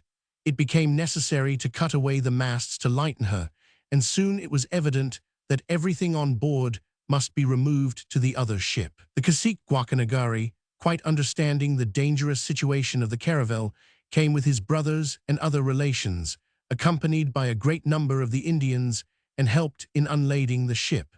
Thanks to this prince, not a single article of the cargo was stolen, and during the whole night armed natives kept watch around the stores of provisions. The next day Guacanagari went on board the Nina to console the admiral and to place all his own possessions at his disposal, at the same time offering him a repast of bread, doe's flesh, fish, roots, and fruit. Columbus, much moved by these tokens of friendship, formed the design of founding an establishment on this island. With this purpose in view, he addressed himself to gain the hearts of the Indians by presents and kindness, and wishing also to give them an adequate notion of his power, he ordered the discharge of an arquebuse and a small cannon, of which the reports frightened the poor savages terribly. On December 26th, the Spaniards commenced the construction of a fort upon this part of the coast, the intention of the admiral being to leave there a certain number of men, with a year's provision of bread, wine, and seed, and to give them the long boat belonging to the Santa Maria. The works at the fort were pushed forward with rapidity. It was also on the 26th that they received news of the Pinta, which had been separated from the flotilla since November 21st. The natives announced that she was at anchor in a river at the extreme point of the island, but a canoe dispatched by Guacanagari returned without having found her. Then Columbus, not wishing to continue his explorations under the present conditions, since the loss of the Santa Maria, which could not be floated again, left him but one caravel, decided to return to Spain, and preparations for the departure began. On the 2nd of January, Columbus caused his soldiers to act a mimic battle, greatly to the admiration of the cacique and his subjects. Afterwards, the admiral chose out 39 men to form the garrison of the fortress during his absence, naming Rodrigo de Escovedo as their commander. The greater part of the cargo of the Santa Maria was to be left behind with them for their year's provision. Amongst these first colonists of the New World were included a writer, an alguazil, a cooper, a doctor, and a tailor. These Spaniards were charged with the mission of seeking for gold mines and of choosing a suitable site for the building of a town. On the 3rd of January, after solemn leave-takings of the cacique and the new colonists, the Nina weighed anchor and sailed out of the harbor. An island was soon discovered, having upon it a very high mountain. To this was given the name of Monte Cristi. Columbus had already sailed for 2 days along the coast, when he was aware of the approach of the Pinta, and very soon her captain, Martin Alonso Pinzon, came on board the Nina, endeavoring to excuse his conduct. The real truth was that Pinzon had taken the lead with the view of being the first to reach the pretended island of Babek, of which the riches had been described in glowing colors by the natives. The admiral was very ready to accept the bad reasons given him by Captain Pinzon, and learnt from him that the Pinta had done nothing but coast along the shores of Hispaniola without discovering any new island. On the 7th of January, the ships lay to stop a leak which had sprung in the hold of the Nina. Columbus profited by this delay to explore a wide river, situated about 3 miles from Monte Cristi, and which carried so much gold dust along with it that he gave it the name of the Golden River. The admiral would have desired to visit this part of Hispaniola with greater care, but the crews were in haste to return home, and under the influence of the brothers Pinzon, began to murmur against his authority. On the 9th of January, the caravels set sail and steered towards the east-southeast, skirting the coast, and distinguishing by names even its smallest sinuosities. Of such were Point Isabella, the Cape of La Roca, French Cape, Cape Cabron, and the Bay of Samana, situated at the eastern extremity of the island, where was a port, in which the fleet, being becalmed, came to anchor. At first the relations between the foreigners and the natives were excellent, but a change was suddenly perceived, the savages ceasing to barter and making some hostile demonstrations, which left no doubt of the bad intentions entertained by them. On the 13th of January, the savages made a sudden and unexpected attack upon the Spaniards, who, however, put a bold face on the matter, and by the aid of their weapons, put their enemies to flight after a few minutes' combat. Thus, for the first time, the blood of the Indian flowed beneath the hand of the European. On the morrow Columbus again set sail, having on board 4 young natives, whom, notwithstanding their objections, he persisted in carrying off with him. His crews, embittered and fatigued, caused him great uneasiness, and in his narrative of the voyage, this great man, superior though he were to all human weaknesses, and a being whom adverse fate could not humble, bemoans himself bitterly over this trial. It was on the 16th of January that the homeward voyage commenced in good earnest, and Cape Samana, the extreme point of Hispaniola, disappeared below the horizon. The passage proved a quick one, and no incident is recorded until the 12th of February, when the vessels encountered a fearful storm lasting 3 days, with furious wind, enormous waves, and much lightning from the north-northeast. 3 times did the terrified sailors make a vow of pilgrimage to St. Mary of Guadalupe, to Our Lady of Loreto, and to St. Clara of Marga, and at length, in extremity of fear, the whole crew swore to go and pray in their shirts, and with naked feet in some church dedicated to the Virgin. But in spite of all, the storm raged with redoubled fury, and even the admiral feared for the result. In case of a catastrophe, he thought it well hastily to write upon a parchment an abstract of his discoveries, with a request that whoever should find the document would forward it to the King of Spain. Wrapping the parchment in oil cloth, he enclosed it in a wooden barrel, which was thrown into the sea. At sunrise, on the 15th of February, the hurricane abated. The 2 caravels, which had been separated by the storm, again joined company, and after 3 days, they cast anchor at the island of St. Mary, one of the Azores. As soon as they arrived there, the admiral sought to further the accomplishment of the vows made during the storm, and with this object sent half of his people on shore. But these were unhappily made prisoners by the Portuguese, who did not restore them to liberty for 5 days, notwithstanding the urgent remonstrances made by Columbus. The admiral put to sea again on the 23rd of February.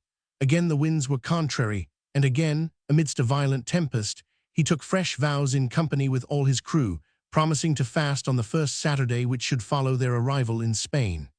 At last, on the 4th of March, the pilots sighted the mouth of the Tagus, in which the Nina took refuge, whilst the Pinta, caught by the wind, was carried away into the Bay of Biscay. The Portuguese welcomed the admiral kindly, the king even admitting him to an audience. Columbus was in haste to return to Spain. As soon as the weather permitted, the Nina again set sail, and at midday on the 15th of March, she cast anchor in the port of Palos, after 7 months and a half of navigation, during which Columbus had discovered the islands of San Salvador, Conception, Great Exuma, Long Island, the Mucaras, Cuba, and San Domingo. The court of Ferdinand and Isabella was then at Barcelona, whither the admiral was summoned. He set out immediately, taking with him the Indians whom he had brought from the New World. The enthusiasm he excited was extreme. From all parts the people ran to look at him as he passed, rendering him royal honors. His entry into Barcelona was magnificent. The king and queen, with the grandees of Spain, received him with great pomp at the palace of the deputation. He there gave an account of his wonderful voyage, and presented the specimens of gold which he had brought with him. Then all the assembly knelt down and chanted the Te Deum. Christopher Columbus was afterwards ennobled by letters patent, and the king granted him a coat of arms bearing this device: To Castile and Leon, Columbus gives a new world. The fame of the Genoese navigator rang through the whole of Europe. The Indians whom he had brought with him were baptized in presence of the whole court, and thus the man of genius, so long poor and unknown, had now risen to the highest point of celebrity. Chapter 3. Christopher Columbus. Second voyage. Flotilla of 17 vessels. Island of Faro, Dominica, Marie Galante, Guadeloupe, the Cannibals, Montserrat, Santa Maria la Redonda, St. Martin and Santa Cruz, archipelago of the 11,000 Virgins, the island of St. John Baptist, or Puerto Rico, Hispaniola, the first colonists massacred, foundation of the town of Isabella, 12 ships laden with treasure sent to Spain, Fort St. Thomas built in the province of Cibao, Don Diego, Columbus' brother, named governor of the island, Jamaica, the coast of Cuba, the Remora returned to Isabella, the cacique made prisoner, revolt of the natives, famine, Columbus traduced in Spain, Juan Aguado sent as commissary to Isabella, gold mines, departure of Columbus, his arrival at Cadiz. The narrative of the adventures of the great Genoese navigator had overexcited the minds of the heroes. Imagination already caught glimpses of golden continents situated beyond the seas. All the passions which are engendered by cupidity were seething in the people's hearts. The admiral, under pressure of public opinion, must set forth again with the most brief delay. He was himself also eager to return to the theater of his conquests and to yet enrich the maps of the day with more new discoveries. He declared himself, therefore, ready to start. The king and queen placed at his disposal a flotilla composed of 3 large ships and 14 caravels. 1,200 men were to sail in them. Several Castilian nobles, with firm faith in the lucky star of Columbus, decided to try their fortune with him beyond seas. In the holds of the vessels were horses, cattle, instruments of all kinds for collecting and purifying gold, grain of various kinds, in a word, everything that might be needful in the establishing an important colony.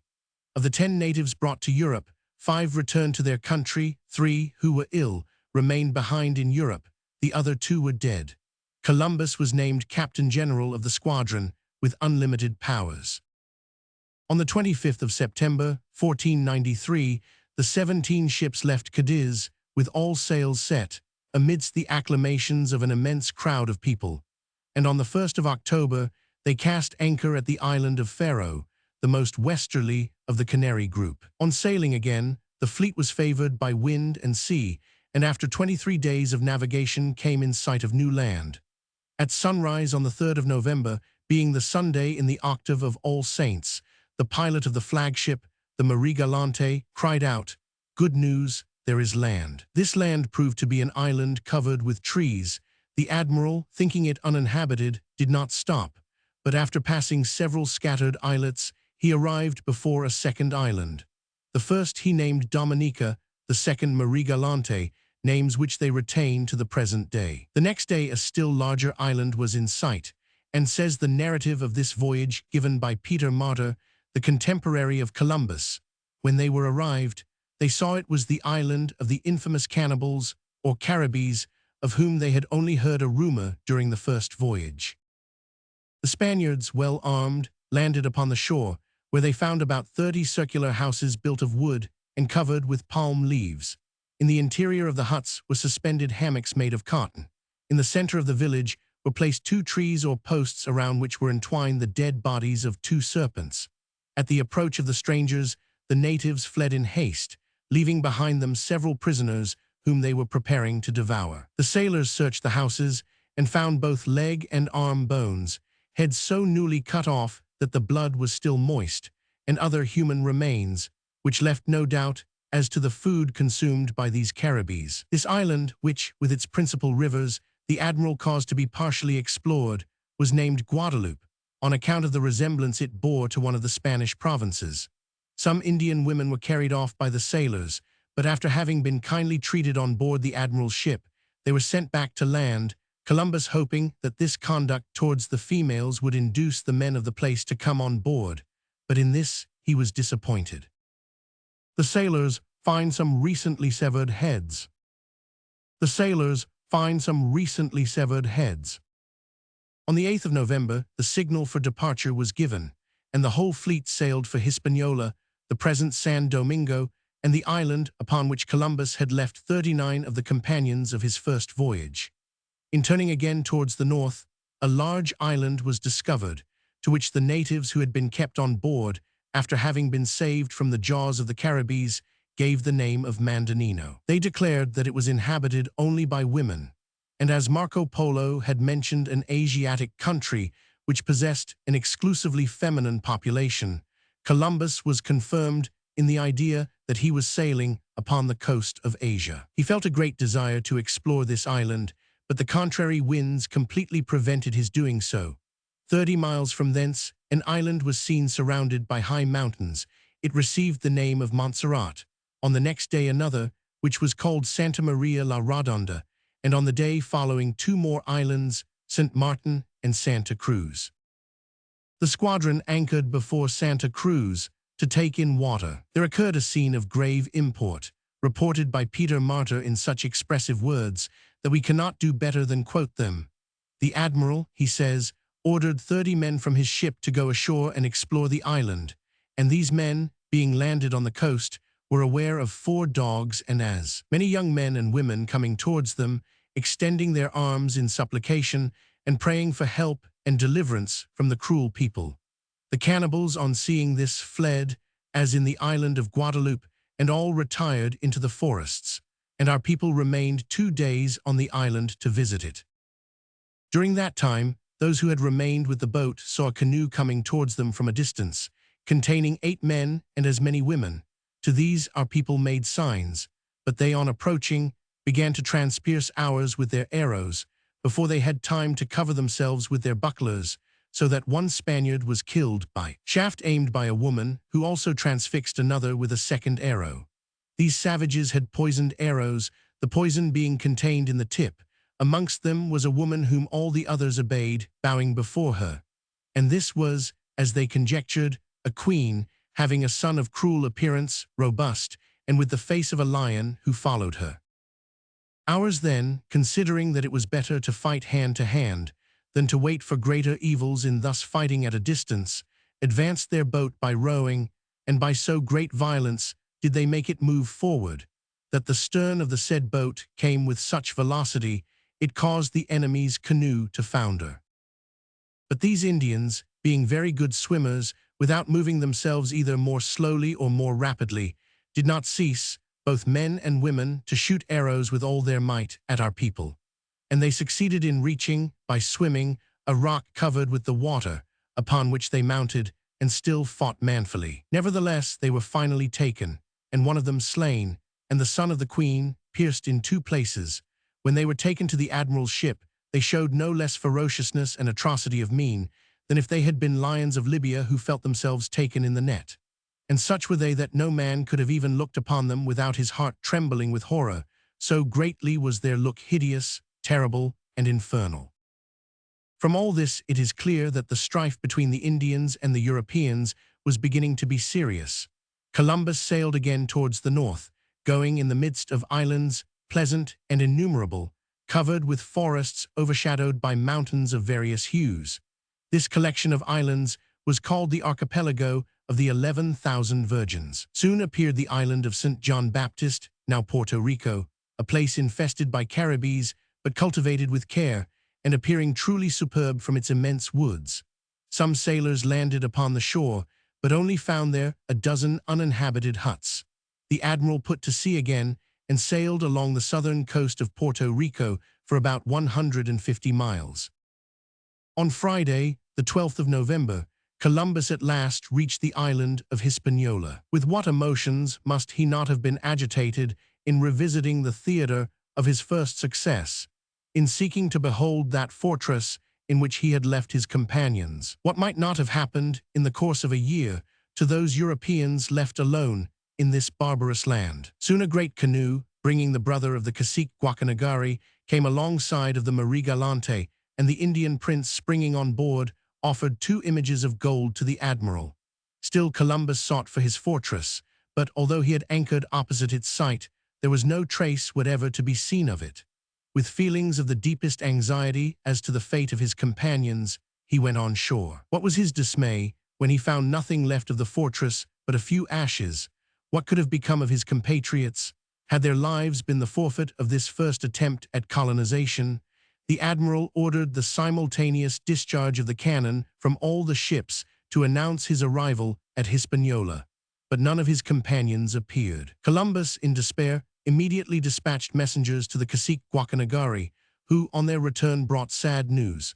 If Guacanagari might be believed, some other caciques, irritated by the presence of the foreigners in their island, had attacked the unfortunate colonists and had massacred them to the last man. Guacanagari himself had received a wound in endeavoring to defend them, and to corroborate his story, he showed his leg enveloped in a cotton bandage. Columbus did not believe in this intervention of the cacique, but resolving to dissimulate, he welcomed Guacanagari kindly when he came on board the next day. The cacique accepted an image of the Virgin, suspending it on his bosom. He appeared astonished at the sight of the horses which they showed him, these animals having been hitherto quite unknown to himself and his companions. When his visit was over, he returned to the shore, regained the region of mountains, and was seen no more. The admiral then dispatched one of his captains with 300 men under his orders to scour the country and carry off the cacique. This captain penetrated far into the interior, but found no traces of the cacique, nor of the unfortunate colonists. During this excursion, a great river was discovered, and also a fine sheltered harbor, which was named Port Royal. However, in spite of the bad success of his first attempt, Columbus had resolved to found a new colony upon this island, which appeared to be rich both in gold and silver. The natives constantly spoke of mines situated in the province of Cibao, and in the month of January 2 gentlemen, Alonso de Hojda and Corvalan, set out accompanied by a numerous escort to verify these assertions. They discovered 4 rivers having auriferous sands and brought back with them a nugget which weighed 9 ounces. The admiral, on seeing these riches, was confirmed in his idea that Hispaniola was the famous Ophir, spoken of in the Book of Kings. After looking for a site upon which to build a town, he laid the foundation of Isabella in a spot at the mouth of a river which formed a harbor, and at a distance of 30 miles east from Monte Cristi. On the Feast of the Epiphany, 13 priests officiated in the church in presence of an immense crowd of natives. Columbus was now anxious to send news of the colony to the King and Queen of Spain. 12 ships laden with gold collected in the island and with various specimens of the produce of the soil were prepared to return to Europe under the command of Captain Torres. This flotilla set sail on the 2nd of February, 1494, and a short time afterwards Columbus sent back one more of the 5 ships which remained to him, with the Lieutenant Bernard of Pisa, against whom he had cause of complaint. As soon as order was established in the colony of Isabella, the admiral, leaving his brother behind as governor, set out, accompanied by 500 men, to visit the mines of Cibao. The country they traversed seemed to be splendidly fertile. Vegetables came to perfection in 13 days. Corn sown in February was in full ear in April, and each year yielded 2 abundant harvests. They crossed successively mountains and valleys, where often the pickaxe had to be used to clear a way over these still virgin lands. At last, the Spaniards arrived at Cibao. There the admiral caused a fort to be constructed of wood and stone on a hill near the brink of a large river. It was surrounded with a deep ditch, and Columbus bestowed upon it the name of St. Thomas, in derision of some of his officers who were incredulous upon the subject of the gold mines. It ill became them to doubt, for from all parts the natives brought nuggets and gold dust, which they were eager to exchange for beads, and above all for the hawk's bells, of which the silvery sound excited them to dance. This country was not only a land of gold, it was also a country rich in spices and aromatic gums, the trees which bore them forming quite large forests. The Spaniards considered the conquest of this wealthy island a cause of unmixed congratulation. Columbus left 56 men to guard the fort of St. Thomas under the command of Don Pedro de Margarita, while he returned to Isabella towards the beginning of April, being much hindered on the road by excessive rain. On his arrival, he found the infant colony in great disorder. Famine was threatening from the want of flour, which could not be obtained, for there were no mills. Both soldiers and workmen were exhausted with fatigue. Columbus sought to oblige the gentlemen to aid them, but these proud hidalgos, anxious as they were to conquer fortune, would not stoop to pick it up, and refused to perform any manual labor. The priests upholding them in this conduct, Columbus, who was forced to act with vigor, was obliged to place the churches under an interdict. He could not spare time to remain any longer at Isabella, but was in haste to make further discoveries. Therefore, having formed a council composed of 3 gentlemen and the chief of the missionaries, under the presidency of Don Diego, to govern the colony, he set out on the 24th of April with 3 vessels to complete the cycle of his discoveries. The flotilla sailing towards the south, a new island was soon discovered, which was called by the natives Jamaica. The highest point of the island was a mountain of which the sides sloped gently down. The inhabitants appeared clever and much given to the mechanical arts, but they were far from pacific in character, and several times opposed the landing of the Spaniards, who, however, repulsed them, and at length the savages were induced to conclude a treaty of alliance with the admiral. From Jamaica, Columbus pushed his researches more towards the west. He imagined himself to be arrived at the point where the old geographers placed the golden region of the west, Chersonesus. Strong currents carried him towards Cuba, along whose coast he sailed for a distance of 666 miles. During this dangerous navigation amongst shallows and narrow passages, he named more than 700 islands, discovered a great number of harbors, and often entered into communication with the natives. Fishermen on the coast of Cuba. Fishermen on the coast of Cuba. In the month of May, the lookout men on board the ships descried a large number of grassy islands, fertile and inhabited. Columbus, on approaching the shore, entered a river, of which the water was so warm that the hand could not remain in it, a fact evidently of exaggeration, and one which later researches have not authenticated. The fishermen of this coast employed a certain fish called the remora or sucking fish, which fulfilled for them the same office as the dog does for the hunter. This fish was of an unknown species, having a body like a great eel, and upon the back of his head a very tenacious skin, in fashion like a purse, wherewith to take the fishes. They keep this fish fastened by a cord to the boat, always in the water, for it cannot bear the look of the air. And when they see a fish or a turtle, which there are larger than great bucklers, then they loose the fish by slackening the rope. And when he feels himself at liberty, suddenly, and more rapidly than the flight of an arrow, he, the remora, assails the said fish or turtle, throws over him his skin in the manner of a purse, and holds his prey so firmly, be it fish or turtle, by the part visible beyond the shell, that none can wrest it from him if he be not drawn to the surface of the water. The cord is therefore pulled up and gathered in, little by little, and no sooner does he see the splendor of the air than incontinent he lets go of his prey.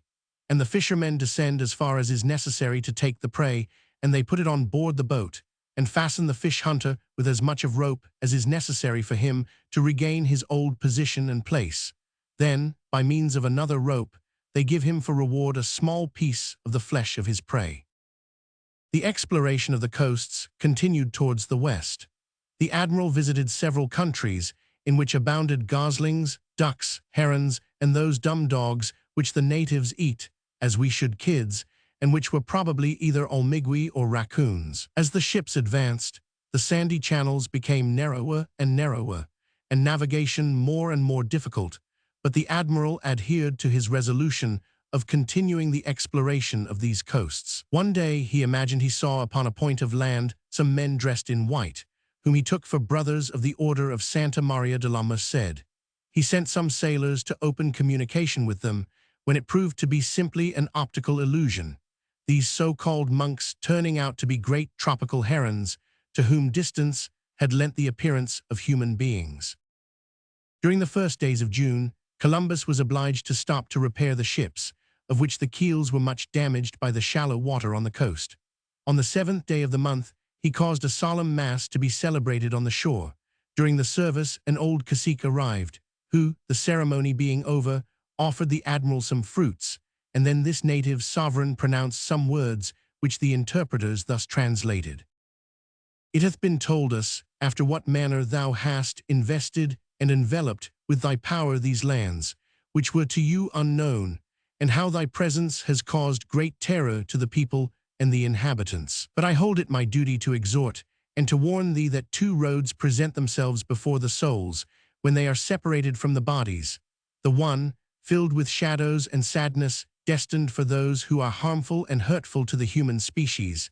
The other, pleasant and delightful, reserved for those who in their lifetime have loved peace and the repose of the people.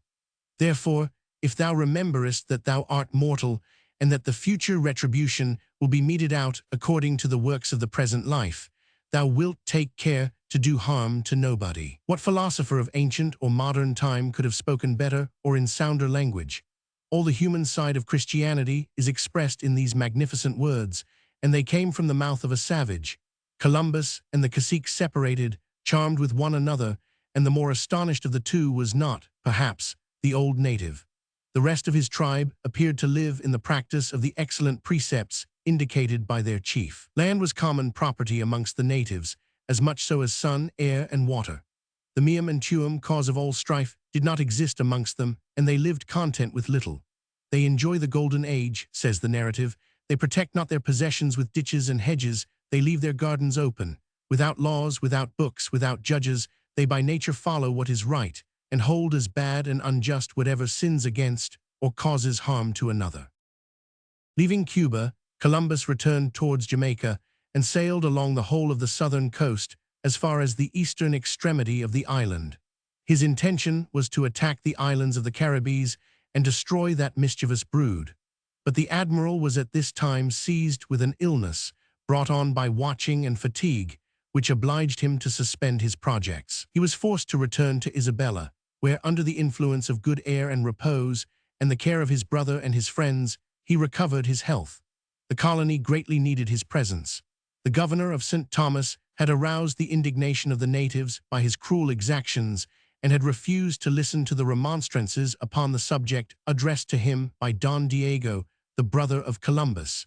He had returned to Isabella from St. Thomas during the absence of the admiral, and he embarked for Spain upon one of the ships which had just brought Don Bartolomeo, the second brother of Columbus, to Hispaniola. When the admiral regained his health, he resolved to punish the cacique who had revolted against the governor of St. Thomas, feeling that it would be unwise to allow his authority, in the person of his delegates, to be set at naught. In the first place, he sent 9 men well armed to take prisoner a bold cacique named Cayanabo.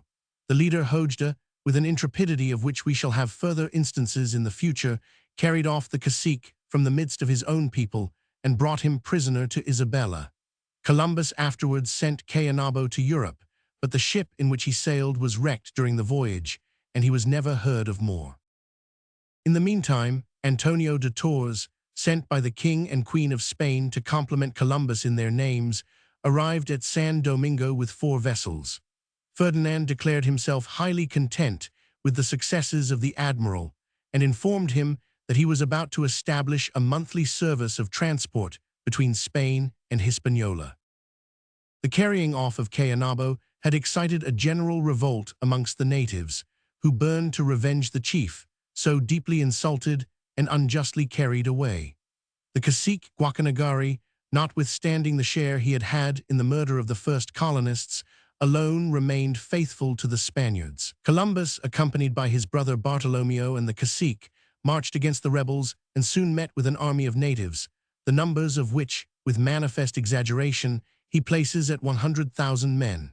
However numerous it may have been, this army was quickly routed by a small detachment, composed of 200 infantry, 25 cavalry, and 25 dogs. This victory, to all appearance, re-established the admiral's authority. The Indians were condemned to pay tribute to the Spaniards. Those living near the mines were ordered to furnish every 3 months a small quantity of gold, while the others, more distant, were to contribute 25 pounds of cotton. But rebellion had been only curbed, not extinguished. At the voice of a woman, Anacayana, widow of Cayanabo, the natives rose a second time, and even succeeded in drawing over the hitherto faithful Guacanagari to their side. The rebels destroyed all the fields of maize and everything else which had been planted, and then retired into the mountains. The Spaniards, seeing themselves thus reduced to all the horrors of famine, indulged their anger by terrible reprisals against the natives. It is calculated that 1/3 of the island population perished from hunger, sickness, and the weapons of the companions of Columbus. These unfortunate Indians paid dearly indeed for their intercourse with the conquering Europeans. The good fortune of Columbus was by this time on the wane. While his authority in Hispaniola was continually more and more compromised, his reputation and his character were the objects of violent attack in Europe. The officers whom he had sent back to the mother country loudly accused him of injustice and cruelty.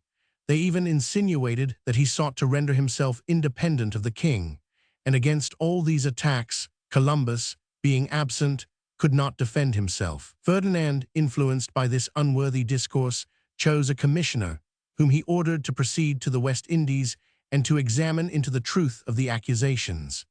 This gentleman was named Juan d'Aguado, and the choice of such a man to fulfill such a mission, possessing as he did a mind both prejudiced and partial, was not a happy one. Aguado arrived at Isabella in the month of October, at the time when the admiral was absent on an exploring expedition, and began at once to treat the brother of Columbus with extreme haughtiness, while Diego on his side, relying upon his title of Governor-General, refused to submit to the commands of the royal commissioner. Aguado soon considered himself ready to return to Spain, although the examination he had made was a most incomplete one, when a fearful hurricane occurred, which sank the vessels which had brought him over in the harbor. There now remained only 2 caravels at Hispaniola, but Columbus, who had returned to the colony, acting with a greatness of soul which cannot be too much admired, placed one of these ships at the disposal of the commissioner, with the proviso that he himself would embark in the other to plead his cause in person before the king.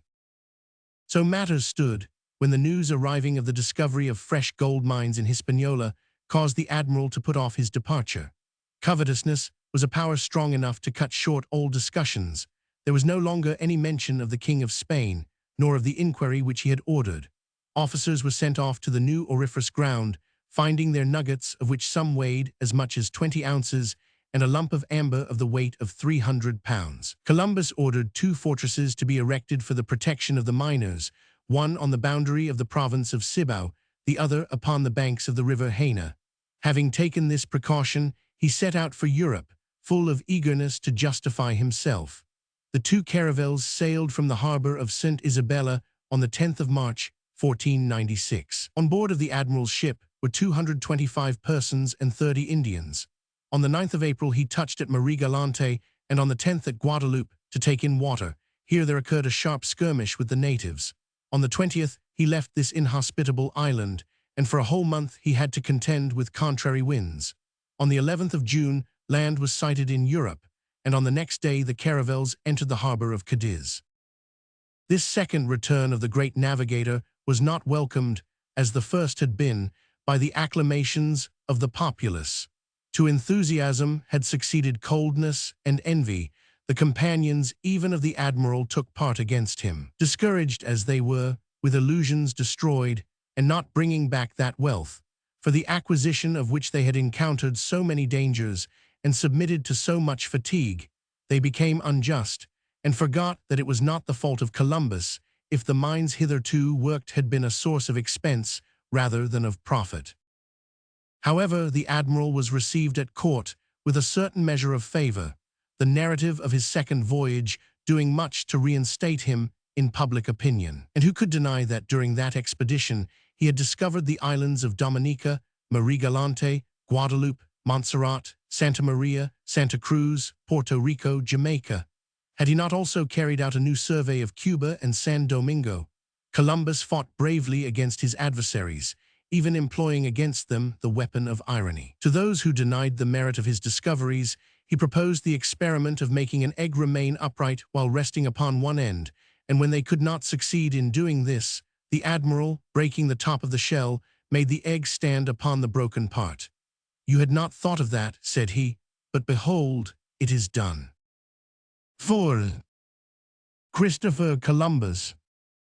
Third voyage, Madeira, Santiago in the Cape Verde Archipelago, Trinidad, first sight of the American coast in Venezuela, beyond the Orinoco, now the province of Cumana, Gulf of Paria, the gardens, Tobago, Grenada, Margarita, Cubaga, Hispaniola during the absence of Columbus, foundation of the town of San Domingo, arrival of Columbus, insubordination in the colony, complaints in Spain, Bobadilla sent by the king to inquire into the conduct of Columbus, Columbus sent to Europe in fetters with his two brothers, his appearance before Ferdinand and Isabella, renewal of royal favor.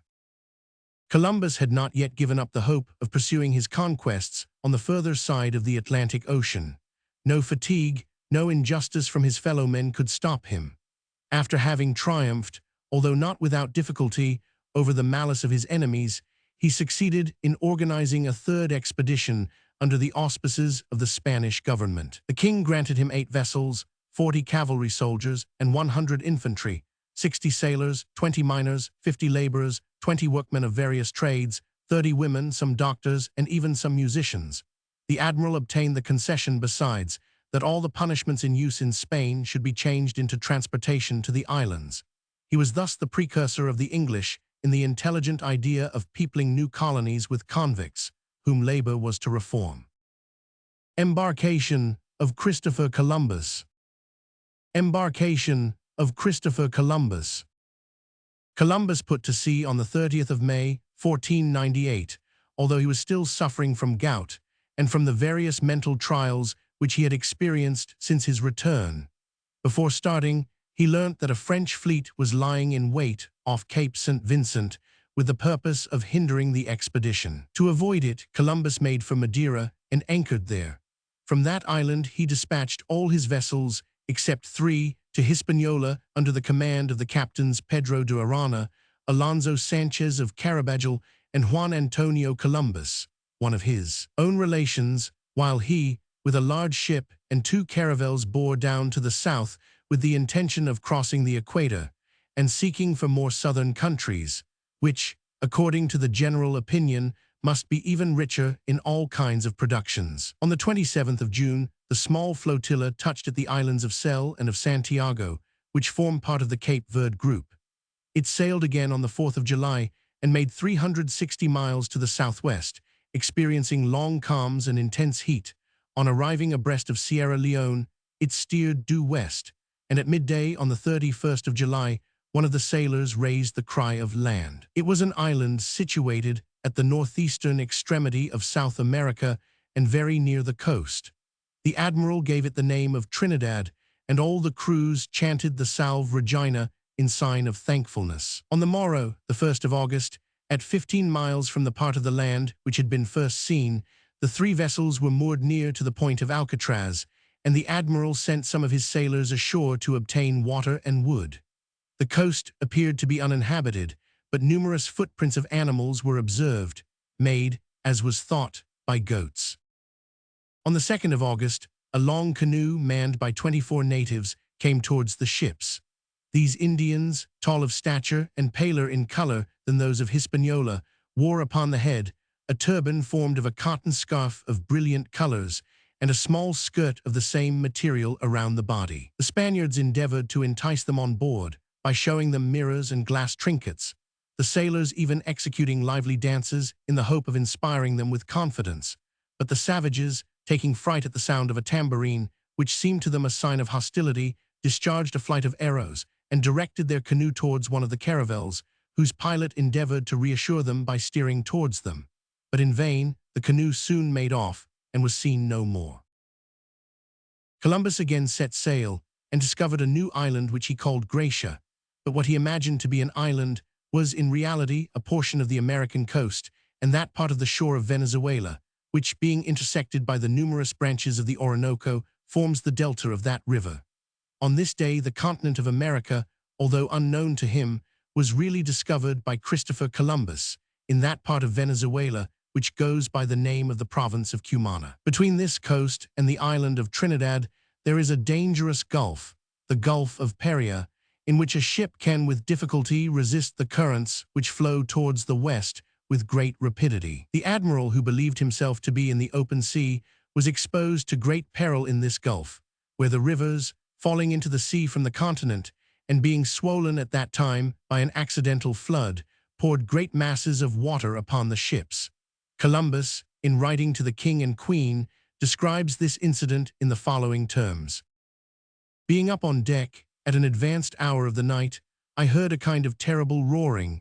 I tried to see through the darkness, and all at once I beheld a sea like a hill, as high as the ship, advancing slowly from the south towards my vessels. Opposing this great wave was a current, which met it with a frightful noise.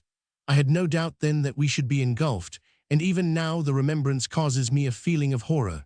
By good fortune, however, the current and the wave passed us, going towards the mouth of the canal, where, after long strife, they gradually sank to rest. Gulf of Mexico and the Antilles. Notwithstanding the difficulties of the navigation, Columbus continued to explore this sea, of which the waters became gradually calmer as he sailed northwards. He discovered various headlands. One of them was to the east of the island of Trinidad and called the Cape of Piedra Blanca. Another was on the west of the promontory of Paria and named Cape Lapa. Several harbors were also noticed, amongst others one situated at the mouth of the Orinoco, to which was given the name of the Port of Monkeys. Columbus landed on the shore, west of Point Cumana, and received a kindly welcome from the numerous inhabitants. Towards the west, beyond the point of Alcatraz, the country was magnificent, and there, according to the natives, much gold and pearls were to be obtained. Here the admiral would gladly have remained for some time if he could have found a safe anchorage. But as this was impossible, he felt it best to make for Port Isabella, especially as his crews were worn down by fatigue, and his own health much affected, besides the sufferings he experienced from the bad state of his eyesight. So he sailed onwards along the Venezuelan coast, making friends as far as possible with the natives.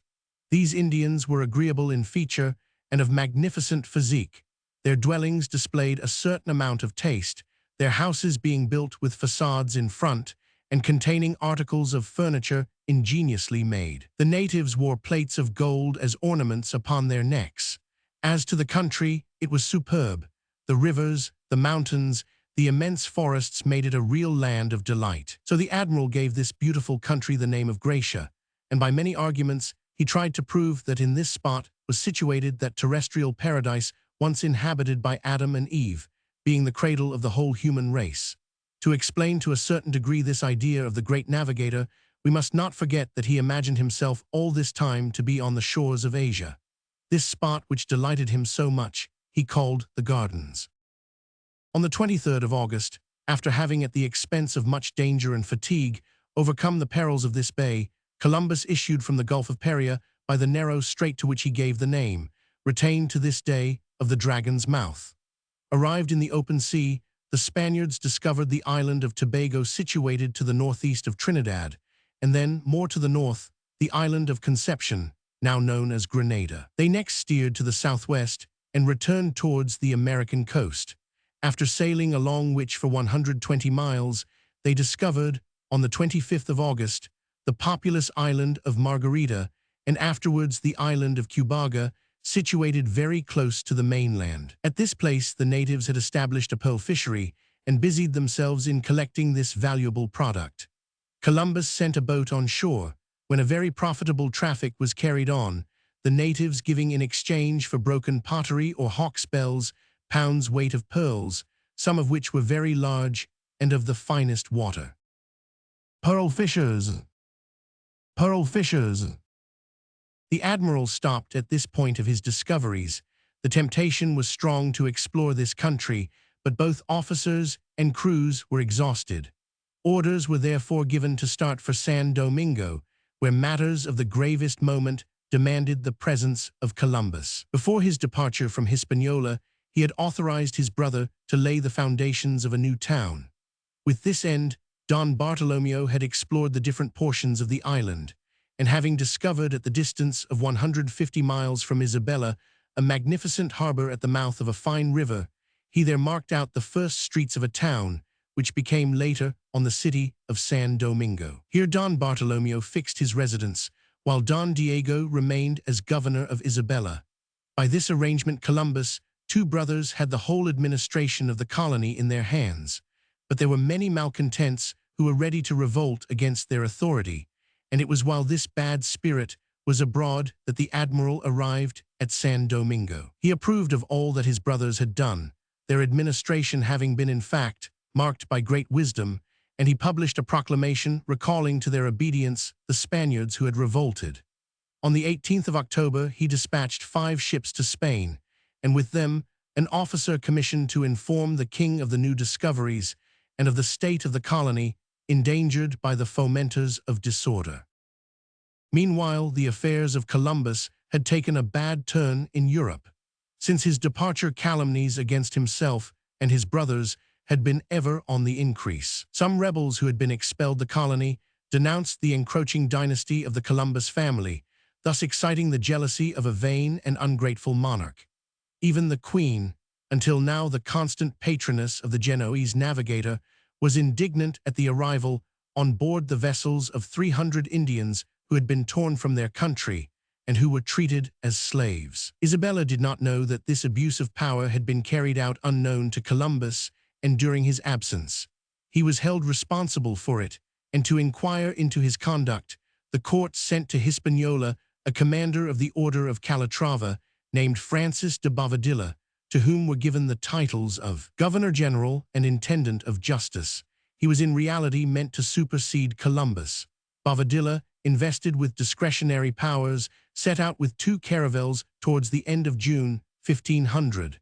On the 23rd of August, the colonists sighted the 2 ships, which were then endeavoring to enter the harbor of San Domingo. At this time, Christopher Columbus and his brother Bartolomeo were absent, engaged in superintending the erection of a fort in the province of Zaragua. Don Diego was commanding in their absence. Bobadilla landed and went to hear Mass, displaying during the ceremony a very significant ostentation. Then, having summoned Don Diego before him, he ordered him to resign his office into his hands.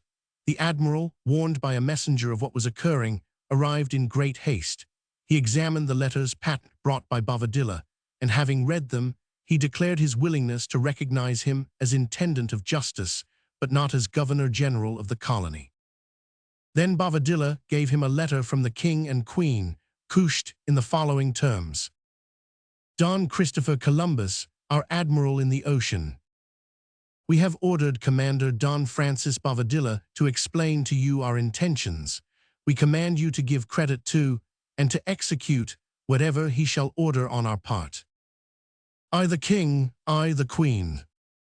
In this letter, the title of viceroy appertaining to Columbus by the solemn conventions signed by Ferdinand and Isabella was not even mentioned. Columbus, suppressing his just indignation, quietly submitted. Then arose against the fallen admiral a whole host of false friends. All those who owed their fortune to Columbus turned against him, accusing him of having desired to render himself independent. Foolish calumnies! How could this idea have occurred to the mind of a foreigner, a Genoese, alone in the midst of a Spanish colony? Bobadilla found the moment propitious for harsh measures.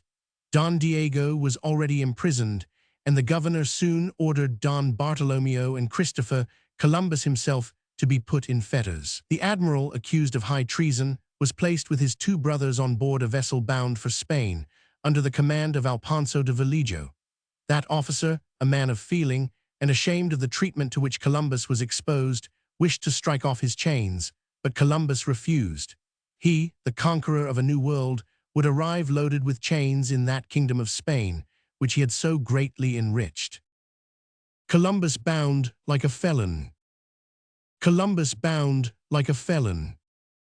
The admiral judged rightly in thus acting, for public opinion was revolted by the sight of him in this depth of humiliation, bound like a felon and treated as a criminal. Gratitude towards the man of genius asserted itself against the bad passions which had been so unjustly excited, and there arose a cry of indignation against Bobadilla.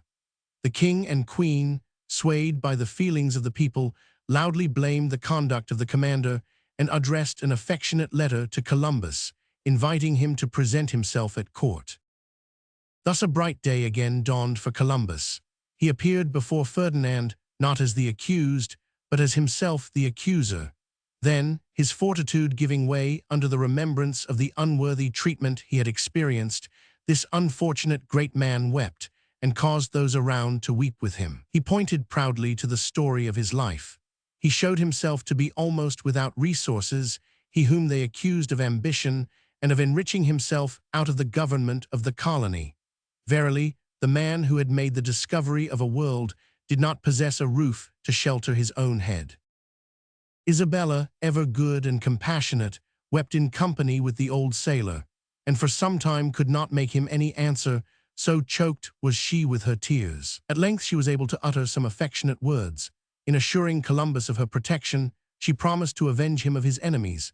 She excused the bad choice they had made in sending this Bobadilla to the islands, and she declared he should expiate his guilt by an exemplary punishment.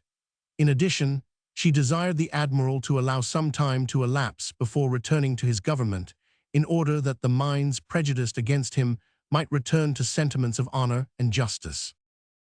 The mind of Christopher Columbus was calmed by the gracious words of the Queen. He showed himself content with his reception and admitted the necessity of the delay enjoined upon him by Isabella. The chief wish of his heart was again to serve his adopted country and its sovereigns, and he sketched out grand designs of what still remained to be attempted in the way of discovery. His third voyage, in spite of its short duration, had not been without fruit, but had enriched the map with such new names as Trinidad, the Gulf of Paria, the coast of Cumana, the islands of Tobago, of Grenada, of Margarita, and of Cubaga. 5. Christopher Columbus. Fourth voyage, a flotilla of 4 vessels, Canary Islands, Martinique, Dominica, Santa Cruz, Puerto Rico, Hispaniola, Jamaica, Cayman Island, Pinos Island, Island of Guanaja, Cape Honduras, the American coast of Truxillo on the Gulf of Darien, the Limonare Islands, Huerta, the coast of Veragua, Auriferous Strata, revolt of the natives, the dream of Columbus, Portobello, the Mulatas, putting into port at Jamaica, distress, revolt of the Spaniards against Columbus, lunar eclipse, arrival of Columbus at Hispaniola, return of Columbus to Spain, his death on the 20th of March, 1506. Christopher Columbus saw himself now reinstated in favor, as he deserved to be, at the court of Ferdinand and Isabella.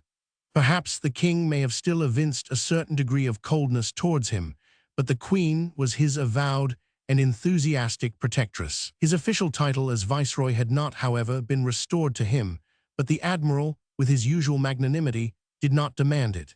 He had the satisfaction of seeing Bobadilla deposed, partly for his abuse of power, and partly because his conduct towards the Indians had become atrocious, his inhuman proceedings towards them being pushed to such a length that under his administration the native population of Hispaniola sensibly decreased.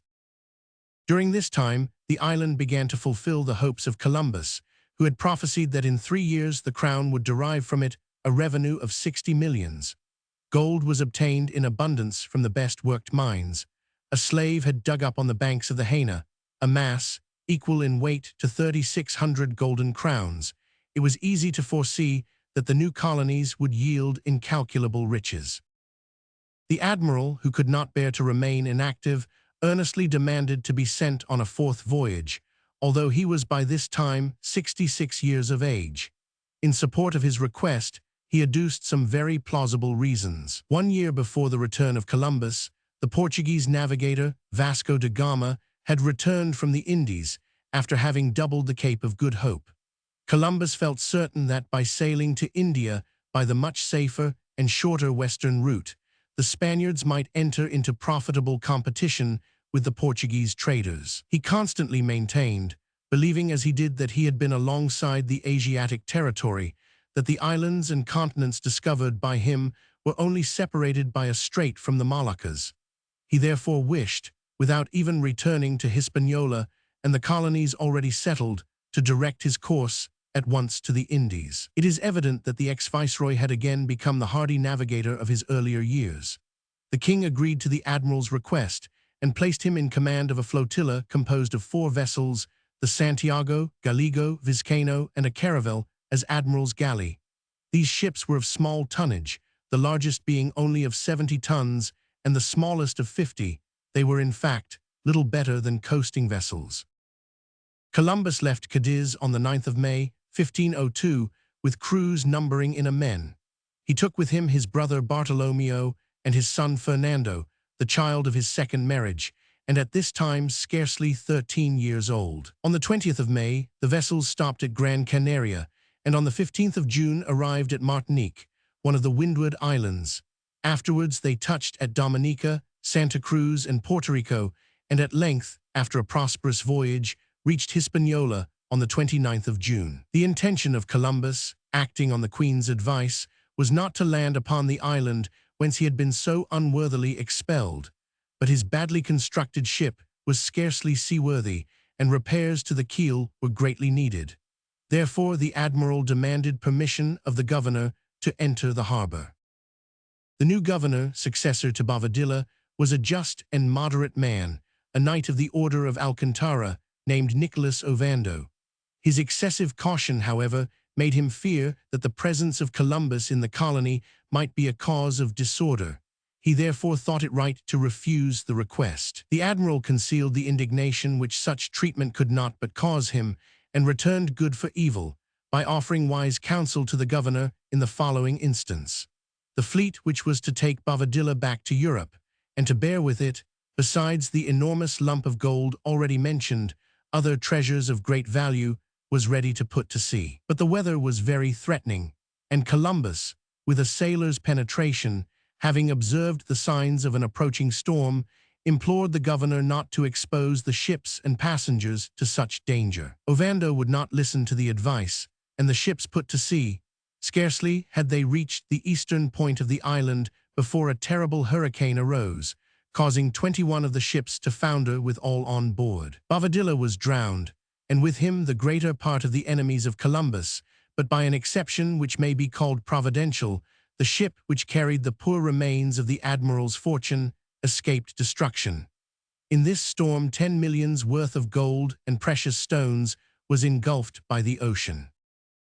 Meanwhile, the 4 caravels of Columbus, denied access to the harbor, had been driven before the storm. They were separated one from the other and disabled, but they succeeded in meeting together again, and by the 14th of July, the squall had carried them within sight of Jamaica. Arrived there, strong currents bore them towards the islands called the Queen's Garden, and then in the direction of east-southeast. The little flotilla contended for 60 days against the wind without making more than 210 miles, and at length was driven towards the coast of Cuba, which led to the discovery of Cayman and Pinos Islands. Columbus then steered to the southwest, sailing upon seas hitherto unvisited by any European ship, and throwing himself once more into the course of discovery with all the passionate ardor of a navigator. Chance conducted him towards the southern coast of America. He discovered the island of Guanaja on the 30th of July, and on the 14th of August he touched at Cape Honduras, that narrow strip of land, which, prolonged by the Isthmus of Panama, unites the 2 continents of America. Thus, for the second time, Columbus, without being aware of it, approached the real soil of America. For more than 9 months, he followed the windings of these shores, in the face of all kinds of perils and difficulties, and succeeded in laying down the chart of the coast from the part since named Truxillo as far as the Gulf of Darien. Each night he cast anchor, that he might not be driven far from the shore, and at length reached that eastern extremity of the coast where it ends abruptly in the Cape Gracias a Dios. This cape was doubled on the 14th of September, but the ships encountered contrary winds so violent that even the admiral, himself the oldest sailor of the cruise, had never before experienced the like. He relates this terrible episode in his letter to the King of Spain in the following terms: "During 84 days the waves continued their assaults, nor did my eyes perceive sun, nor stars, nor any planet. The seams of my vessels gaped, my sails were torn, tackle, boats, rigging, all were lost. My sailors, ill and frightened, devoted themselves to the pious duties of religion. No one failed to promise pilgrimages, and all confessed to each other, thinking that each moment might prove their last. I have seen many tempests, but never have I experienced any of such duration and violence. Many of my men who passed for intrepid sailors lost courage, but that which broke my heart was the pain of my son, whose tender age added to my despair, and whom I saw the prey of greater suffering, greater torments, than fell to the lot of anyone amongst us. But it was doubtless no other than God, who bestowed upon him such energy, that it was he alone who animated the courage, and reawakened the patience of the sailors under their severe toil. In a word, looking upon him, one might have fancied him a sailor who had grown old in contending with storms, an astonishing fact, almost incredible, but one which awakened some gleam of joy. Amidst the sorrows which overwhelmed me, I was ill, and several times I thought my last hour was near. To complete my misery comes the thought that 20 years of service, of fatigues and perils, have brought me no profit, and I find myself today unpossessed of even a roof to shelter me in Spain, and forced to betake myself to an inn when I would obtain repose or food. And when there I often find myself unable to pay my reckoning. Do not these lines indicate clearly the intensity of sorrow which overwhelmed the soul of Columbus? In the midst of such dangers and anxieties, how could he preserve the energy needful to command an expedition? Throughout the duration of the storm, the ships had been following the line of coast, which successively bears the names of Honduras, Mosquito, Nicaragua, Costa Rica, Veragua, and Panama, the 12 Liminaire Islands being also discovered at this time. And at last, on the 25th of September, Columbus cast anchor between the small island of Huerta and the continent. On the 5th of October, he again set sail, and after having taken the bearings of the Bay of Almirante, he anchored opposite to the village of Cariaz. There he remained until the 15th of October, the repairs of the vessels meanwhile going actively forward. Columbus now believed himself to be arrived near the mouth of the Ganges, and from the natives speaking of a certain province of Sigara, which was surrounded by the sea, he felt himself confirmed in this opinion. They declared that it was a country containing rich gold mines, of which the most important was situated 75 miles to the south. When the admiral again set sail, he followed the wooded coast of Veragua, where the Indians appeared to be very wild. On the 26th of November, the flotilla entered the harbor of El Retreat, which is now the port of Escribanos. The ships, battered by the winds, were now in a most miserable plight. It was absolutely necessary to repair the damage they had sustained, and for this purpose to prolong the stay at El Retreat. Upon quitting this harbor, Columbus was met by a storm even more dreadful than those which had preceded it. During 9 days, he says, I remained without hope of being saved. Never did any man see a more violent or terrible sea. It was covered with foam. The wind permitted no ships to advance, nor to steer towards any cape. I was kept in that sea, of which the waves seemed to be of blood, and the surges boiled as though heated by fire. Never have I seen so appalling an aspect of the heavens.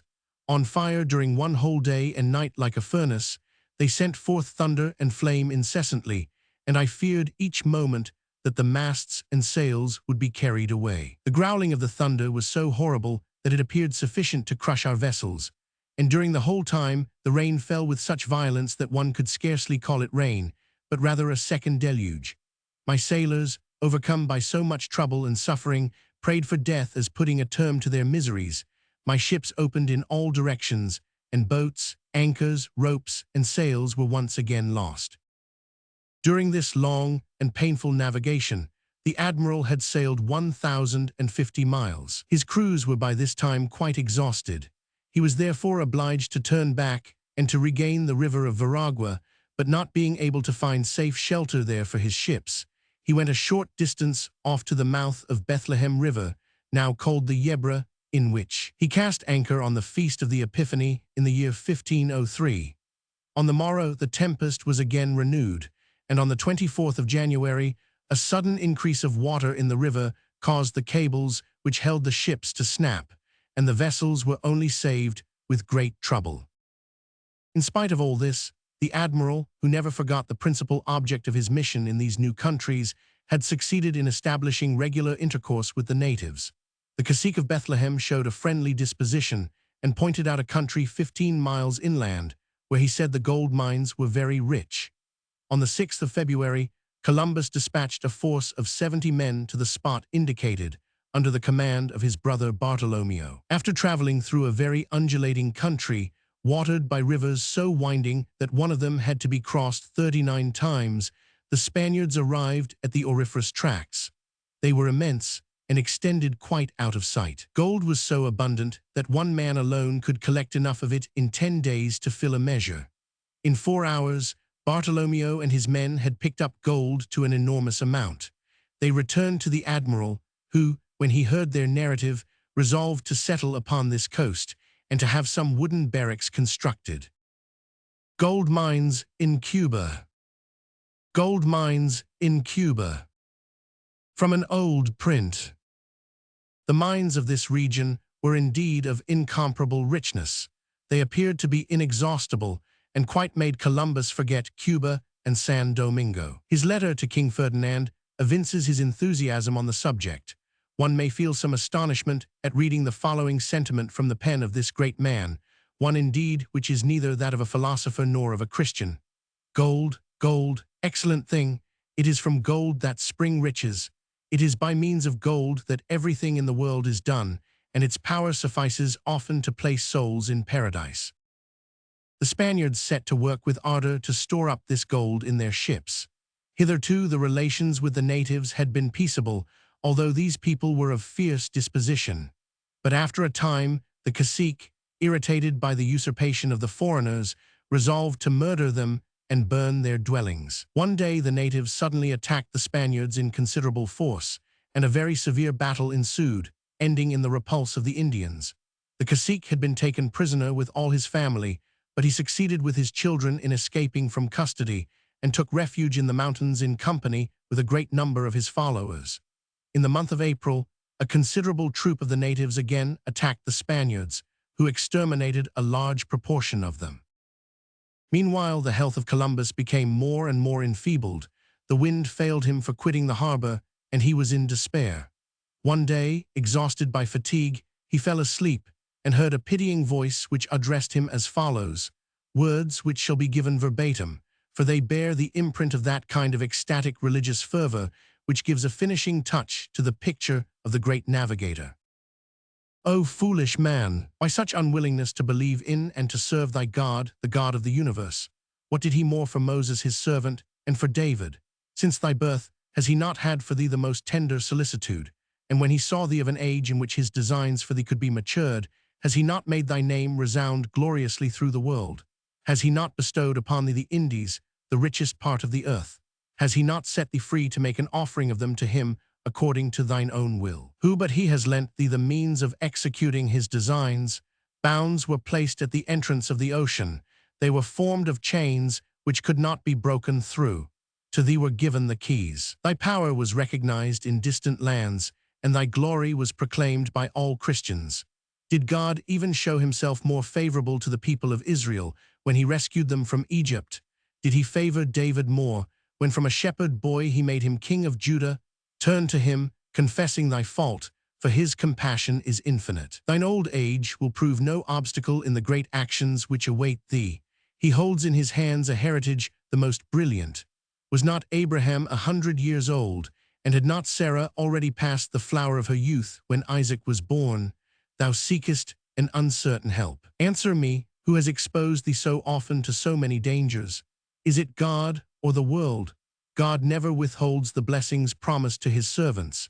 It is not his manner, after receiving a service, to pretend that his intentions have not been carried out, and to give a new interpretation to his desires. It is not he who seeks to give to arbitrary acts a favorable color. His words are to be taken literally. All that he promises he gives with usury. Thus does he ever. I have told thee all that the Creator has done for thee. At this very moment he is showing thee the prize and the reward of the perils and sufferings to which thou hast been exposed in the service of thy fellowmen. And I listened to this voice, overcome though I were with suffering, but I could not muster strength to reply to these assured promises. I contented myself by deploring my fault with tears.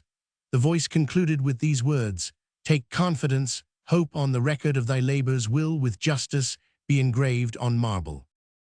Columbus, as soon as he recovered, was anxious to leave this coast.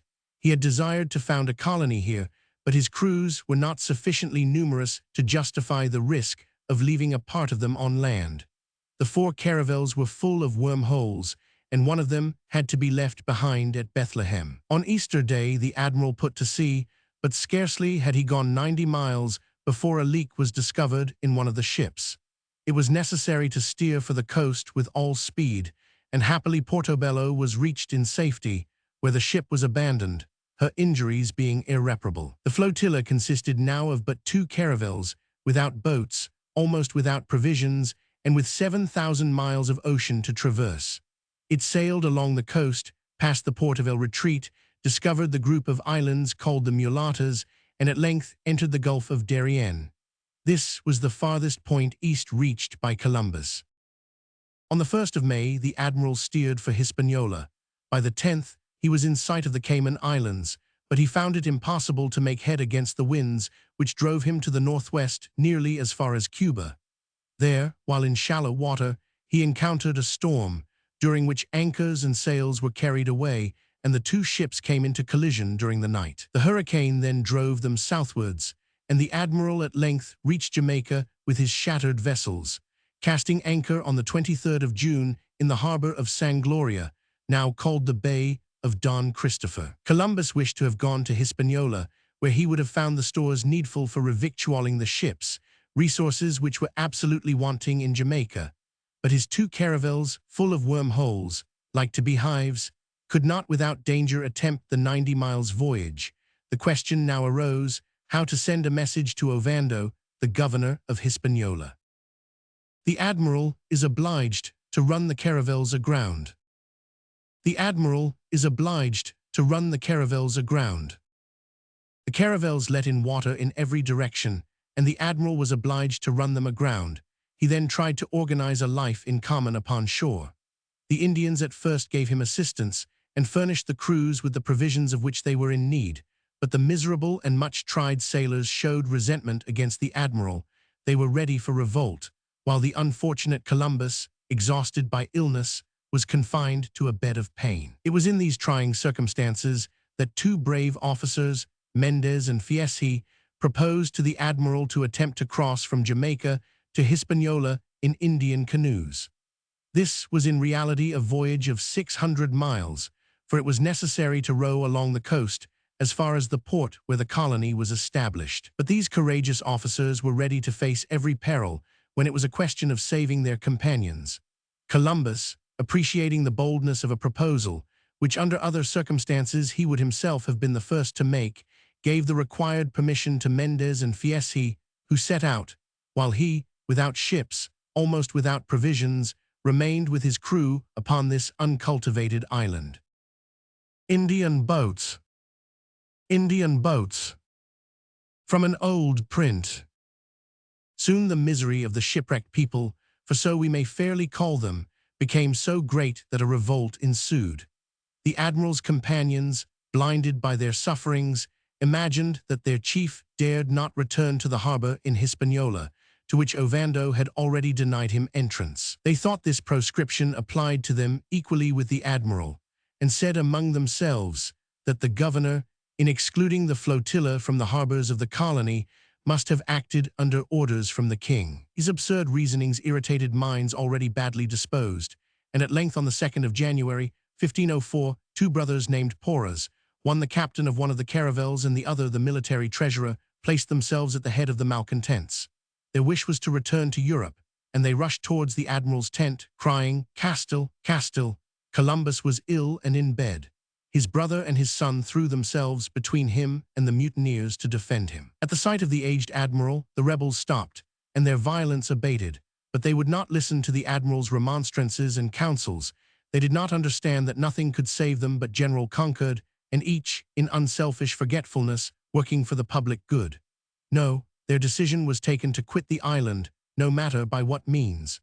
Porras and his followers ran down to the shore, took possession of the canoes of the natives, and steered for the eastern extremity of the island. Arrived there, with no respect left for anything, and drunk with fury, they pillaged the Indians' dwellings, thus rendering the admiral responsible for their deeds of violence, and they dragged some unfortunate natives on board of the canoes which they had stolen. Porras and his companions continued their navigation, but when several leagues from shore, they were struck by a gust of wind which placed them in peril.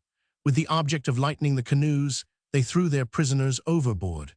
After this barbarous execution, the canoes endeavored, following the example of Mendez and Fieschi, to gain the island of Hispaniola, but in vain. They were continually thrown back upon the coasts of Jamaica. Meanwhile, the admiral, left alone with his friends and the sick, succeeded in establishing order in his little world. But the distress increased and famine threatened. The natives wearied of providing food for these foreigners, whose sojourn upon their island was so prolonged. Besides, they had seen the Spaniards fighting amongst themselves, a sight which had much destroyed their prestige, and convinced the Indians that these Europeans were nothing more than ordinary mortals. Thus, they no longer respected nor feared them. The authority of Columbus over the native population was diminishing day by day, and an accidental circumstance was needed, of which the admiral cleverly took advantage to bring back a renown which was necessary for the safety of his companions. A lunar eclipse, foreseen and calculated by Columbus, was due on a certain day. On the morning of this day, the admiral sent to request an interview with the caciques of the island. They accepted the invitation, and when they were assembled in the tent of Columbus, the latter announced to them that God, desirous of punishing them for their inhospitable conduct and their bad feeling towards the Spaniards, would that evening refuse them the light of the moon. All came to pass as the admiral had foretold. The shadow of the earth began to conceal the moon, whose disk had the appearance of being eaten away by some formidable monster. The savages in terror cast themselves at the feet of Columbus, praying him to intercede with heaven on their behalf, and promising to place all they had at his disposal. Columbus, after some well-feigned hesitation, pretended to yield to the prayers of the natives. Under pretext of supplicating the deity, he remained in his tent during the whole time of the eclipse, only reappearing at the moment when the phenomenon was nearly over. Then he told the caciques that God had heard his prayer, and extending his arm, he commanded the moon to reappear. Soon the disk was seen to issue from the cone of the shadow, and the Queen of Night shone forth in all her splendor. From that day forward, the grateful and submissive Indians accepted the admiral's authority as one manifestly delegated to him by the celestial powers. While these events were passing at Jamaica, Mendez and Fieschi had long ago arrived at their destination. These brave officers had reached Hispaniola after a voyage of 4 days, little short of miraculous, accomplished as it was in a frail canoe. They immediately made the governor acquainted with the desperate condition of Columbus and his companions. Ovando, in a spirit of malice and injustice, detained these officers, and after a delay of 8 months, under pretext of ascertaining the real condition of affairs, he dispatched to Jamaica one of his own followers, a man named Diego Escobar, who was an especial enemy to Columbus. Escobar, on his arrival at Jamaica, would not communicate with Columbus. He did not even land, but contented himself with putting on shore, for the use of the distressed crews, a side of pork and a barrel of wine. Then he again set sail without having allowed a single person to come on board. This infamous behavior is but too real, although humanity almost refuses to believe in it. The admiral was indignant over this cruel mockery, but he showed no violence, used no recrimination. The arrival of Escobar somewhat reassured the shipwrecked men, for at least it proved that their situation was known. Deliverance was therefore only a matter of time, and the morale of the Spaniards gradually improved. The admiral was desirous of bringing about a reconciliation with Porras and the rebels, who, since their separation, had incessantly ravaged the island and been guilty of odious cruelties towards the unfortunate natives. Columbus proposed to restore them to favor, but these foolish people only answered his generous overtures by advancing to attack him in his retreat. Those Spaniards who had remained faithful to the cause of order were obliged to take up arms, and they valiantly defended the admiral, losing but one man in this sad affair. They took both the brothers Porras prisoners and remained masters of the field of battle. Then the rebels threw themselves on their knees before Columbus, who, in compassion for their sufferings, granted them pardon. At length, just 1 year after the departure of Mendez and Fieschi, a ship appeared, equipped by them at the expense of Columbus, which was destined to restore the shipwrecked company to their homes. On the 24th of June, 1504, everyone went on board, and quitting Jamaica, the theater of accumulated miseries, both moral and physical, they set sail for Hispaniola. Arrived in harbor, after a prosperous voyage, Columbus, to his no small surprise, found himself at first received with much respect, the governor Ovando, as a shrewd man not willing to go against public opinion, doing him honor.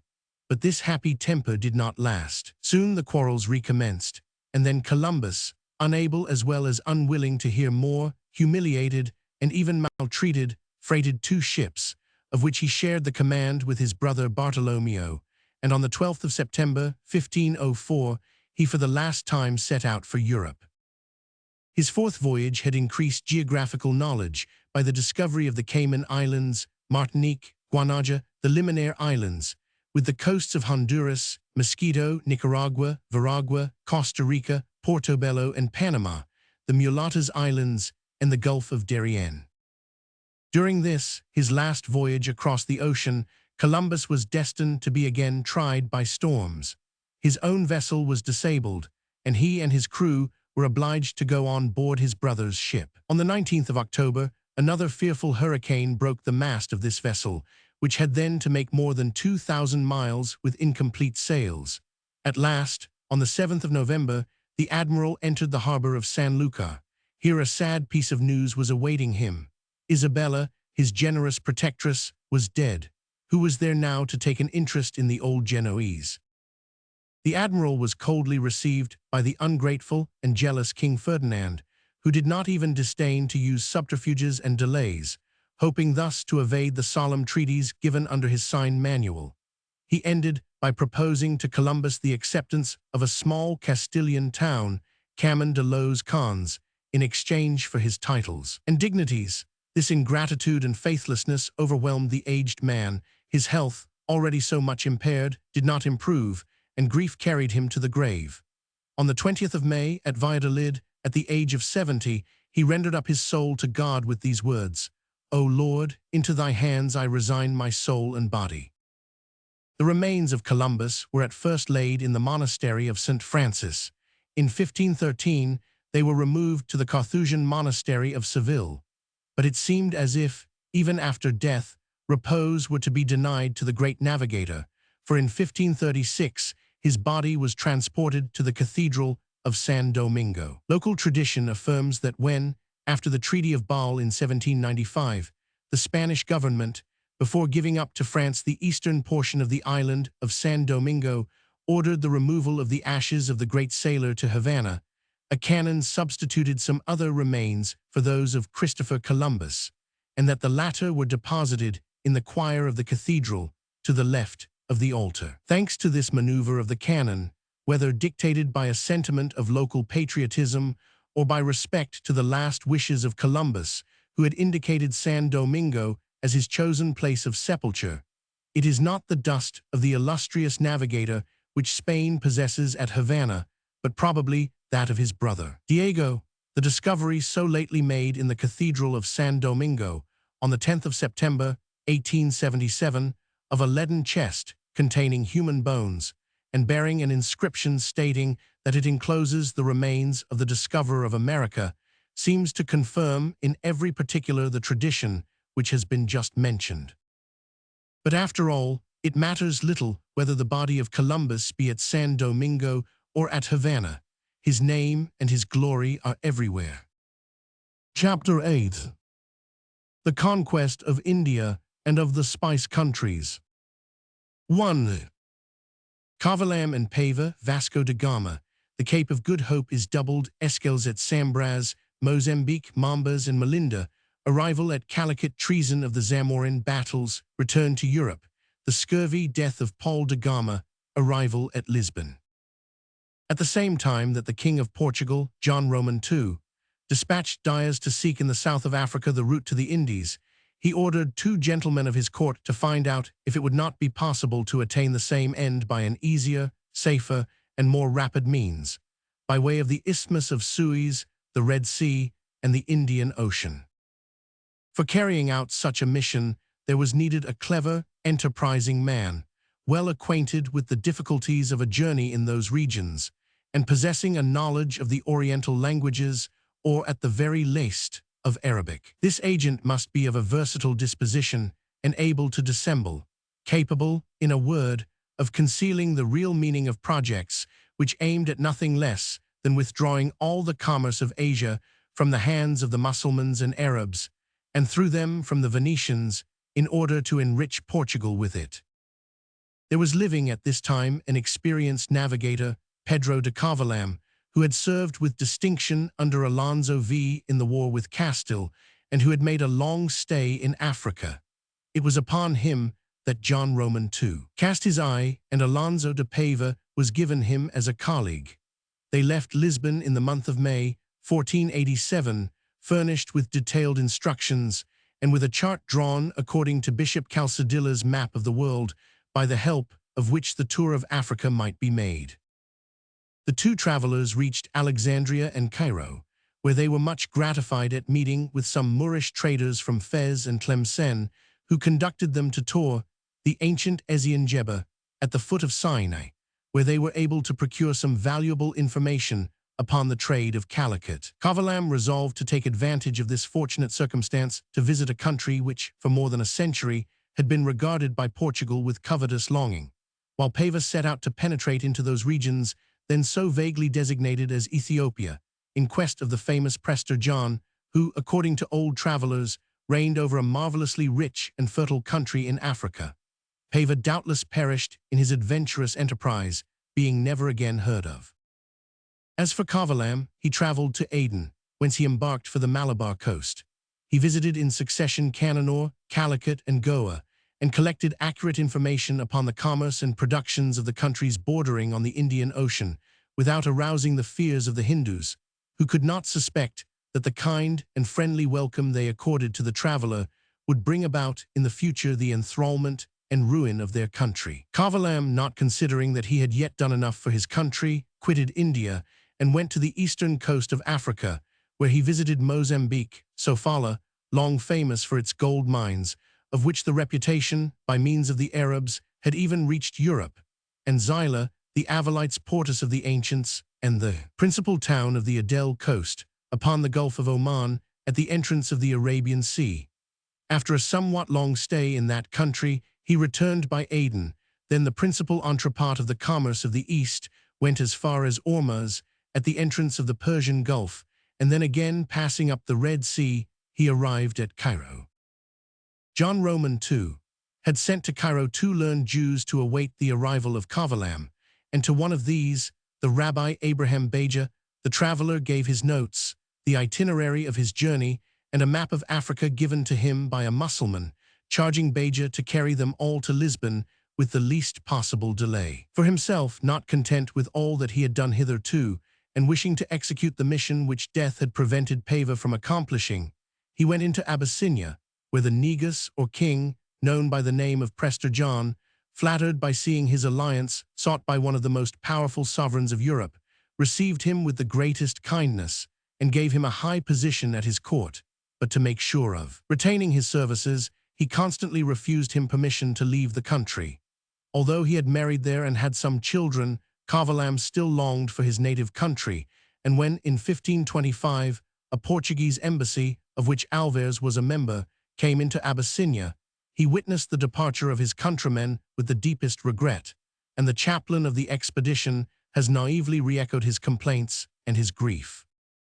M. Ferdinand Denis says, by furnishing precise information upon the possibility of circumnavigating Africa, by indicating the route to the Indies, by giving more positive and extended ideas upon the commerce of these countries, and above all, by describing the gold mines of Sofala, and so exciting the cupidity of the Portuguese, Covilham contributed greatly to accelerate the expedition of Gama. Vasco da Gama. Vasco da Gama. From an old print.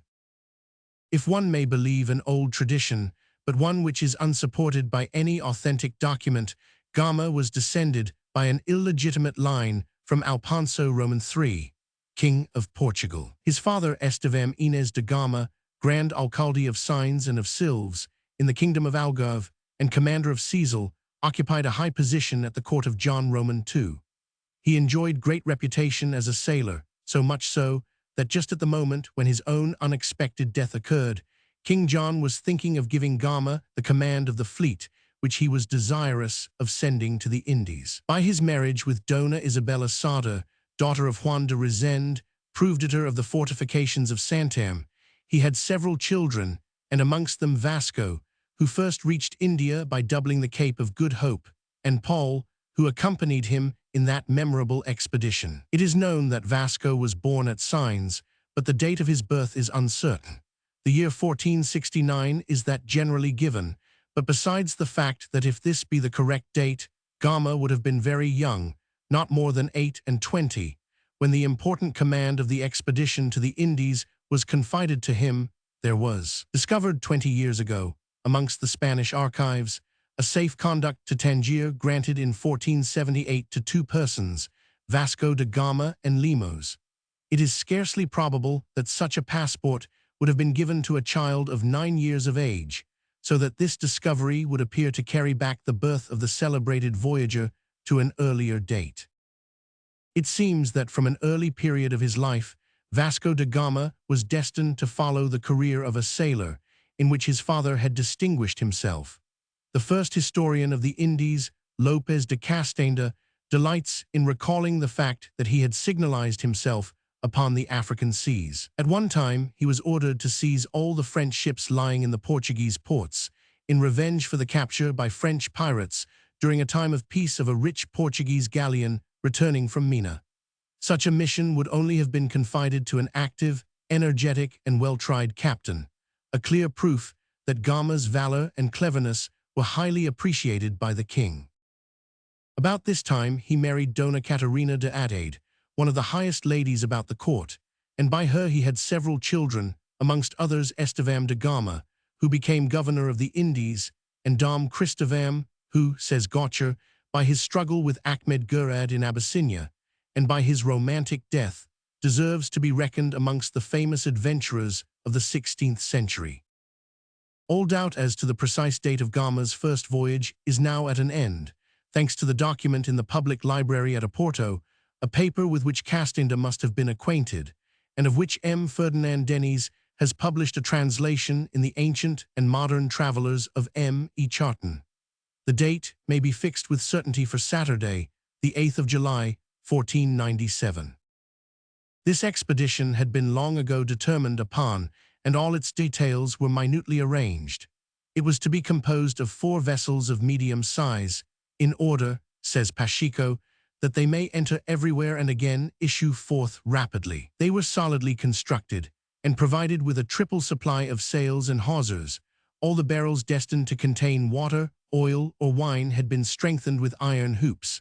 Large provisions of all kinds had been made, such as flour, wine, vegetables, drugs, and artillery. The personnel of the expedition consisted of the best sailors, the cleverest pilots, and the most experienced captains. Gama, who had received the title of Capitam Mor, hoisted his flag upon the Sam Gabriel of 120 tons. His brother Paul de Gama was on board the Sam Raphael of 100 tons. A caravel of 50 tons, the Berriot, so named in memory of the pilot Berriot, who had sold her to Emmanuel I, was commanded by an experienced sailor, Niccolo Silho, while Pedro Nunes was the captain of a large bark, laden with provisions and merchandise, destined for exchange with the natives of the countries which should be visited. Piero de Lemca, who had been pilot to Bartholomew Diaz, was to regulate the course of the vessels. The crews, including 10 criminals who were put on board to be employed on any dangerous service, amounted to 160 persons. What feeble means these, what almost absurd resources, compared with the grandeur of the mission which these men were to accomplish. On the 8th of July, at sunrise, Gama advanced towards the vessels, followed by his officers through an immense crowd of people. Around him were a number of monks and religious persons who chanted sacred hymns and besought heaven's protection for the voyagers. This departure from Rasello must have been a singularly moving scene.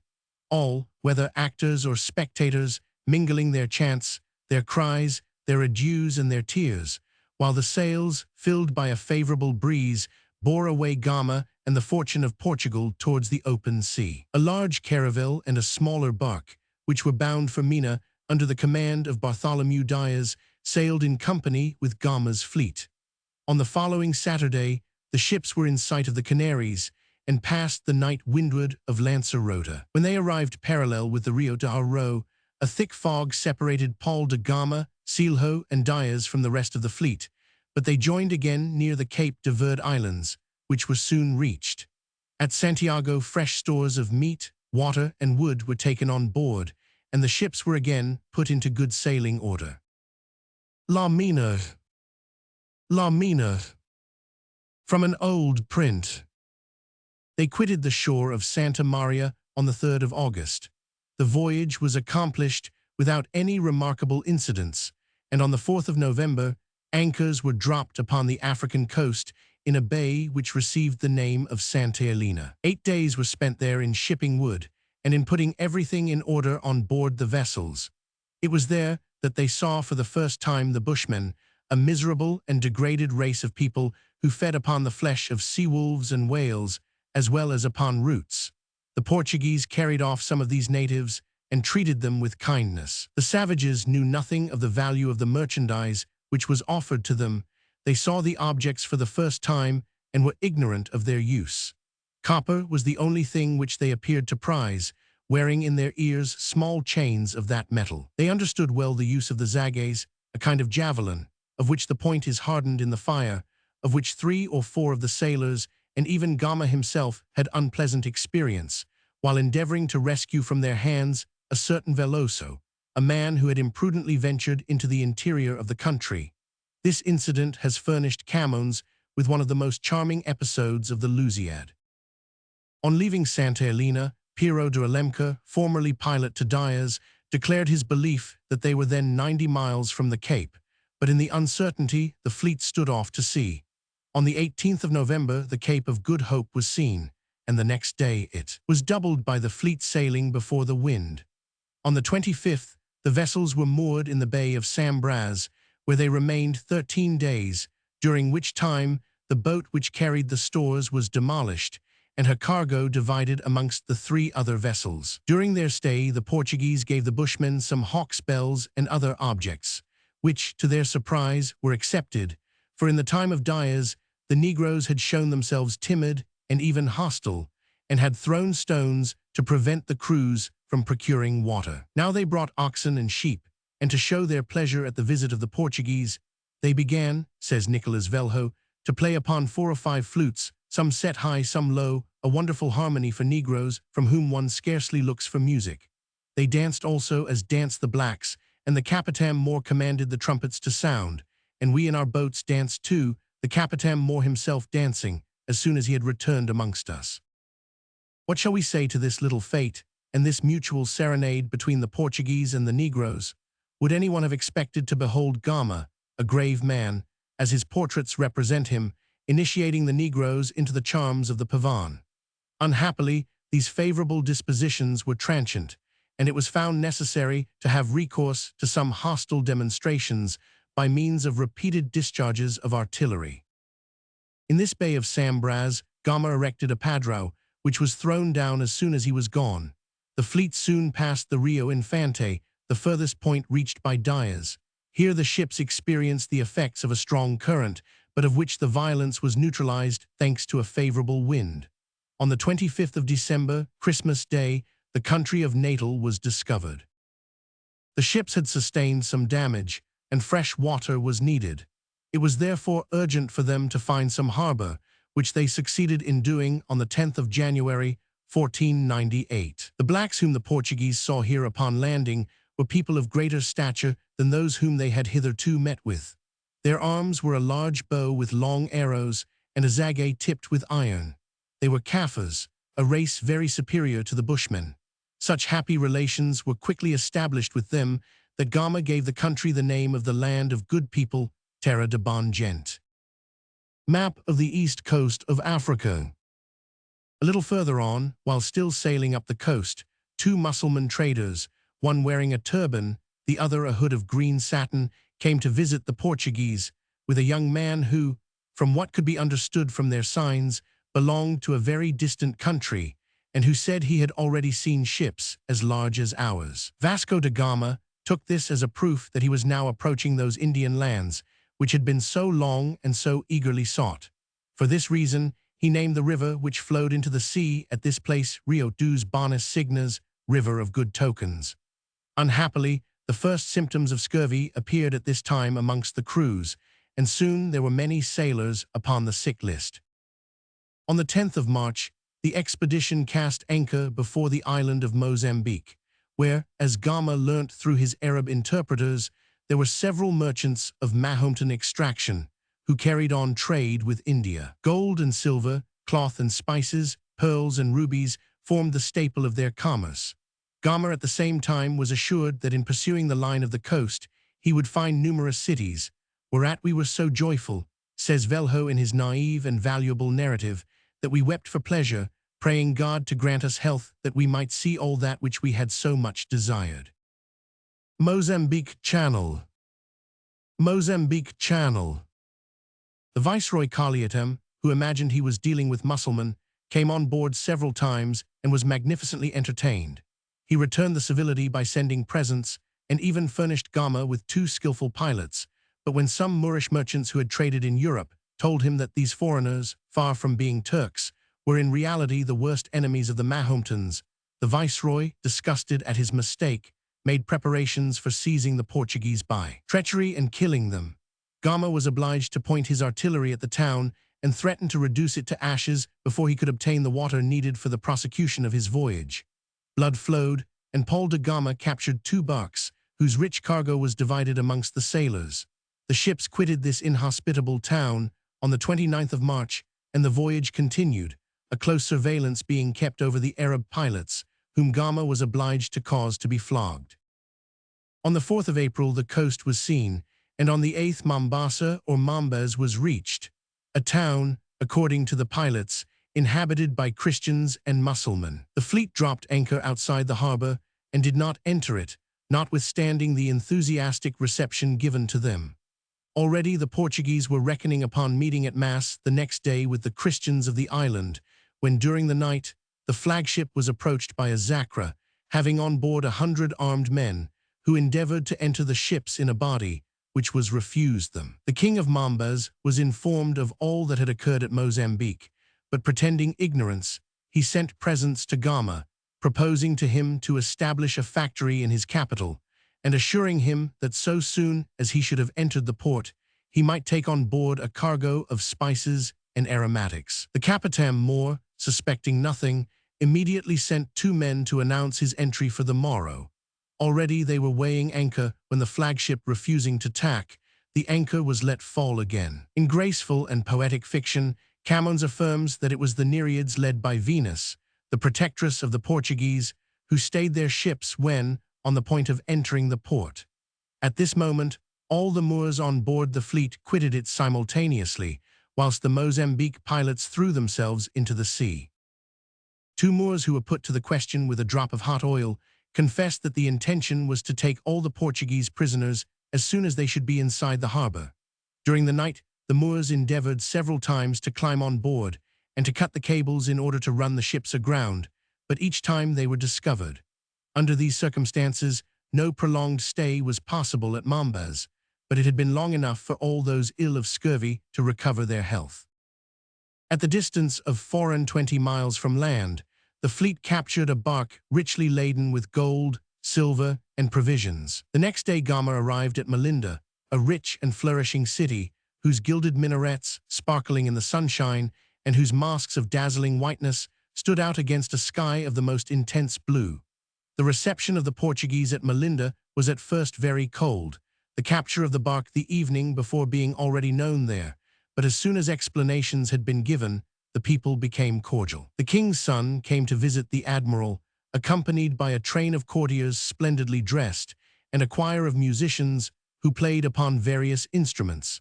The greatest astonishment was shown at the artillery practice, for the invention of gunpowder was not yet known on the east coast of Africa. A solemn treaty was made, ratified by oaths upon the Gospel and the Quran, and cemented by an interchange of presents. From this moment, the ill will, the treachery, the difficulties of all kinds which had hitherto beset the expedition, ceased as if by magic. This must be attributed to the generosity of the King of Melinda and to the aid which he furnished to the Portuguese. Faithful to the promise which he had made to Vasco da Gama, the king sent him a Gujarat pilot named Malimo Kaina, a man well instructed in navigation, understanding the use of charts, of the compass and the quadrant, and who rendered the most important service to the expedition. After a stay of 9 days, the fleet weighed anchor for Calicut. The coasting plan hitherto pursued was now to be abandoned, and the time was come when, in reliance upon the blessing of God, the Portuguese must venture out upon the wide ocean, without other guide than an unknown pilot furnished by a king whose kind welcome had not sufficed to lull to sleep the suspicions of the foreigners. And yet, thanks to the ability and loyalty of this pilot, thanks also to the clemency of the sea, and to the wind being constantly in its favor, the fleet, after a 23 days' voyage, reached the land on the 17th May, and the next day anchored at the distance of 6 miles below Calicut. The enthusiasm on board was great. At last they had arrived in those rich and wonderful countries. Fatigues, dangers, sickness, all were forgotten. The object of their long labors was attained, or rather it seemed to be so, for there was still needed the possession of the treasures and rich productions of India. Scarcely were the anchors dropped when 4 boats came off from the shore, performing evolutions around the fleet and apparently inviting the sailors to disembark. But Gama, rendered cautious by the occurrences at Mozambique and Mombas, sent on shore one of the criminals who were on board to act as a scout, ordering him to walk through the town and endeavor to ascertain the temper of its inhabitants. Surrounded by an inquisitive crowd, assailed by questions to which he could not reply, this man was conducted to the house of a Moor named Mauqueda, who spoke Spanish, and to whom he gave a short account of the voyage of the fleet. Mauqueda returned with him on board, and his first words on setting foot on the ship were "Good luck, good luck, quantities of rubies, quantities of emeralds," whereupon Mauqueda was at once engaged as interpreter. The King of Calicut was at this time at a distance of 45 miles from his capital, so the Capitam Moor dispatched 2 men to announce the arrival of an ambassador from the King of Portugal, being the bearer of letters to him from his sovereign. The king at once sent a pilot, with orders to take the Portuguese ships into the safer roadstead of Pandroni, and promised to return himself on the morrow to Calicut. This he did, and ordered his intendant or catwal to invite Gama to land and open negotiations. In spite of the supplications of his brother, Paul de Gama, who represented to him the dangers which he might incur, and those to which his death would expose the expedition, the Capitam Moor set out for the shore, upon which an enormous crowd of people were awaiting him. The idea that they were in the midst of a Christian population was so rooted in the minds of all the members of the expedition, that Gama, on passing by a pagoda on the way, entered it to perform his devotions. One of his companions, however, Juan de Sa, noticing the hideous pictures upon the walls, was less credulous, and whilst throwing himself upon his knees, said aloud, "If that be a devil, I intend nevertheless to adore only the true God," a mental reservation which caused amusement to the admiral. Near the gates of the town, the crowd was even more closely packed. Gama and his companions, under the guidance of the catwal, had some difficulty in reaching the palace, where the king, who in the narrative is called the Zamorin, was awaiting them with extreme impatience. Ushered into halls splendidly decorated with silken stuffs and carpets, and in which burned the most exquisite perfumes, the Portuguese found themselves in the presence of the Zamorin.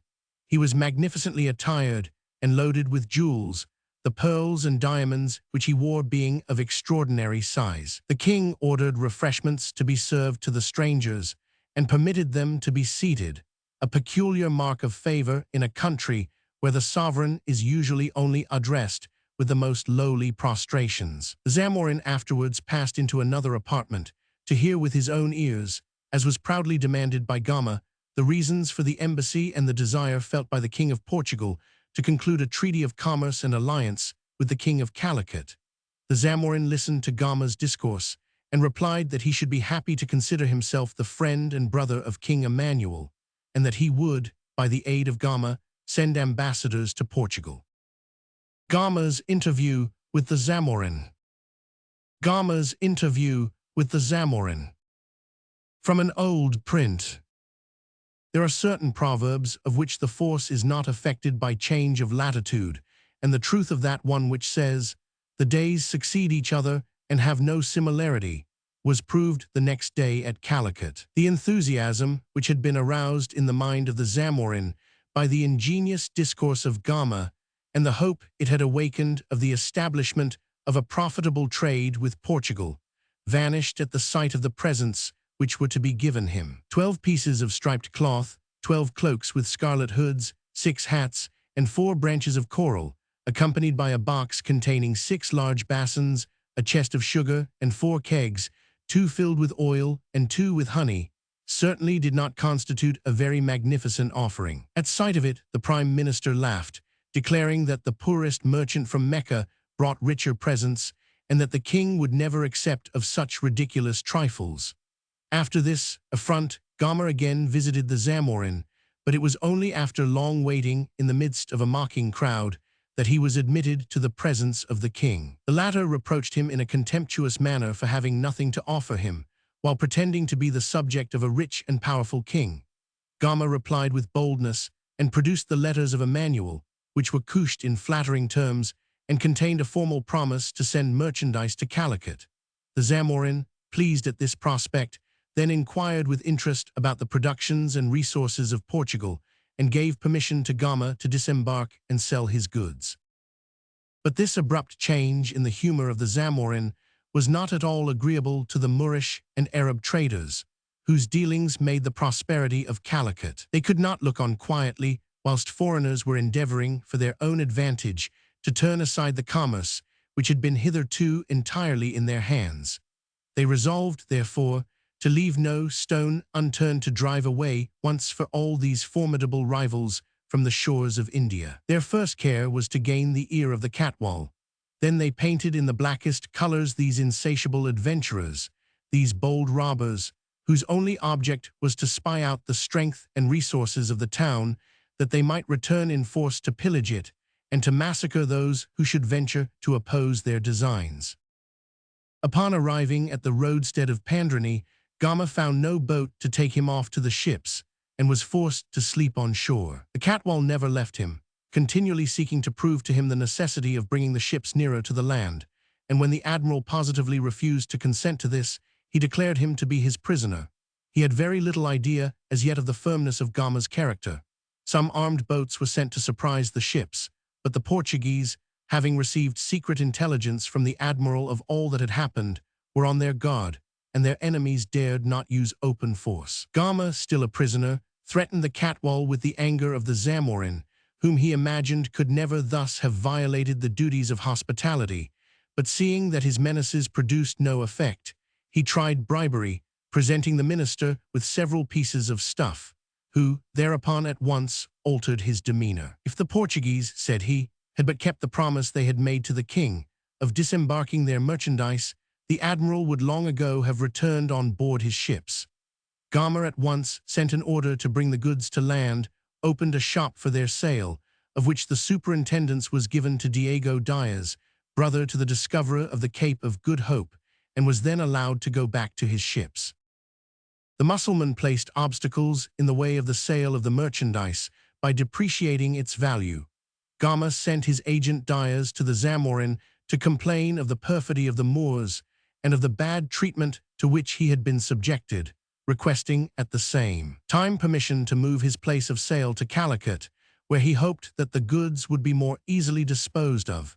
This request was favorably received, and friendly relations were maintained, in spite of the Moorish intrigues, until the 10th of August, 1498. On that day, Diaz went to announce Gama's impending departure to the king, reminding him of his promise to send an embassy to Portugal, and asking him to allow Gama a specimen of each of the productions of the country. These were to be paid for on the first sale of goods, which should take place after the departure of the fleet, it being intended that the employees of the factory should remain at Calicut during Gama's absence.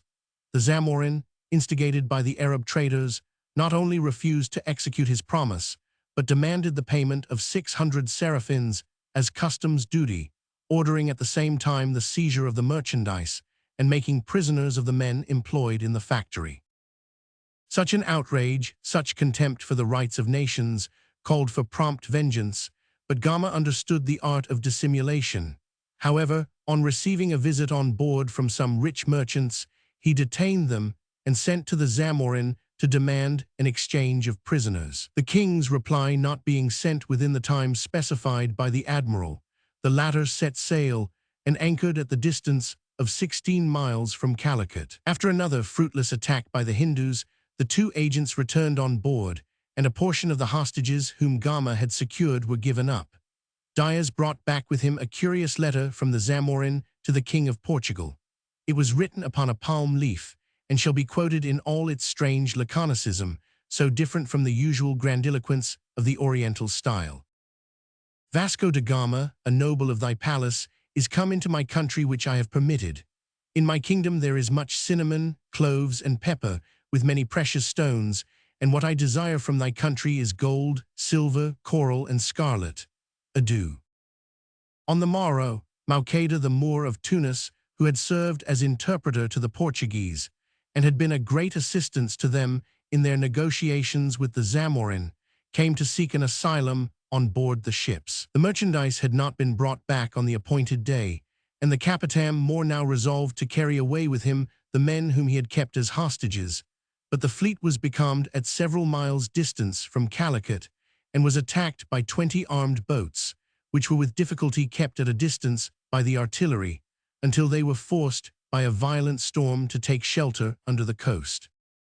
The admiral was sailing along the coast of the Deccan, and had permitted some of the sailors to go on shore to gather fruit and collect cinnamon bark, when he perceived 8 boats, which appeared to be coming towards him. Gama recalled the men, and sailed forward to meet the Hindus, who made the greatest haste to flee from him, but not without leaving a boat laden with cocoa and provisions in the hands of the Portuguese.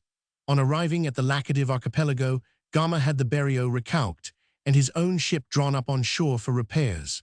The sailors were busy over this work when they were again attacked, but without more success than heretofore. The next day witnessed the arrival of an individual 40 years of age, dressed in Hindu style, who began to speak to the Portuguese in excellent Italian, telling them that he was a native of Venice, and had been torn from his country while still young, that he was a Christian, but without the possibility of practicing his religion. He was in a high position at the court of the king of the country, who had sent him to them to place at their disposal all that the country contained which could minister to their comfort. These offers of service, so different from the welcome accorded to them hitherto, excited the suspicions of the Portuguese, and they were not long in discovering that this adventurer was in command of the boats which had attacked them the day before. Upon this they had him scourged, until he confessed that he had come to discover whether it were possible to attack the fleet with advantage, and he ended by affirming that all the inhabitants of the seashore were in league to destroy the Portuguese. He was retained on board, the work upon the ships was hurried forward, and as soon as water and provisions had been taken in, sail was made for a return to Europe. In consequence of dead calms and contrary winds, the expedition was 3 months, all but 3 days, in reaching the African coast. During this long voyage, the crews suffered terribly from scurvy, and 30 sailors perished. In each ship, only 7 or 8 men were in a condition to work the vessel, and very often the officers themselves were forced to lend a hand. Whence I can affirm, says Velho, that if the time in which we sailed across those seas had been prolonged a fortnight, nobody from hence would have navigated them after us. And the captains having held a council upon the matter, it was resolved that in case of similar winds catching us again, to return towards India, there to take refuge. On the 2nd of February, 1499, the Portuguese found themselves at last abreast of a great town on the coast of Agen, called Magadoxo, distant 300 miles from Melinda. Gama, dreading another reception like the one given to him at Mozambique, would not stop here, but while passing within sight of the town, ordered a general discharge of the guns. A few days afterwards, the rich and salubrious plains of Melinda came in sight, and here they cast anchor. The king hastened to send off fresh provisions and oranges for the invalids on board. The reception given by him to the Portuguese was in every particular most affectionate, and the friendship which had arisen during Gama's first visit to Melinda was greatly strengthened. The Sheik of Melinda sent for the King of Portugal a horn made of ivory and a number of other presents, entreating Gama at the same time to receive a young Moor on board his ship, that through him the king might learn how earnestly he desired his friendship.